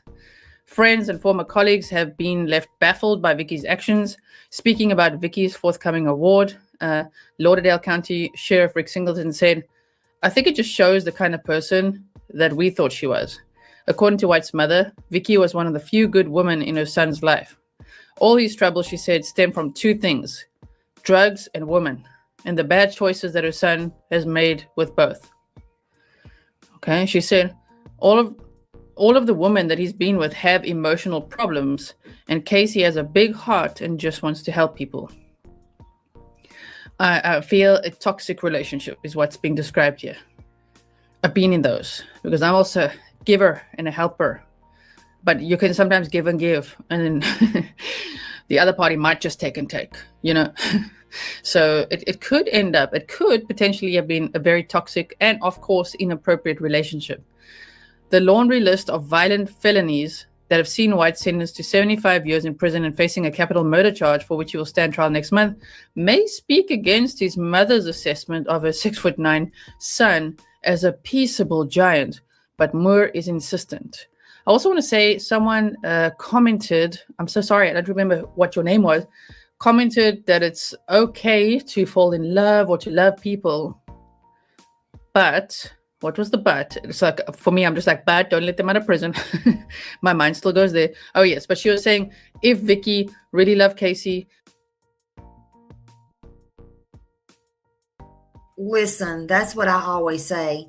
Your heart wants what your heart wants. I don't try to control anybody's feelings. You can't tell anybody how to feel. You can't tell anybody who to love. You just can't do that. You can, but it don't matter. You can't. Feelings are feelings, regardless, good, bad, and different. It don't matter. But look, he seeked her out. She had the power, to stop this. She didn't have to act. One thing you don't have to do, you don't have to act on your feelings. That goes for married people. That goes for people in partnerships. That goes for prisoners and inmates. You don't have to act. I want a lot of things, but I don't go out and steal them. You got to work hard. You got to, but I don't tell nobody how to feel. But you're right. She didn't have to help plan this for 2 years, which she did, and also break the rules, every rule that she ever believed in, because she was very ethical according to everybody. She didn't have to do this. She could have stopped at any time. She could have went ahead and retired and got the hell on out of the system. She took a chance. She wanted to do it. It was a choice, and she took it, and she did it. I hope that 5 minutes of pleasure was worth all of this. All of it.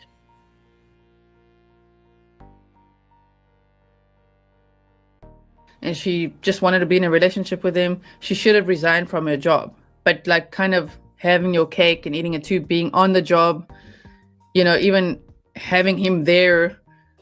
Now it's almost like a workplace, it is a workplace relationship. Like, what is going on? That is just, it would have been better if she had just resigned, like she did, but without letting him out. Resign.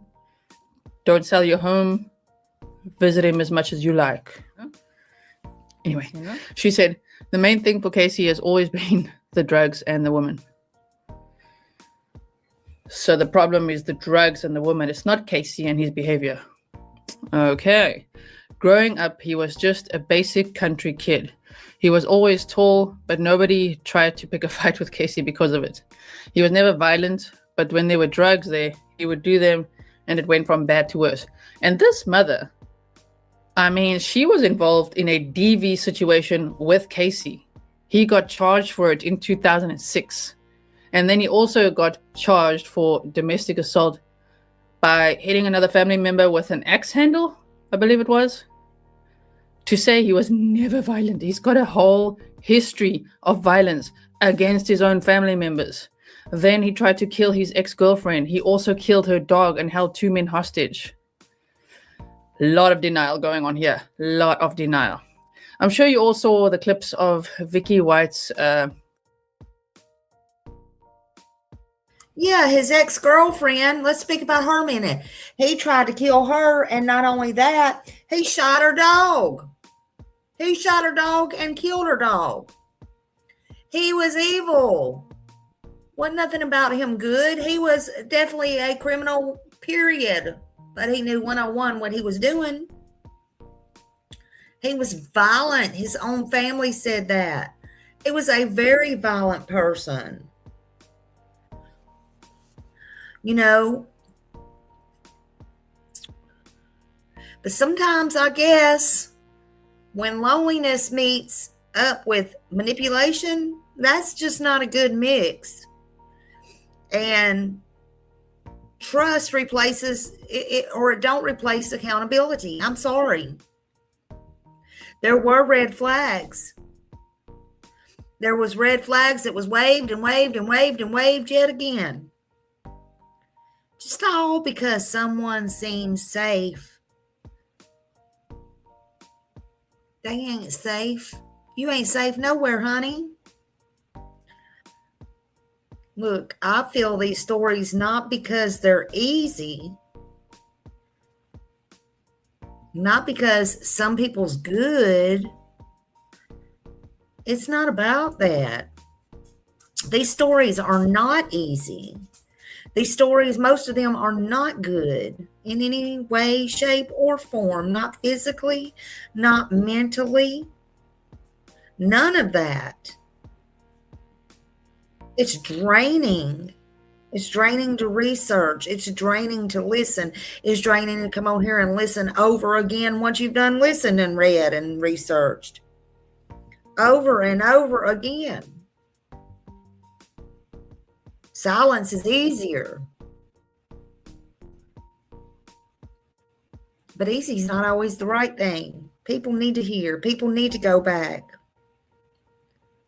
Silence helps no one. Everyone needs to hear these things. Everyone needs to hear these things even when they're not fresh. They need to go back. You always learn more after you go back, in my opinion. I know I do. But to me, the truth matters. Understanding how these things even happen matter. They really matter. Or understanding, trying to understand how they work. That matters.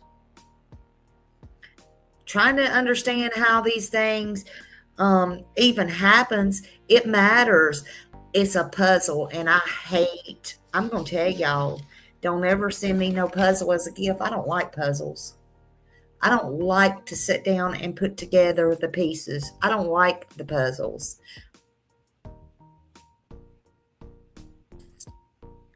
I had one puzzle one time that I actually did, and that was one of Happy, and I still have it in there. Not Happy, it was a Boston Terrier, looked just like Happy. People put puzzles together, they glue them together, they put them in frames. They used to frame all of them. It passes time. It does a lot of things. They're pretty when they're finished, when they're complete. I don't like puzzles. Just telling you now. But all of this matters, in my opinion. Every bit of it and every life matters. They knew this was not going to end well. And if she hadn't took her own life, I guarantee you he would have ended up taking her life from her.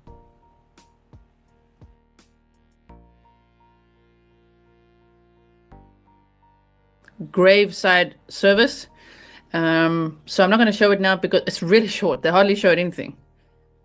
You know, there was almost nothing to see there. So I'm sure you checked it out. If you didn't, just check it out on YouTube, and I'll link it below as well so you can see it. But yes, she has been buried, and what an ending to such a wild case. I mean, that's not how any of us saw it going at all. I didn't even know that they would ever be caught. I really do think a lot of us gave them a little bit too much credit in the planning process. I think they really were, especially Vicky, that she was really in love, and that can obviously cloud your logical thinking capabilities.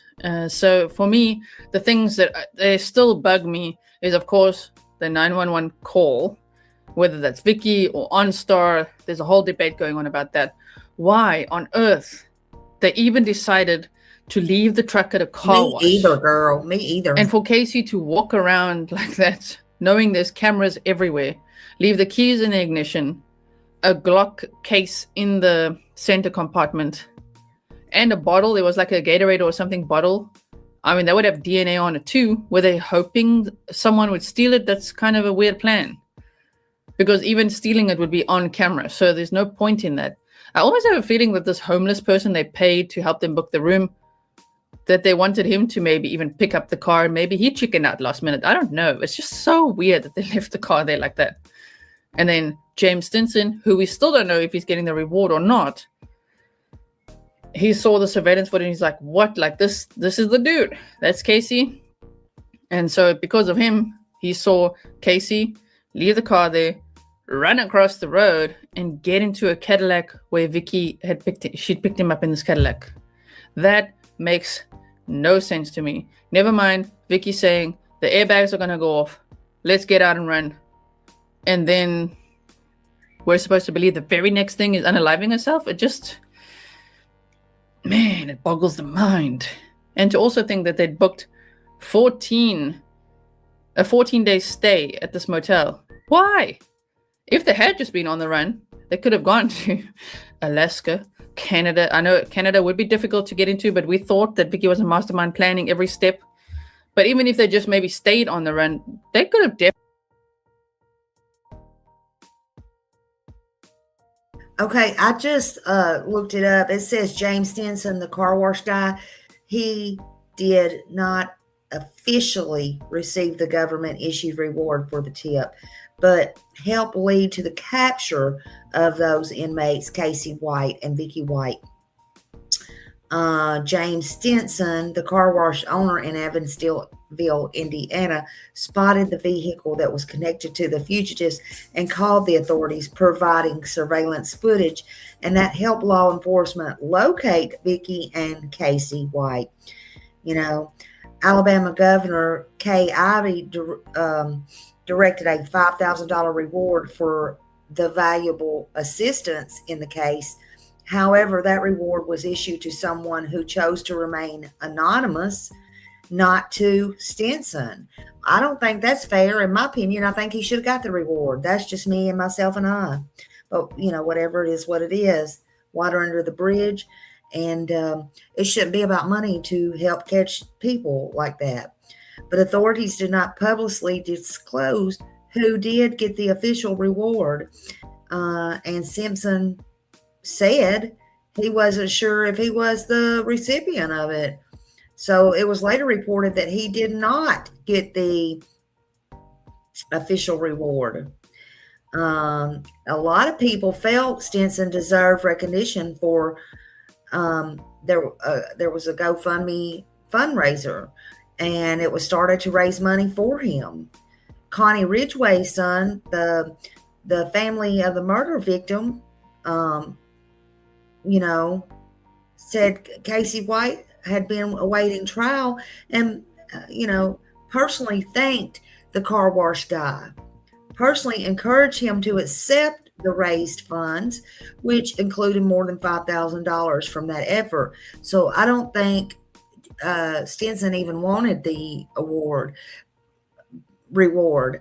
So I don't know, you know, officially who got it. It might be out there, but I don't know. But there was public raised money for the reward through GoFundMe page, and that's what it's telling. You know, that's what it's telling. But it shouldn't be about money. If you see something, say something. Definitely, I'm not trying to teach them how to do more of this, but it's just bizarre, like so bizarre that they just decided to kind of crash at that motel. To me, I think it just shows there was chemistry between them, and the stockings were packed. I wonder if they were found, you know, in that motel room. Oh my word. Anyway, thank you so much for watching. I will see you again later. I'm doing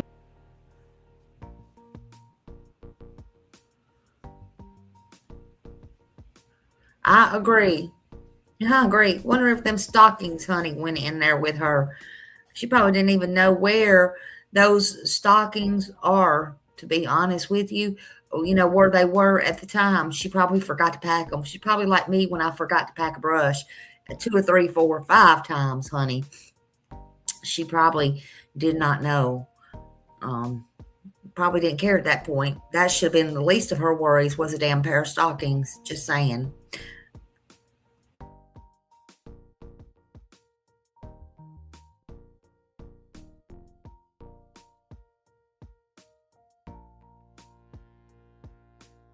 Now at 10, a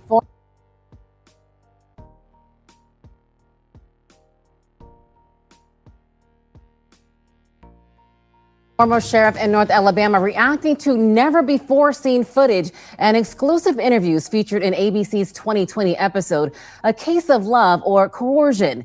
Good evening to you. I'm Nicole Williams.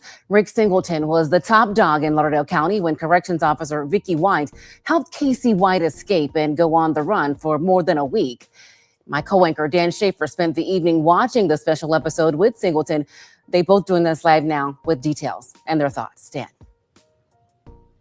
Yeah, thanks, Nicole. Sheriff, thank you very much for doing this for us. We appreciate it. It was amazing. We all lived through those 11 days here in North Alabama. Nobody more involved in it than you, obviously. You say you got about 2 hours of sleep a night during that time. Incredible. It was an edge of your seat to see that condensed into 2 hours. You knew, you say, that this was going to be a national story. Well, I figured out pretty soon. We went up to Spring Hill, Tennessee on Saturday night. We got a ping on that burner phone that she had. And it was just north of Spring Hill, within 12 miles or so, where they abandoned the Ford Edge the day before. At the time, we couldn't find anything. We dismissed it. I think now, looking back, it's probably a good lead. They were probably in the woods up there somewhere because it's a very wooded area where we got the ping. But you said if they don't catch them in the next 24 hours or so, this is... On the way home, I told the chief, I said, if we don't get them all back in custody in the next day or so, I said, this thing's going to go national. How did nobody know that she was having this romantic affair with Casey? She just kept it very well concealed. And of course, obviously some of the inmates, in hindsight, suspected something was going on, but none of them came forward. Yeah. You said you knew from the beginning, or you felt from the beginning that Vicky was coerced into this. Every fiber of your being, you said, knew that she was coerced. She didn't go willingly. Absolutely. My first gut reaction was that she had been overpowered and taken against her will. And we found out pretty soon that didn't appear to be the case. So that only left two options. She either voluntarily participated or she was coerced or threatened into assisting Casey get out of jail. And the fact that Casey had alluded in his confession that he was paid to kill Connie Ridgway gave, in my mind, was motive for someone to do something like coerce or threaten her to help him escape, knowing that she's probably the only one that could pull it off. So he was threatening her family. In your thought, he was probably threatening her family, and that's why she had to do it. I really felt like that had to be the case because Vicky White was just not someone who would do this. Imagine that. You knew her for how long? The 8 years I was sheriff, and I still, to this day, have a hard time wrapping my head around the fact that she actually did this voluntarily and on her own. Did she have too much authority at the jail? She did, and we changed that. The biggest flaw we had was in her job description. It wasn't the policies or procedures. They were in place. They just weren't followed. But the reason that she was able to pull this off was we gave her too much authority in the movement of inmates. Finally, I want a couple of more questions here. Did you? I agree. Even at her level, even though that they gave her way too much authority. I don't think anybody, I don't care who they are, should have that much authority on their own, because especially nowadays in the way things are. But, she worked her way up. I'm not going to lie. I'm not going to take that away from her. She worked her ass off to get where she was at. I don't think she went into it intentionally thinking this was ever going to happen to her or ever would happen. She went in with integrity, but she come out with no retirement. Her life was lost. Her family was destroyed. And there sits Casey, still 6'9", probably still over 300 pounds, and probably hitting on the next one, working on the next one. Just saying.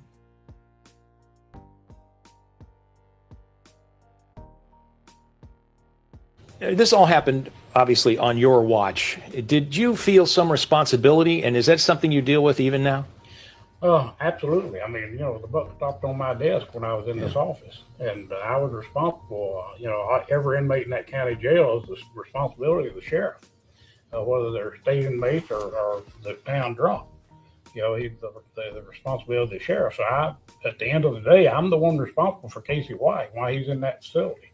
Mm-hmm. I understand there's a book perhaps in the works. Is there something about this story that hasn't been told yet? Most of it is out there, but the 11 days that thing went on, there's only one person that has the perspective of the sheriff during those 11 days, and that's myself, because I was the sheriff, and I lived it for 11 days. And as you mentioned, got very little sleep during those 11 days, and every moment of every day hoping I'd get that phone call that we've got them. Yeah, and nobody was hurt. Unfortunately, it ended in tragedy for Vicky White. To this day, you're not convinced that it was that she shot herself on purpose. I'm not 100% convinced. I know the death certificate says self-inflicted gunshot wound, which there's no question about that. It was self-inflicted. Vicky had the gun in her hand. She pulled the trigger. The question is, did she do it intentionally or was it accidental? Mm-hmm. I'm not 100% to this day convinced it was intentional. My first thought was, well, the airbag went off. She had the gun in her hand, her finger on the trigger, that the gun accidentally went off. I found out later the airbag didn't deploy. So that was certainly not something that could happen. But then I thought, well, maybe the impact from the crash, caused the gun to go off. And I've seen the autopsy report. I've seen the autopsy photographs, and the wound itself. Typically if someone commits suicide, the bullet track goes side to side. This bullet track goes more right front to rear center. And well, we'll never know. Obviously, we'll never know. Yeah. Sheriff, thank you again for sitting down with us and watching this 2020 special with us. We appreciate it, and thank you for everything you did during those.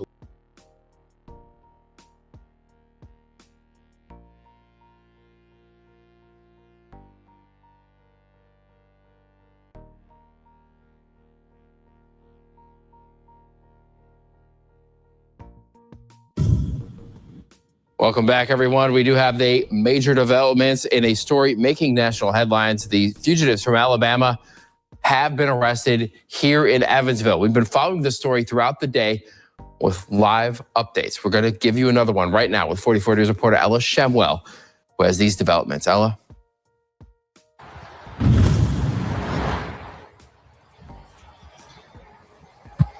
Well, the scene is cleared now, but we are over here on 41 and Birch Drive. But I want to draw some attention to Mr. James Simpson. You are the manager at the Weinbach Car Wash, and you actually were the first one to spot both Whites at the car wash, and that was last Tuesday, right? Yeah, last Tuesday.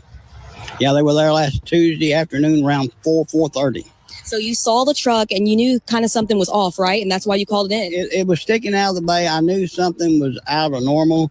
I kept watching. Every time I'd leave, it was there. Every time I come back, it was still there. Going back and forth. It was there all night. I got up at 6 o'clock the next morning to take my granddaughter to school. It was still there. So I took her to school, and I thought, I'm going to investigate that when I get back. So I got back around 7:30. I actually noticed that the truck had Tennessee license plates on it. And I thought, oh, my God, this could be this guy from Alabama.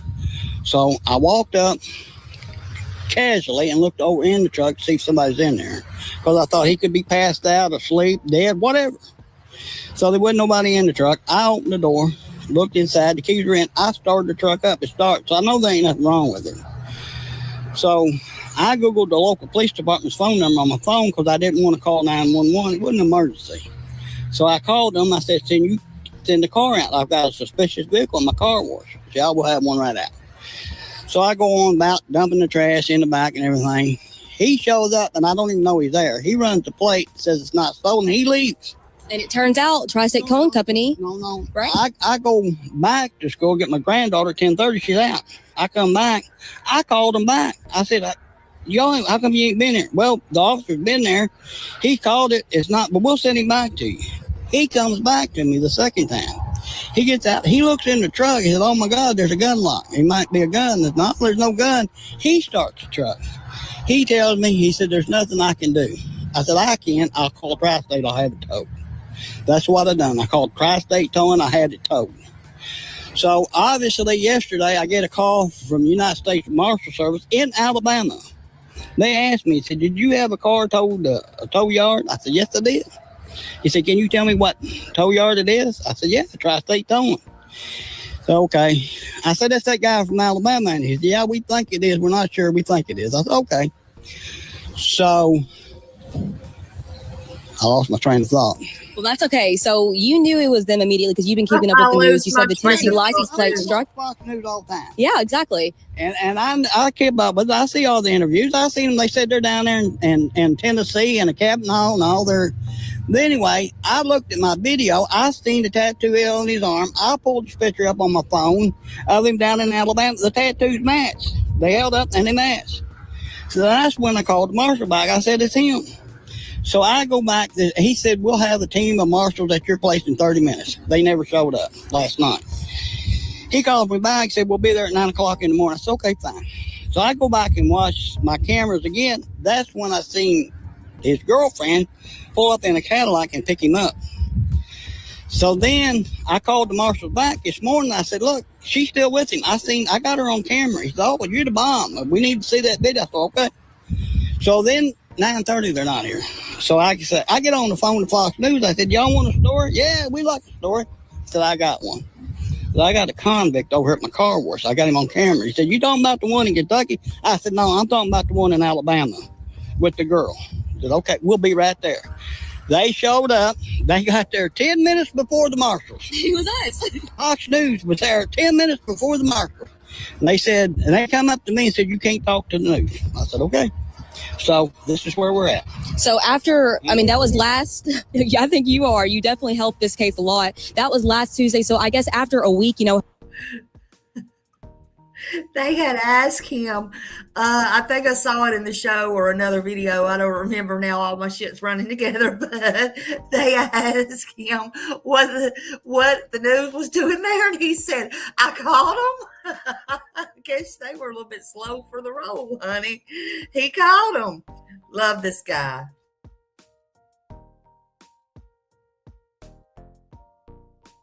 What does it feel like to you, how this ended, I guess?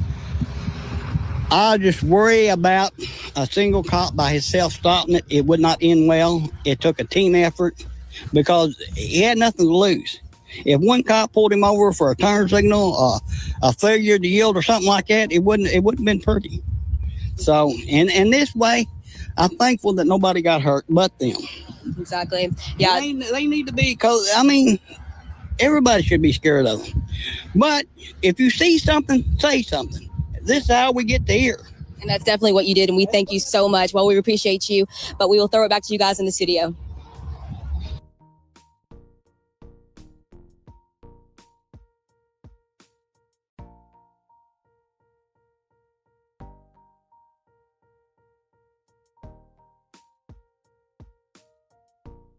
A woman who nearly died and testified against Casey White back in 2015 is breaking her silence. It's a story you'll only find here on Way 31. That is, the woman escaped after Casey White broke into her home in Limestone County back in 2015, armed with 2 guns. She and her family are in hiding right now, fearing he is coming back after her to make good on that threat he made.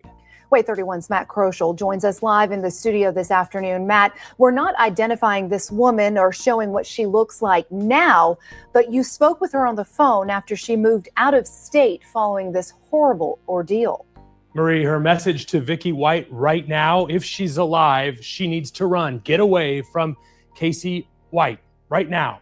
And this woman understands exactly why law enforcement describes White as armed and extremely dangerous, warning law officers across the country to be very careful because he has nothing to lose.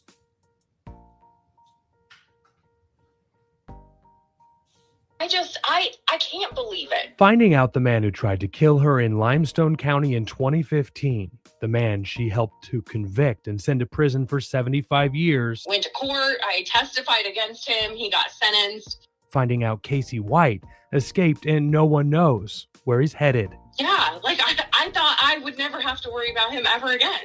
This is law enforcement video of the arrest of White in 2015. Now, with White on the run, this woman who moved out of state and started a new life is in hiding with her kids and fiance, afraid to even stay in their own home, fearful White will show up to fulfill his threats. You know, once before coming to my home and tried to murder me. In a twist to this terrifying connection, this woman now works as a correctional officer, motivated to help others after her ordeal in Alabama. Wow. Casey White is very dangerous. He's dangerous to everybody that is around him.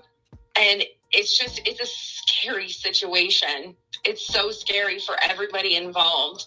And, you know, I don't want anybody else hurt. Nobody needs to have to go through that, ever.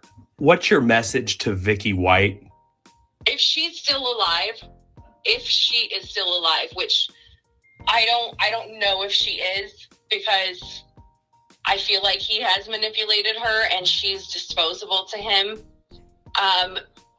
If she is still alive, get the hell out. Run as far as you can and turn yourself in and contact somebody. Like, do the right thing before you lose your life or before somebody else does.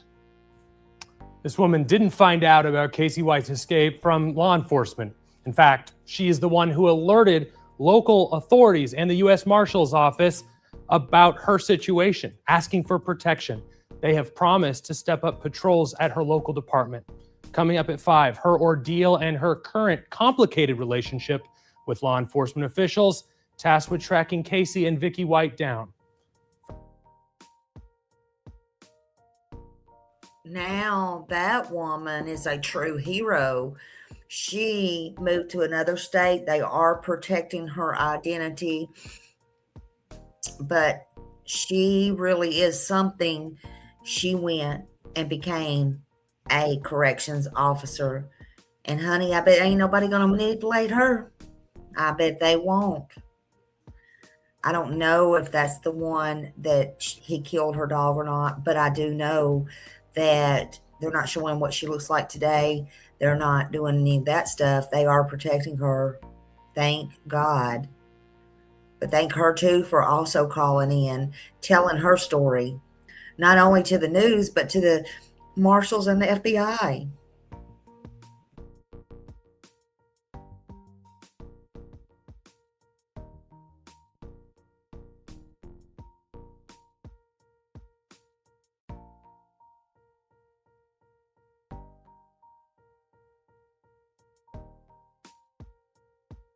In Alabama for a missing escapee out of Alabama, Casey White, and missing and possibly endangered correction officer That one, Vicky for some White. reason, We're is moments still not away playing from the a voice. press Let me just conference that's play about it to like get this. underway here live from the for sheriff's minutes so office y'all can there in look. Alabama, expecting an update of some kind, a $10,000 reward offered for any information leading to the whereabouts of Casey White and Vicky White, said to have no relation, according to officials in Alabama. But the press conference can be beginning here any moment, 10:30 Central Time, 11:30 Eastern. You might have heard about this story over the weekend. Let's get the update from the sheriff's officials.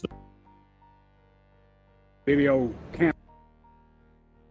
That Friday night, it was like you was at a funeral wake. The employees are just devastated. The exact number that we have on site and Escape of a dangerous criminal in Northwest Alabama, that being Casey White. The hair, sometimes some stubble. There he is, clean shaven. A lot of different looks, but and of course, whenever you're dealing with a runaway, you have to deal with the potential of there being a change in appearance. But you can't. Those of you joining us on YouTube Live, and let's say hello to some of the folks joining us on Facebook Live. Nikki Fortuna, Fran Fisher, Donna have tried to hit the road or find a hideout in where they have traveled lately. All these questions, these are all now under the scope of this investigation. Cellular companies triangulate their most current positions and getting, receive the better idea as to where they were located. We don't know when it comes to, it's like a bank robbery, right? There's different levels of bank robberies. There's high scale heists where it's extremely coordinated. That credit goes to Hey JB. Yeah, I know it didn't have any, if y'all are wondering, I don't know if you heard me or not. That didn't have any voice. For some reason, I don't know why it's still not showing the voice on that one, but it's okay. I got rid of it. And that's okay. But I did want you to see, hell, Casey looks like he's put on more weight. He may even weigh over 300 pounds now than he did when he went in. Hey, Daniel, happy Wednesday. Happy hump day. Happy hump day. Thank you for stopping in. What's up, everyone? He said, hello. Y'all go subscribe to Daniel Berry Sports Highlight. He is all into them sports. Thank you so much for coming in and saying, hey, happy hump day. Happy Wednesday. Hello. Thank you for being here. I appreciate you. We were just talking last night, me and some of my mods, how nice you are. We appreciate you coming in. Thank you so much. You're always so kind. Thank you.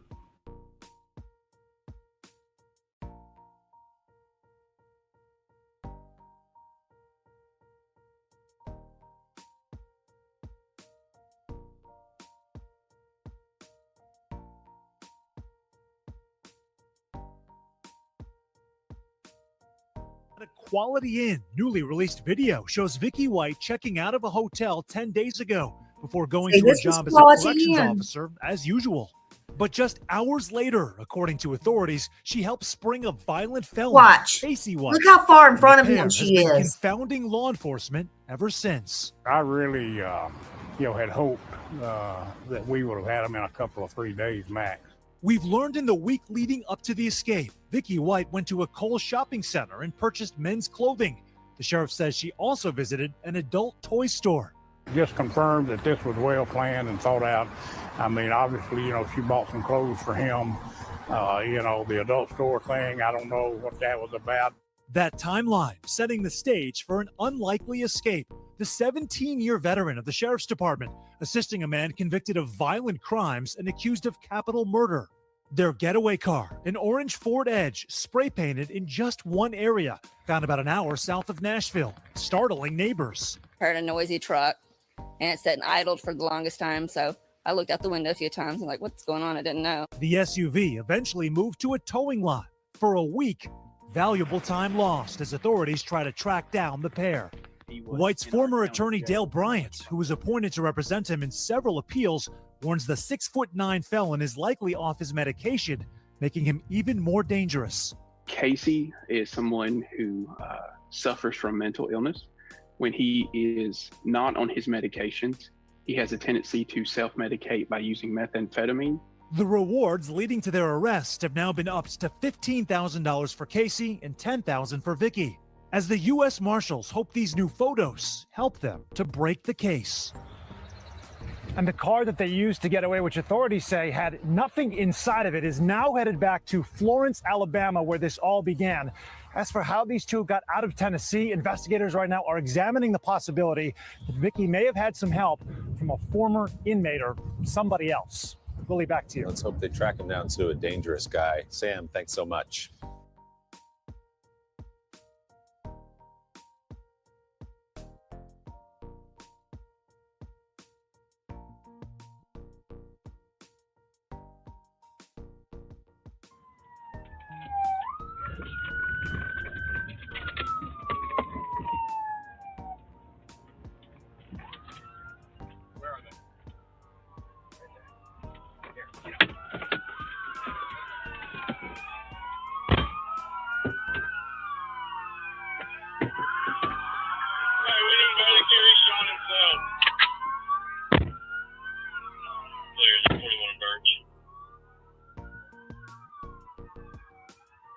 Full credit here goes to Courier Press. Courier Press.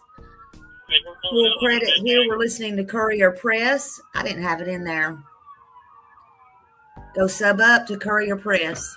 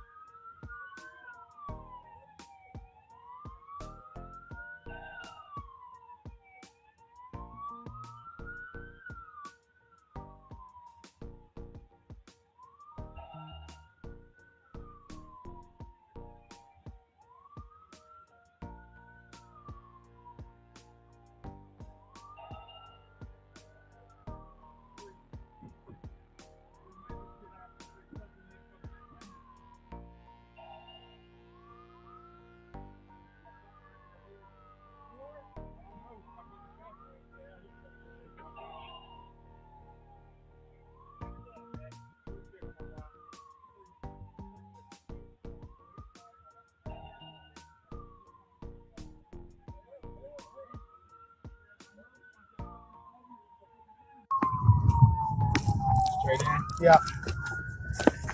Take a right. Oh, he's right here.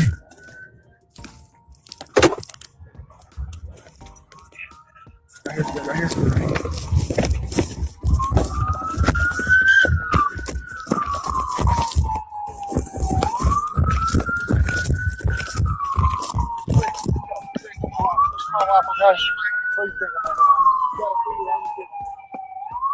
Hey, we need to clear some of this shit out of the way so we can get out of here.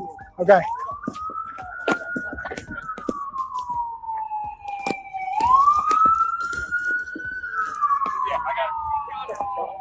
He is. Oh. She shot herself. Davis, you good? You need anything? You need anything? No, she's good. Okay. She's still got it in her hand. I don't know. Got the gun in her hand? Yeah, she's got a gun. All right, watch it.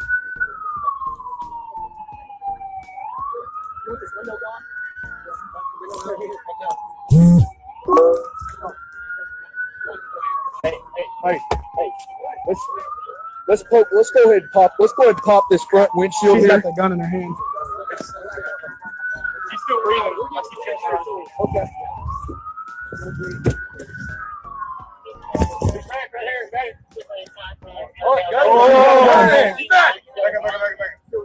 Yeah. Yes, still breathing. Would it be better if we try to pull the vehicle back? Would it be safer? Let the fire guy stabilize. Need any life, bud?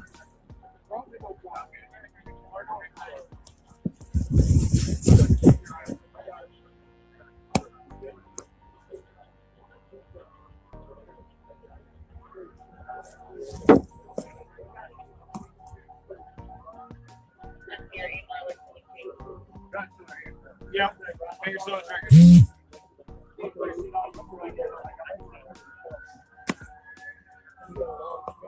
trigger. Where's the anybody got a hooligan? Maybe.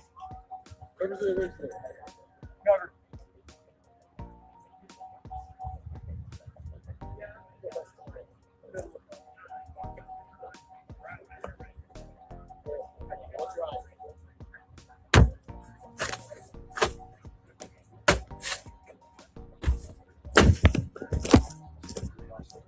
Still no movement. William 2-4 on scene. I'm with you. What's your unit call? You're good. They were trying to transfer back in. Okay. Hey, Kurt, you got a Halligan? Yeah. Bring that Halligan. We're going to start working on this.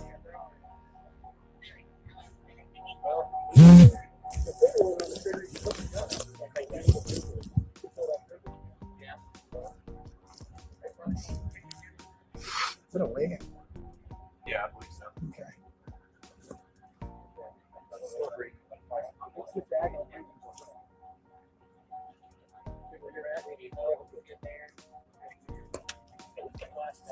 I got glasses. What do you expect? Okay. Nobody. Yeah. Okay. So listen. Let's break that front. That's got limited in it. So it's not going to break. Okay. Yeah. We need to cut that front windshield. Yeah, good. It's going.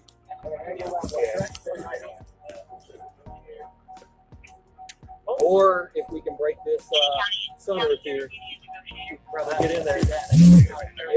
Hey, here, let me see. We've got that housing Right here. We're going to try to break this sunroof here too.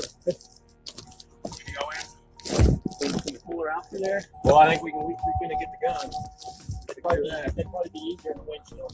Oh, see if it'll open. Good idea. We got cover? Yeah.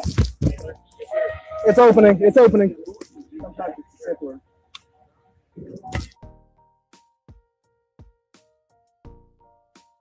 So that belonged to the Courier Press. Thank you. Thank you for everybody that allowed me to play their videos. All rights belong to all of their owners. No infringement was meant. Copyright disclaimer, section 107 under the Copyright Act 1976. Allowance is made for fair use and for purposes such as criticism, comment, news reporting, teaching, scholarship, and research. And again, this case is about 3 years old. This happened. It was an inmate, Casey Cole White. He knew what he was doing. She knew what she was doing too, although she's still loved to this day. I mean, you can't help who you love. She had a mother, she had a family, that loved her. Everybody trusted her, her colleagues, her co-workers. But all that matters in this lifetime is that we tell the truth, that we be kind, that we learn by our mistakes, that we do the best that we can. And just maybe, if we tell these stories, just maybe if we go back, just maybe somebody will learn something and these things won't happen again. My channel is not about drama. It's not about awareness. I mean, it is about awareness. It's not about drama. Sometimes people try to make it drama. Well, sometimes you got to speak back. I'm trying to learn from that. I'm trying to learn by that because that is a mistake. So it's not about drama. I want awareness to go out. I want happy people. I want people to be happy. I know a lot of these stories are sad, but some things can't be helped, but some things absolutely can be helped. And if one person hears something or comes back and listens to this, I don't care if they're in law enforcement. I don't care if they're a CO officer. I don't care if they're a damn janitor. I don't care who they are, a school teacher. I don't care if they're an inmate. I don't care who they are. If it helps one person, then I've done my part. That's all that matters to me. And I don't really care what it matters to nobody else. But I do appreciate the ones that do care and the ones that are here and the ones that take their time out of their day or night or whenever to listen to replay and all that. Again, it's about compassion. It's about boundaries. And yes, you can have both. It's about saying things when nobody else will say them. And I try, to do it. I try to do it respectfully and honestly, and sometimes too honest, actually. And I know that. I'm not immune to that. Sometimes I say things that nobody else will say. Sometimes I'm just real raw. Sometimes I'm just blunt, but it's got to be said. In my opinion, it has to be said, but that's me. And that's in my opinion. Sometimes it may sound harsh. It may come off as cruel. It may come out as brutal, but I'm not here for everybody else's feelings. I didn't come here for people's feelings. I didn't know anybody when I come here. Not one soul, not one soul, not one. But I'm passionate, I care, and I'm human, just like you. I hope I believe the same color blood as you. As last I know, everybody believes red blood. but I have a heart. I believe in accountability. I believe accountability matters. And I believe in victims, you know, and I feel sorry. I believe victims matter. People in general matter. Everybody matters, in my opinion. I thank you all for spending your time with me today. I know these are being long lives. I want to do more of these. I know it feels like now we're putting in full day works. Raymond thought he was going to get away with being off. Nobody, not even Smiley, knew I was going to be doing these hour-long shows. Hours, put the S on the end shows. But I want to do more of them, and I want to continue to do more of them. And I want to bring more out. I want to do it Smiley way. Only Smiley's got Smiley's way. That's just a fact. That is a fact. You can say what you will, but it's me, you know, it's who I am. I thank you for spending your time with me. I thank you for my mods. I thank you for the people that sub. I thank you if you don't sub. I thank you for watching. I thank you for thumbs up. Don't forget to put those thumbs up. It does help push these stories out. I want to grow. 2026 is going to be a good year for us all. It's going to be a good year. I just feel it. It has to be. It is what you make it. It is what you make it. I will play us out. And until we gather here next time, just remember you are important. You matter. You matter to me. But your choices matter. The truth matters. Accountability matters. You know, everybody makes mistakes. Everybody does things that they just do it for whatever reason. It's never too late. And also, if you see something, say something. You know, that's important. That saved a little 11-year-old boy the other day because somebody did save something. But let others hear this story too. Hit that thumbs up. And I hope y'all will join and subscribe and all the things. I'll see you again. I'll see you in the streets, YouTube streets, that is.